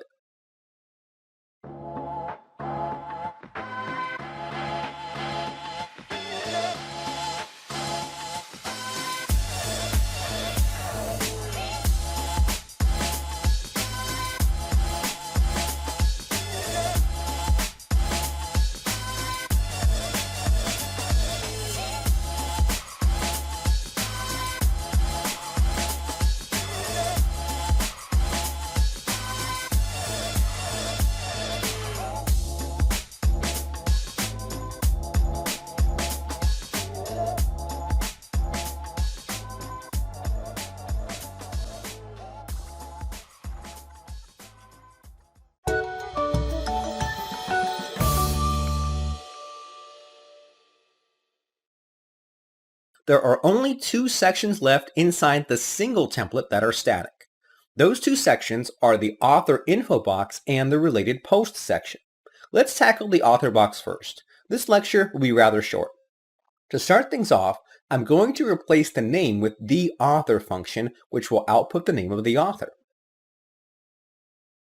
For the URL, we can simply echo the variable author URL, which already contains the URL to the author profile. Nothing really new so far. I'm going to save the image for last. Let's skip onto the author description, which is fairly simple. We're going to echo out the function getTheAuthorMeta, which will grab a specific value that we can decide. In the resource section, I provide a link to the authorMeta function. As I stated earlier, WordPress has a tendency to name their functions like this. The get version returns the value, while the non-get version will echo out the value. The reason we want the value returned is because we want to format it. I'll show you what I mean in just a moment. Let's look at the possible values we can pass in. If you look through this list, you'll eventually find something along the lines of description. This is exactly what we want, so I'll input that now. Make sure this is echoed out onto the page. I'm going to refresh the page and we get exactly what we wanted. If you don't see a description, then chances are the user doesn't have one. In that case, go to the admin dashboard and update the user's bio. The user bio doesn't exactly have a limit. If the user had a long bio, then this box can become unreadable. The best way to approach this is to format it. I'm going to wrap my function with another function called NL2BR. This is a PHP-specific function that will convert new lines to BR HTML tags. Refresh the page one more time and you should see the description neatly formatted. This is great. Now, you may be wondering, why are we using the get version instead of the non-get version of this function? Well, it's quite simple. A value that is echoed out cannot be manipulated easily. When you want to make modifications to a value, then you'll want to call a function that returns a value rather than output it. This is specific to PHP in general and not WordPress. There is a way to grab values that are already echoed out, but we'll take a look into that later. The very last thing to do is to display the user's avatar. This is easy to pull off. It's done by echoing out the getAvatar function. This is nothing new. You've used it before when we worked on comments. Unlike last time, we'll be using all the parameters as I want to apply a class to this avatar. In the resource section, I provide a link to this function. The very first thing we have to pass in is an ID, email, or a comment object. Any of these three are perfectly fine. We already have the author ID, so we can just pass that in like so. The second parameter is the size. I'm going to pass in 90. The third parameter is the URL to a default avatar image if one isn't available. WordPress already provides one that's just fine with us, so you can pass in an empty string. The fourth parameter is the text to display in the alt attribute. I'm going to set this as false since I don't care much for that attribute. The final parameter is an array of other values we can set which are completely optional. I'm going to pass in an array with a key of class and its value will be img-circle, which will make the avatar circular. That's it. Refresh the page and see if everything works. We're almost done. The very last thing is this related posts section.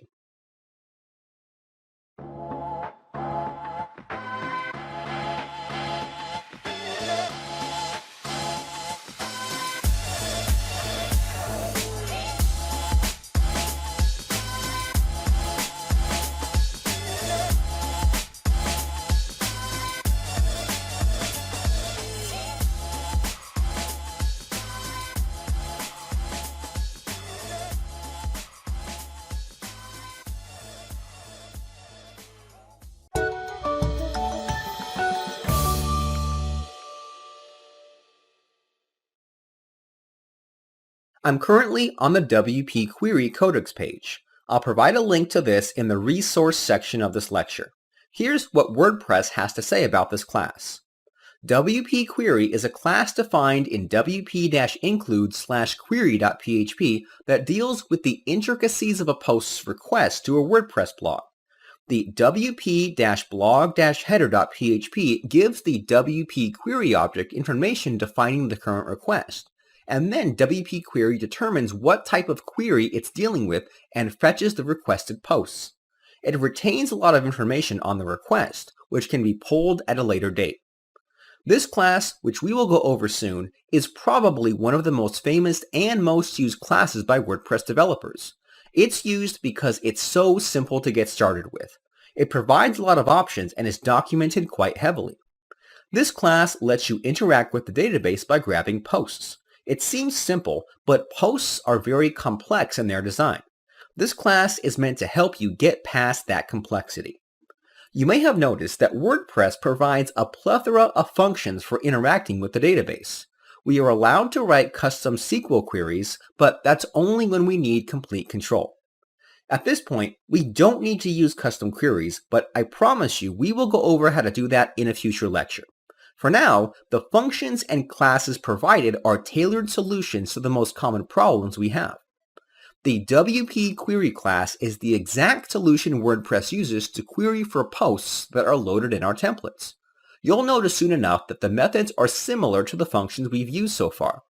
Before we begin, I want to point out that there's a documentation page for the WP Query class on the developer site. I'll provide a link to it in the resource section of this lecture. This page is the more updated version and will soon take over the Codex version. I showed you the Codex one because it had a better description of the class itself. From now on, we'll be referring to the developer page for any information on the WP Query class.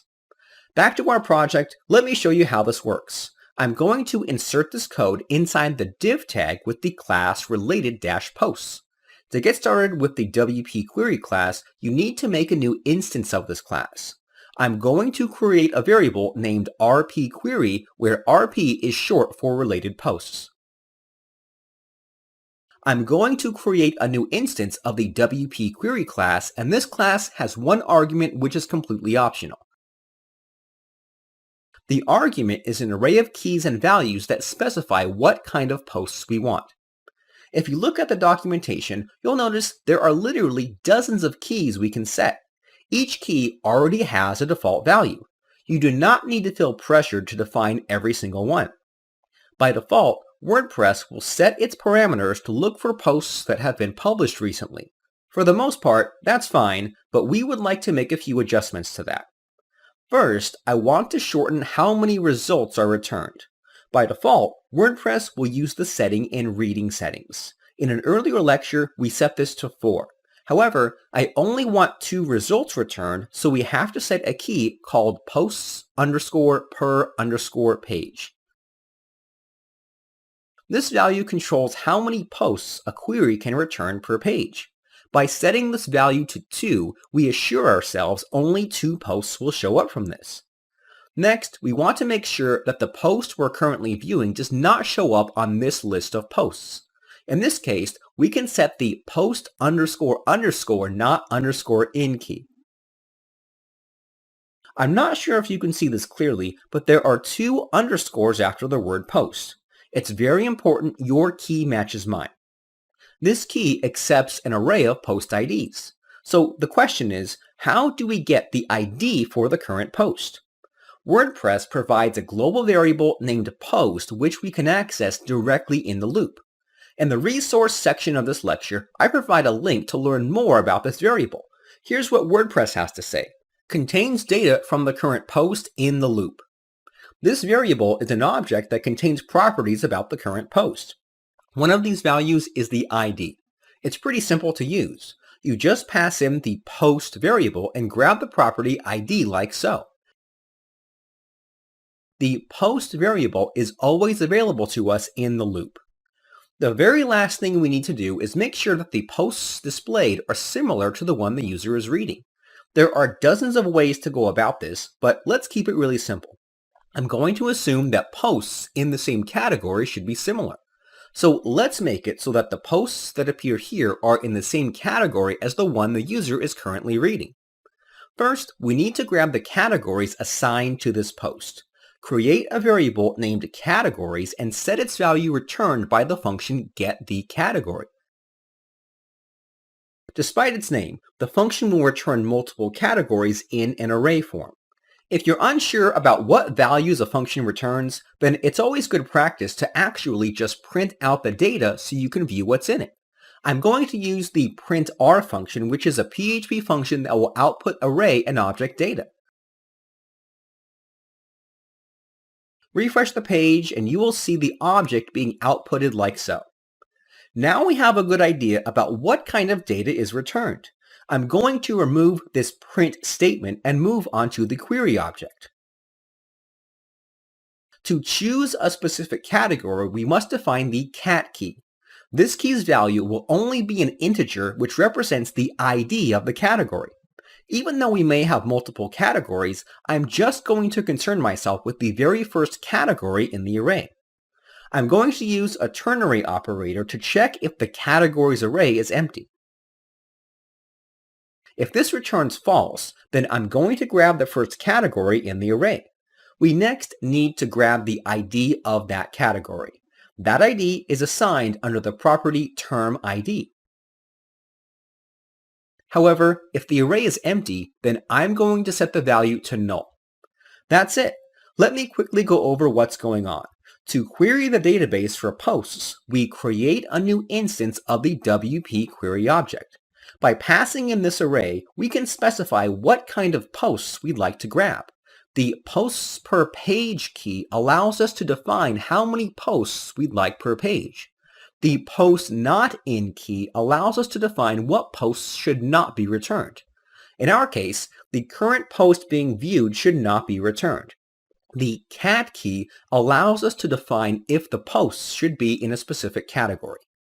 By doing all this, WordPress will then generate a custom SQL query and then execute that query and return an array of posts.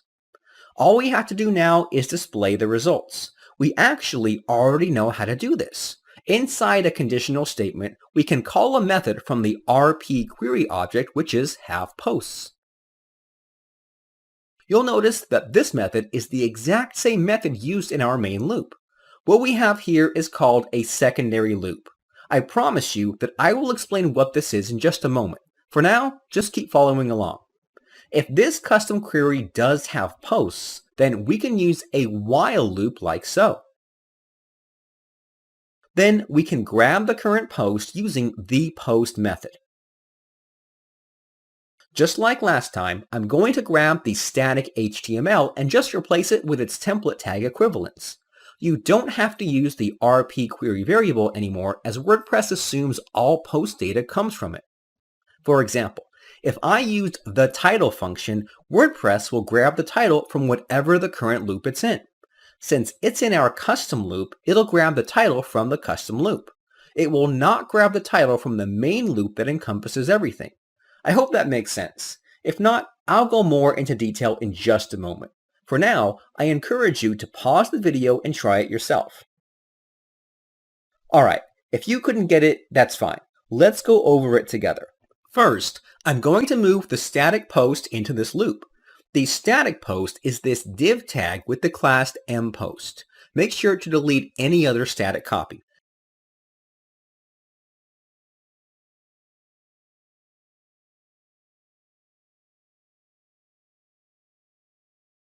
Then we have to grab the featured image of this post. Inside a conditional statement, we can use the hasPostThumbnail function.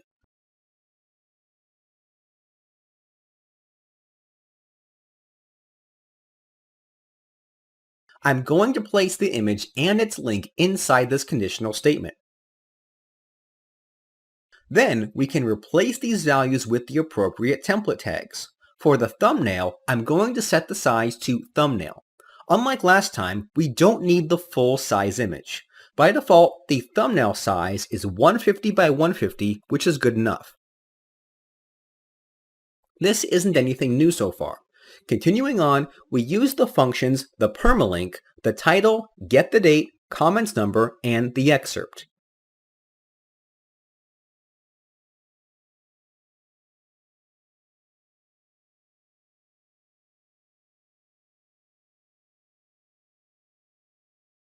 Really simple stuff here.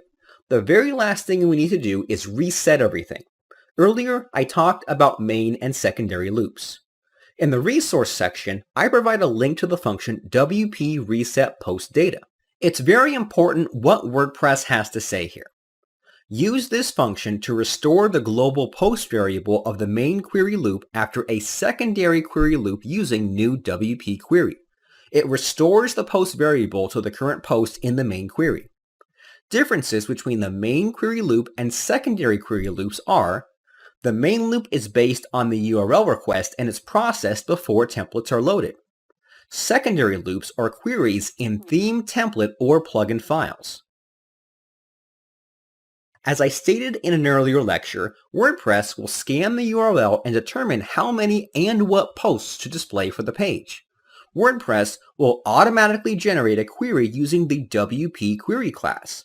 This is what's called the main loop. Every page you visit has one. The WordPress team understands that sometimes you'll want to make your own loop and queries. Therefore, you can also use this class to generate your own queries. These custom loops are called secondary query loops. To prove this further, let's take a look at the post function.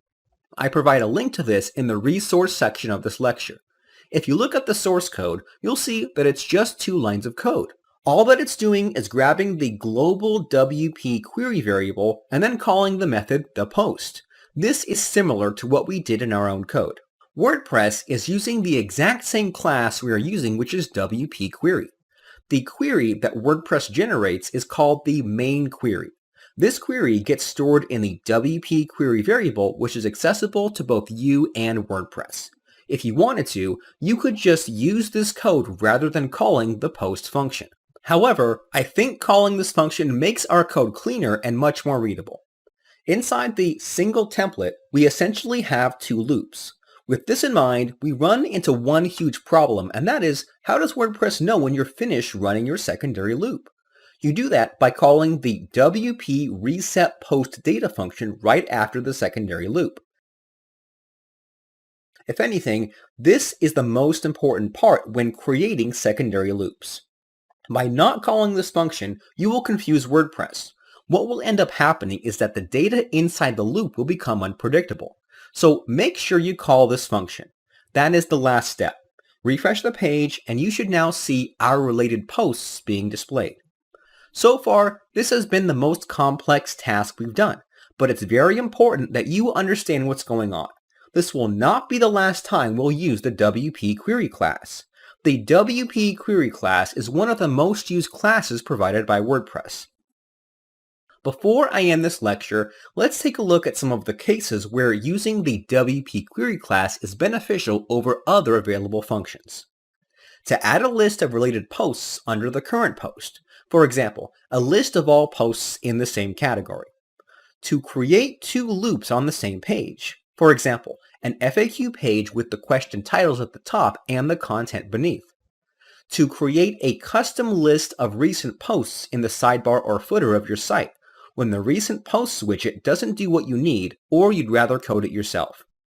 To create custom queries for taxonomies using more than one taxonomy to define what's displayed.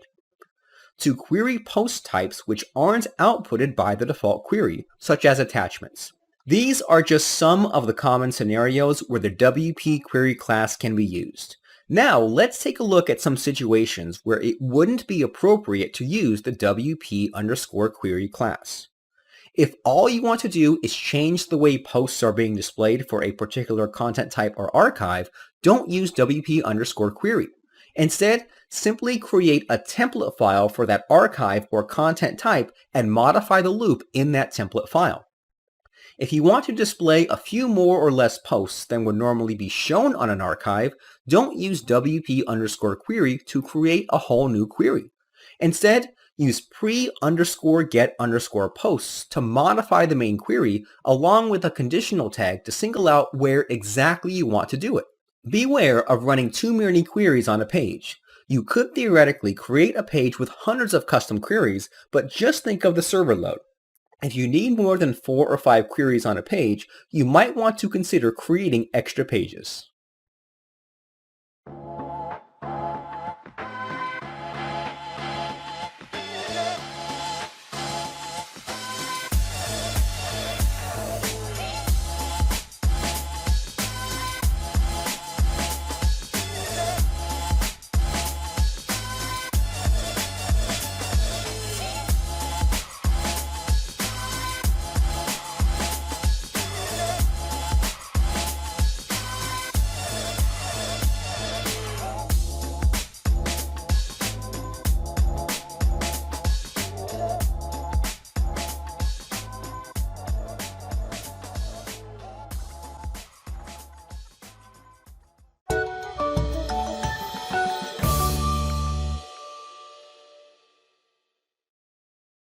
The single template is finished. The header and footer are something we need to work on, but we'll get to those later. Right now, I want to focus on creating more templates. As I stated before, the index template is the default template WordPress will load if any other template is unavailable. Let's examine the order WordPress will use to determine what file to load. WordPress will begin by looking for a custom template file. You are free to create custom template files with custom names, but that's something we'll explore in a future lecture. If it doesn't find a custom template, then it'll begin searching for a template called page, followed by the slug of the page. You can also use the ID, but that comes secondary to the slug. Lastly, it'll search for the page, singular, and index template files in that order. For this lecture, we'll be creating the page.php template. To understand why we're going to create this template, let's view our site.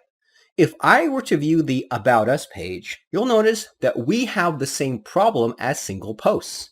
It's not exactly displayed how we would like it to be displayed. Let's start creating the page template now. From the template hierarchy page, we have to name this file page.php. So let's create that file now. I'm going to copy and paste the single template into the page template. We're going to strip this down massively. I'm going to remove the metadata, tags, remove any links related to other posts, and the post author box.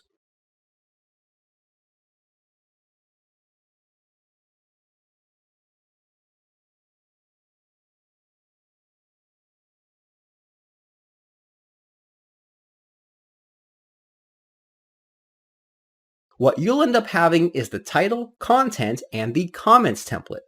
Let's see what WordPress recommends for this template. I'm in the Theme Development Codex page, and I'm on the page.php section. I'll provide a link to that in the resource section of this lecture. WordPress recommends we display the title and content. We're already doing that, so let's move on to the next point. Actually, we're already doing most of these, but bullet point 5. Number 5 recommends we add an edit link, but like last time, WordPress already provides this in the top bar. So we've covered all bases we'd like to cover. Let's open the HTML page template and see if we're missing anything from the original design. If you take a look, you'll notice that there's one huge difference between this template and the page we currently have. That would be this big strip that contains the title. We'll have to make a couple of modifications to achieve this goal. Switch back to the editor. First, I'm going to remove this conditional statement that checks if there are posts.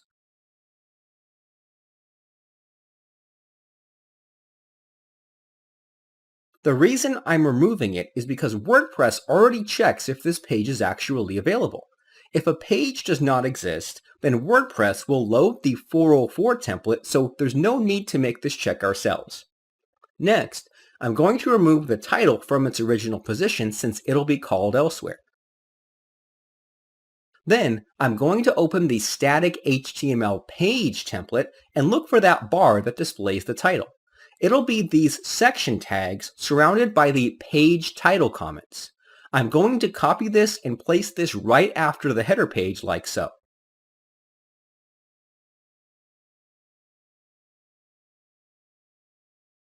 You'll notice right away we have a situation. Our page title HTML is outside of the loop. There are two solutions for this. We can either move the loop to encompass all this, or we can repeat the loop. In this situation, I want to reuse the loop rather than move all the HTML. So just like last time, I'm going to call another loop like this.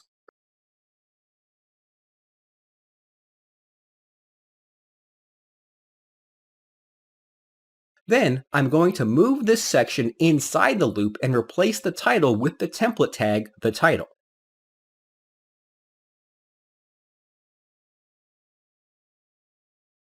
I'm going to remove the title from down below. Next, we need to reset this loop. We've experienced multiple loops before, but those were two different loops. When you reuse the same loop, you need to reset the loop just like you would if you were using a different loop. The function we have to call is called rewind posts. In the resource section of this lecture, I provide a link to this function. This is what WordPress says. Rewind the loop posts in order to reuse the same query in different locations on a page. This is definitely the function we need. The very last thing we need to do is add a subtitle. However, there is no subtitle feature available in WordPress. This leaves us with two options. We either create it ourselves or use a plugin. We will be going with the second option. A lot of developers will want to go with creating their own plugin, but for something as simple as this, it would be best to just go with a third-party solution. In the resource section of this lecture, I provide a link to a plugin called WP Subtitle. This plugin is super fast and simple to use. In the description, you'll notice the developer provides info on how to add this plugin to your theme. It's as simple as one line of code. I'm going to go to the admin dashboard and navigate to Plugins Add New. I'm going to search for a plugin called WP Subtitle. Then I'm going to install and activate it.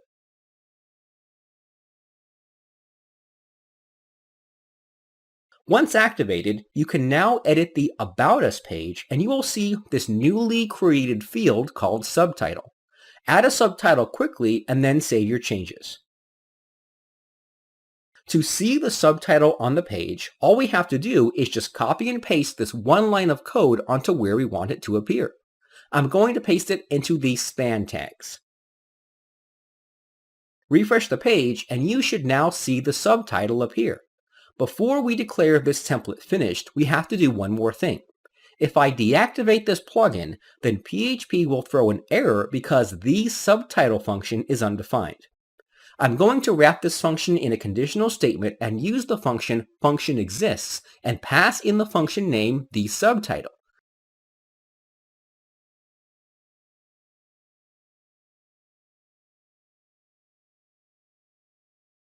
This PHP function does as its name suggests.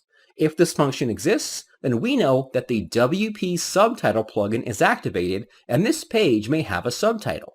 We'll then display it like so. Alright, so that's one way to go about this, but we can make this even more cleaner. I haven't been completely honest with you. You don't have to create a loop like this to get the title outside of the post. There's actually a template tag that does this. I'm going to copy my HTML and paste it right above. Then I'm going to replace the title function with single post title. Since we have this function ready, then we can just remove the loop and the function rewind posts like so.